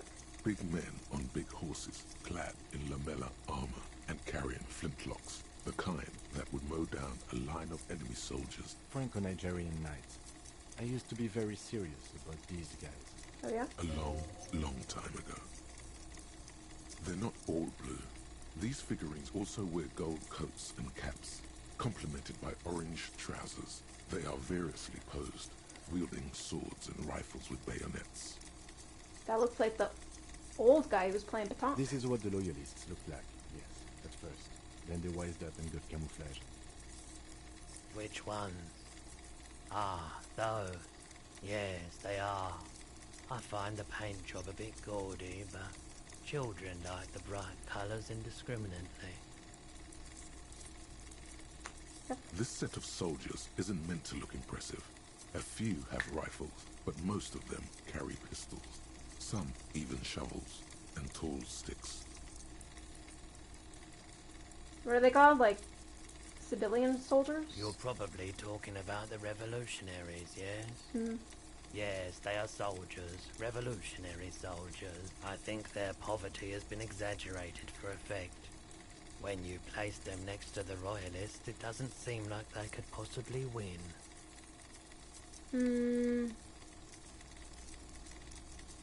If only it was more nuanced. I don't like either set very much, to be honest. But there are many parents among my customers. Alright, I'm buying the headless fallen rider. Did I mention that this figurine is supposed to be lucky? Always carry it with you. You got it. That was a very smooth salesman's grin that almost comes off as earnest. You should learn from him. I believe him. There's no way we can possibly lose now. I'm gonna save my game. Okay, my guy, I did come here to pawn something.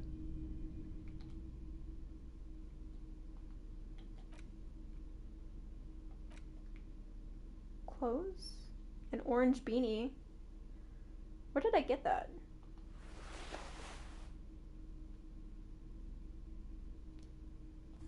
Looking like a smooth criminal. The boomboxes on the shelf look well loved and well traveled. Chipped, dented, they stare at you with the unblinking eyes of their tape reels. One especially catches your eye. Deep gold and amber plastic with a big old handle on top. A classic boombox that says Stereo 8 approved. This is you. Golden orange. A sunset suite. Just make sure it works before you buy it.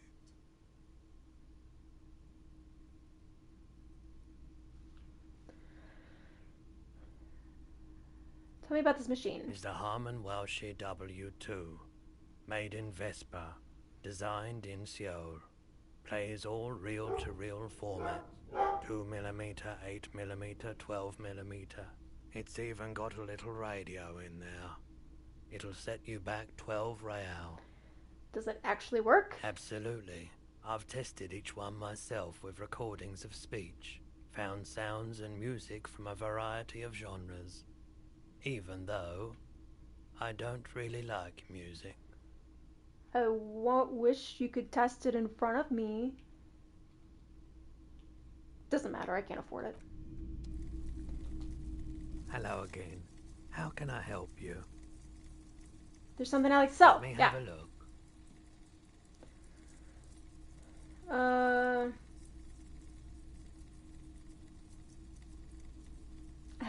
I can sell the corpse photo.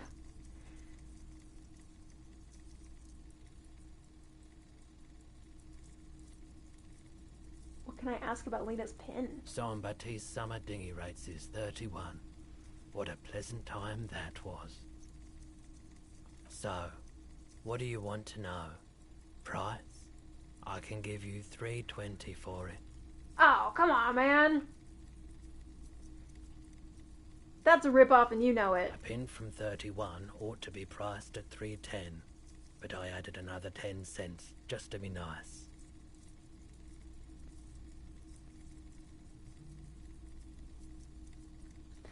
Alright,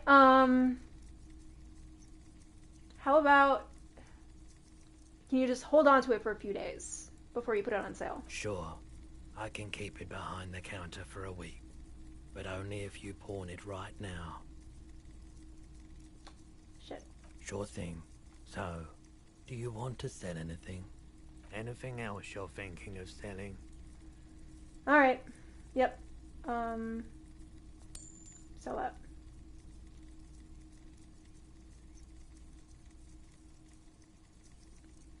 The monkey pen can be sold for $135, but that's my only pen.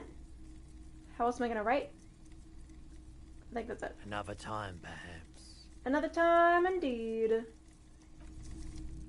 Thank you, sir. Well, I did earn enough to buy the raincoat. So let's go get that, because I'm probably sleeping outside tonight.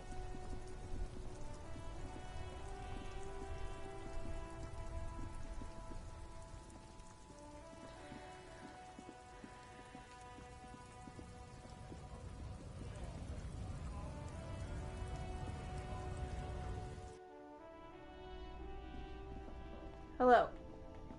I would like to purchase coats. You see several packaged raincoats fill a low shelf beneath a display of croissants and juice bottles. What is what? It's a raincoat. If you want to buy one, then it's only 4 real. Here you go. Thanks. Thanks. Appreciate it.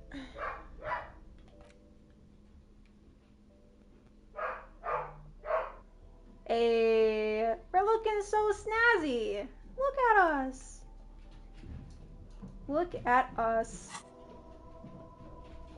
That probably helps with the smell, too.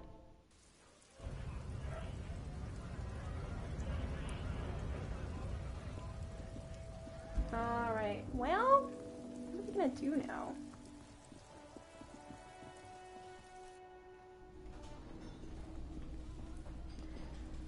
I suppose we still need to do...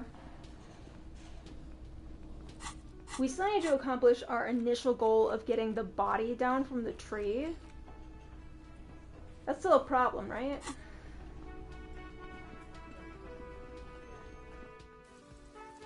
So maybe we go to the harbor.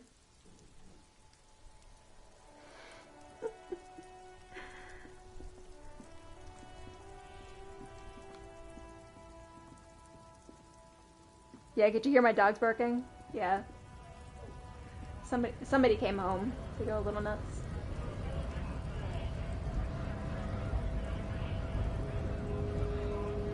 They're just all excited.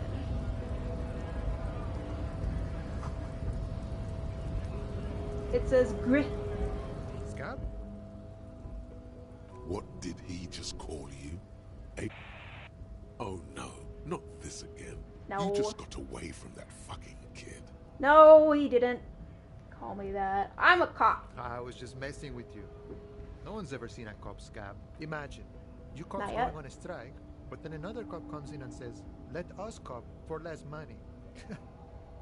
Speaking of, what brings the RCM here? To the Wild North? Come to see the strife?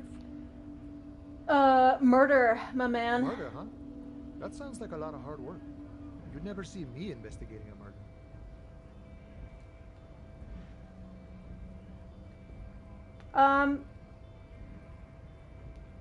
Honestly, I have no idea what I'm doing. That's okay.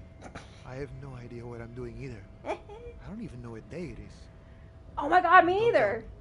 It's a better day that way. We have so much in common. Do you want to get coffee sometime? I'm looking for assistance with a dead body situation. Body still hanging in the tree? Hey, Yeah. that's a rough pickle. Can't help you with that, sorry. I'm not really an admirer of dead bodies.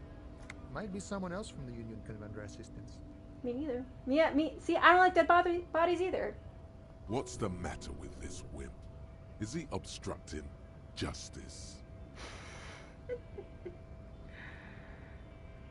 Can you let me? Granter of passage. The passage grants itself. Aye. Walk right past Measurehead, Yeah, the 2.5-meter tall Semini supremacist there. Walk right past him. Then press the button to unlock the door. You could call me mañana. Then go past him again. You can call me anything you want, baby. And you enter the arbor through the office. Está.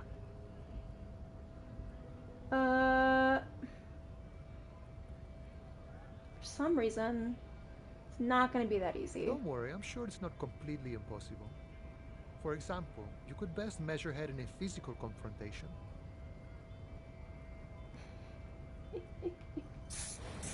Damn it! Damn it! I keep using my health. He was so charming, he distracted me. Or you could convert to a Semini supremacist worldview. Or, maybe it actually is completely impossible. There's gotta be a way. Sure. Hey, mañana, do you have any money for me? Sure thing, my friend. I can help you out. He flips the coin toward you. Oh no.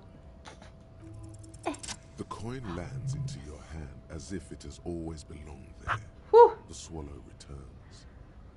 Thank God I didn't embarrass myself. Thank you. Always glad to help out the RCM. Shame I can't do more.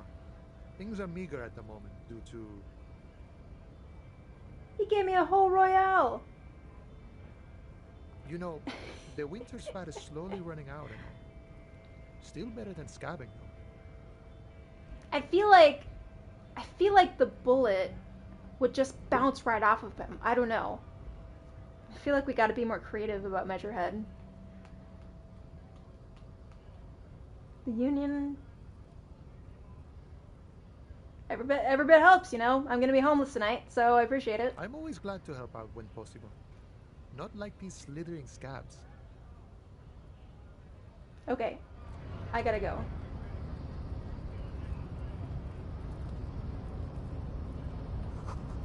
In case of strike, press button behind guard. A strike's happening right now. There's no lockpicking or kicking this door down. Okay. Let's save the game. Save the game. Because the last time we dealt with Measurehead, it did not go well for us. Can we just walk past him? Excuse me, sir. Excuse me? He's a wall. An absolute unit. Your degeneracy. Yeah, Measurehead. His body totally betrays his degeneracy. Your body does not betray your degeneracy. That's a lie. You're in great shape.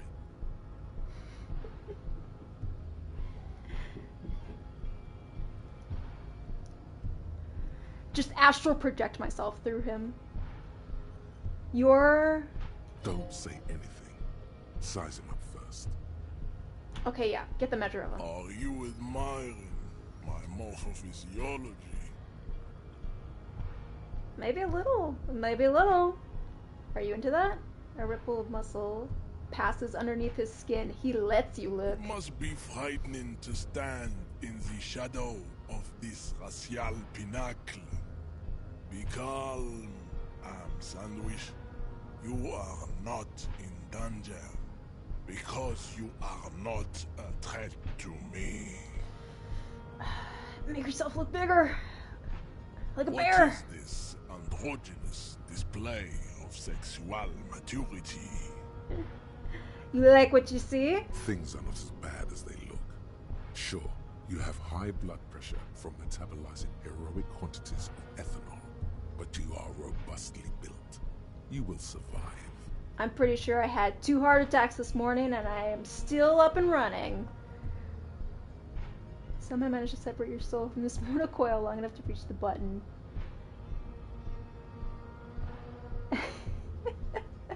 I can see you were once an athlete, then deteriorated in your 20s. It is typical of your haplogroup. Let's blame the failed education system and l'ignorancy towards degenerates in your homeland. Jean-Luc, his body is betraying his degeneracy pretty hard. Maybe you can ask him to leave. Who are you? Who are you even? What do you mean? My body does not portray my degeneracy, actually. You have succumbed to Al-Ghul. You reek of it. An invisible sword of Al-Ghul emerges from your throat. You cannot see it, but others can. It is making the woman in my company sick. Oh, I changed my clothes and everything, and I still smell like ass.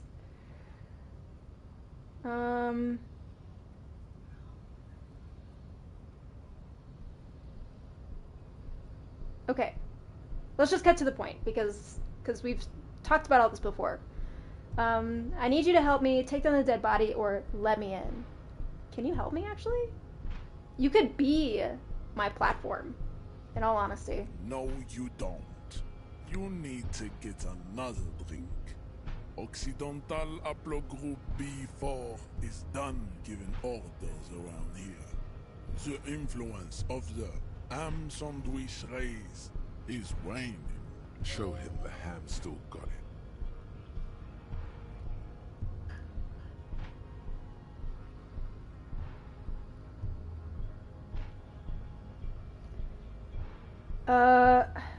I don't care about the race stuff. I'm just trying to do my job, man. Begging for help. Attempting to pass fear for cooperation. How far the Occidental Haplogroup has fallen. You were once a noble and powerful, eh? You gave the world eugenics, electricity, and powerful weapons of war like missiles and aerostatic aircraft. You made great gains in metallurgy, race theory, and statecraft. You dominated lesser cultures, like the deformed Hemians and the inexplicably potato-obsessed Kroikos. But now your ascent to the genetic summit has halted. You are obsessed with sadness and with frivolous pop culture. You will be superseded. Isn't that right, babe? It is, baby, yeah. You know it. There is a button right behind him, just out of reach. It's right It there, must be dude. the one that opens the door to the... This man is not budging. Let's hope his superiors inside are more cooperative.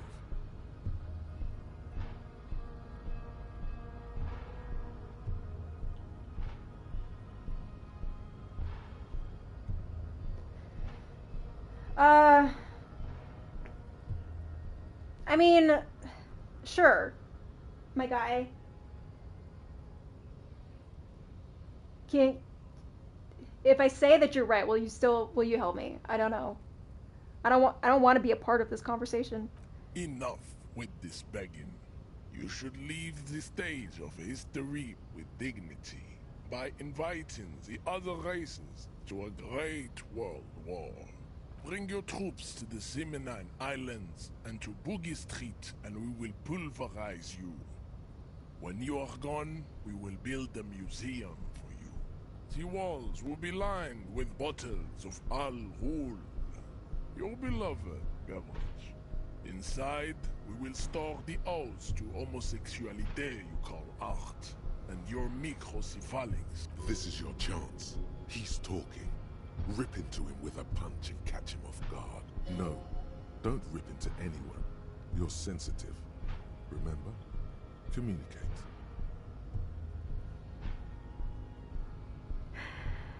No, don't say that. Don't say that, Cuddle Goblin.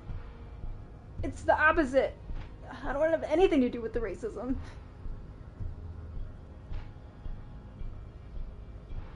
Knock him out, but my suggestion is against it. Ah, fuck you, suggestion. Let's do it. Ah. Oh! We did it! Just like that.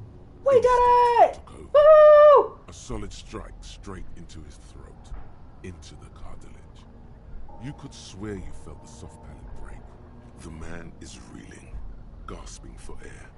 Time stands still around you. In the distance, the sounds of the harbor are falling silent. All you hear is a small gurgling sound as a trickle of blood appears on the man's lip. Take that, racism! You suck! He's open. Rip into him. Right hook. Escalate it. Get intimate with him. Bring the hurt closer. Wait, what are we doing?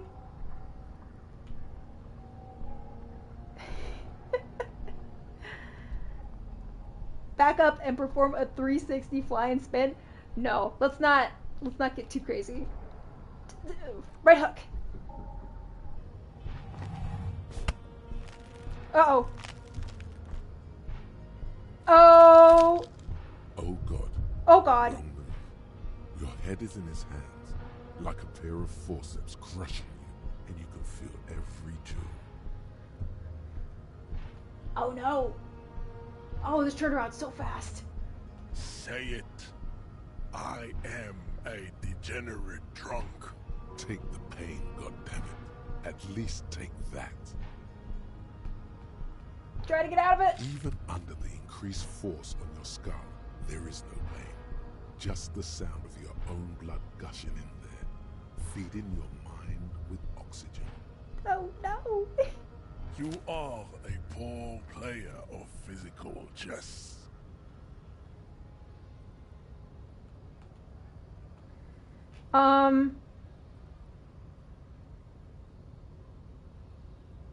Want to see my mug? I could try it again. Should I try to hit him? Should I try to punch him again? I don't know. I felt like we were making progress, and now we're back to square one, it seems. I don't know.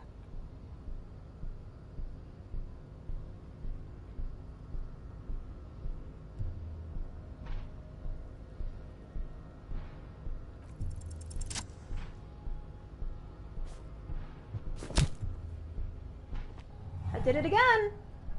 Just like that, instinct took over. A solid strike straight into his throat. The man is reeling, gasping for air. Time stands still around you. All you hear is a small gurgling sound as a trickle of blood appears on the man's lip. Okay, the right hook was bad, but the 360 flying spin kick sounds a lot worse. What am I doing here? Don't wait. You've only got a millisecond. He's coming to. Time is breaking loose from the stupor. His left hand curls up into a fist. That fighting pose. Watch out. He's expecting the hook. He's expecting the hook. So we do something unexpected. Watcha! Holy shit! Measurehead is down! Lands with a dull thump, like a broken down puppet of muscles and sinew. For a moment, he still tries to keep his head up, dazed eyes looking at you with unimaginable surprise. This is To awesome! your left is the button. Disco Inferno! You slam your fist on the button. The man collapses entirely, his head rolling to the side. Looks like you're the new Measurehead now. What? The voice is surprisingly calm. No one is the new Measurehead. Let's go before he gets up. Yep. Let's go. Let's go because he will kill me. I am sure of this. Let me take his money. Can I pickpocket him? Can I... The man is still knocked out. It'll take a few moments for him to recover. Okay, yeah, we should go. We should really, really go. Wait, so Okay. I was so invested by that. Was it supposed to open this door? Okay, yes. Okay. I got so caught up in the Measurehead stuff, I didn't remember what we were doing. Okay. So we're supposed to meet somebody here? Let's save our game. Let's save our game after that amazing victory.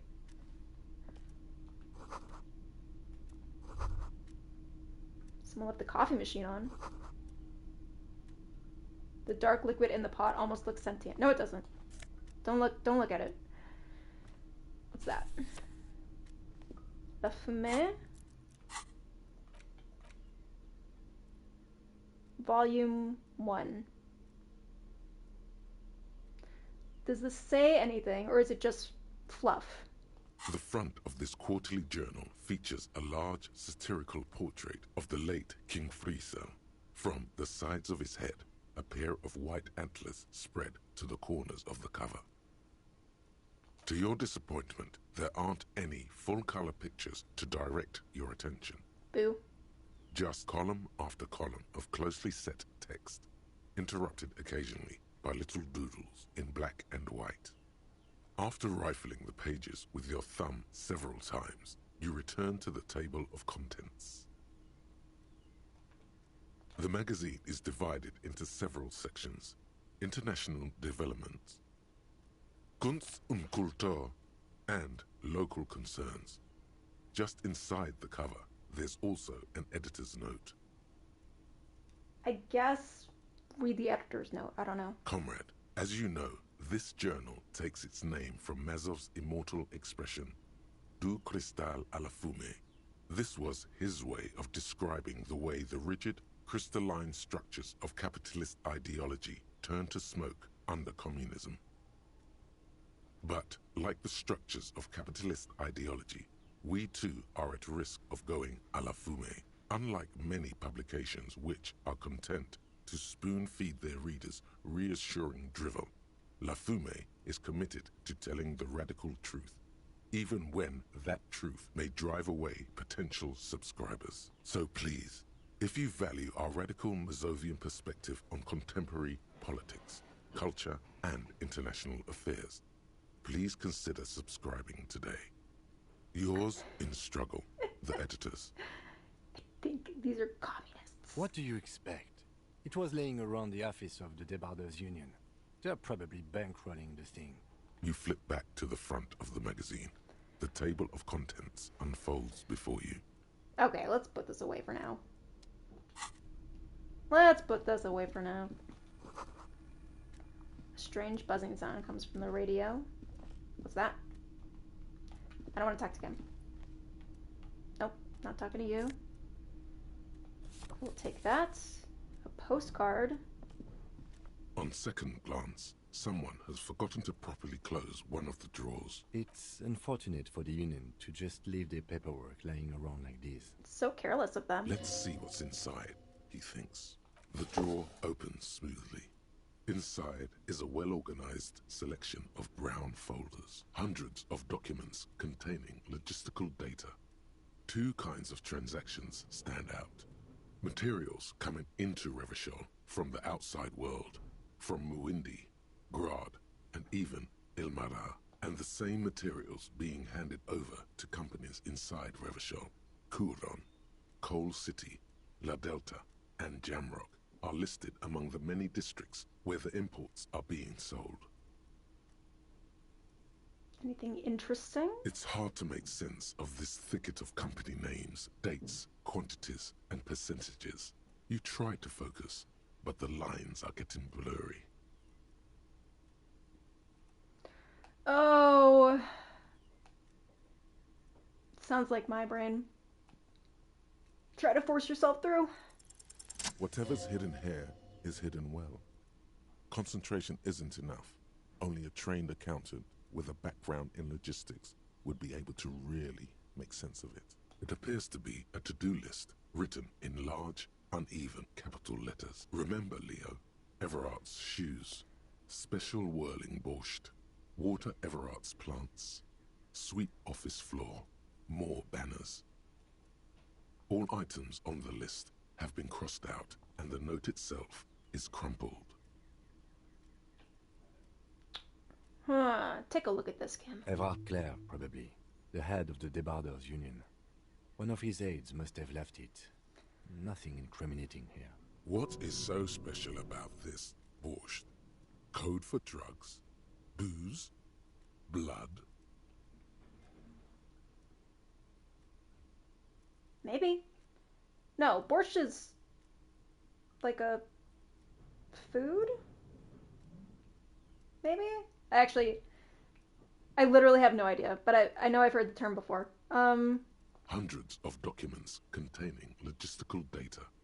2 kinds and the same material. You already went through all of these. Alright, so this is just repeating all things. items on the Alright, close it. Close it up. Don't need to look at it. Take that. Yes, please. Take that.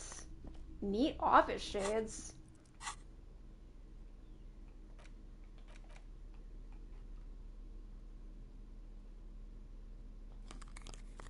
Aw, hell yeah. We are ready for disco.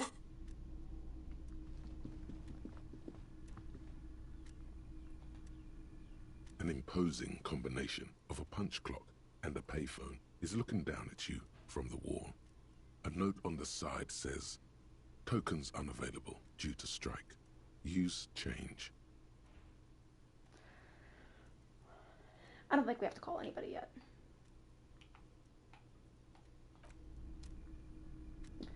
Okay. More like a knuckle sandwich. You said it, Trash. Okay, I feel like we are reaching, like, an important, like, we might be meeting somebody important here very soon. Does Kim have something to say to me? I just noticed that little speech bubble. I'd appreciate it if you didn't force us into situations where I may have to shoot random civilians, because that won't get us anywhere. Sorry. I'm not even sure the one bullet my chamber holds would even prick that hook. That's what I was saying.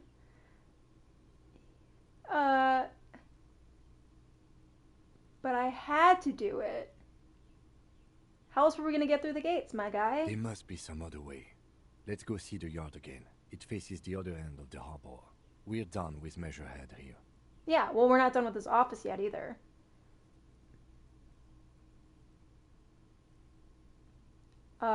He started it. And you're just going to let him manipulate you like that?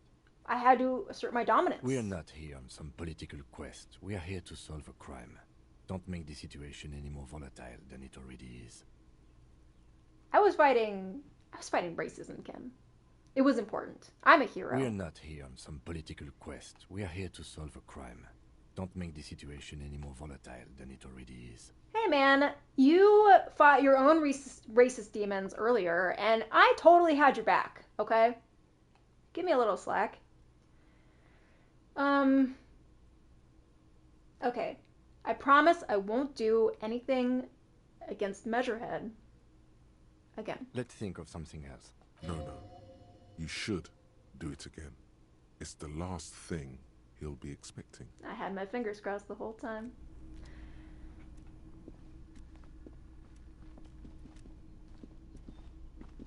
Ah, fuck it. Let's just go up the stairs. Oh. I was expecting like a room or like a office or something. Oh, was this gonna be a whole thing? If it's the harbor, it might be the whole thing. Okay. Actually, yeah, we're gonna pause here for today because we're approaching the 5-hour mark and I have other things to do today. But hooray, we made so much progress. We saw so many more things than we did the first time we played this game. And we're still alive and kicking, baby. So I call that a win.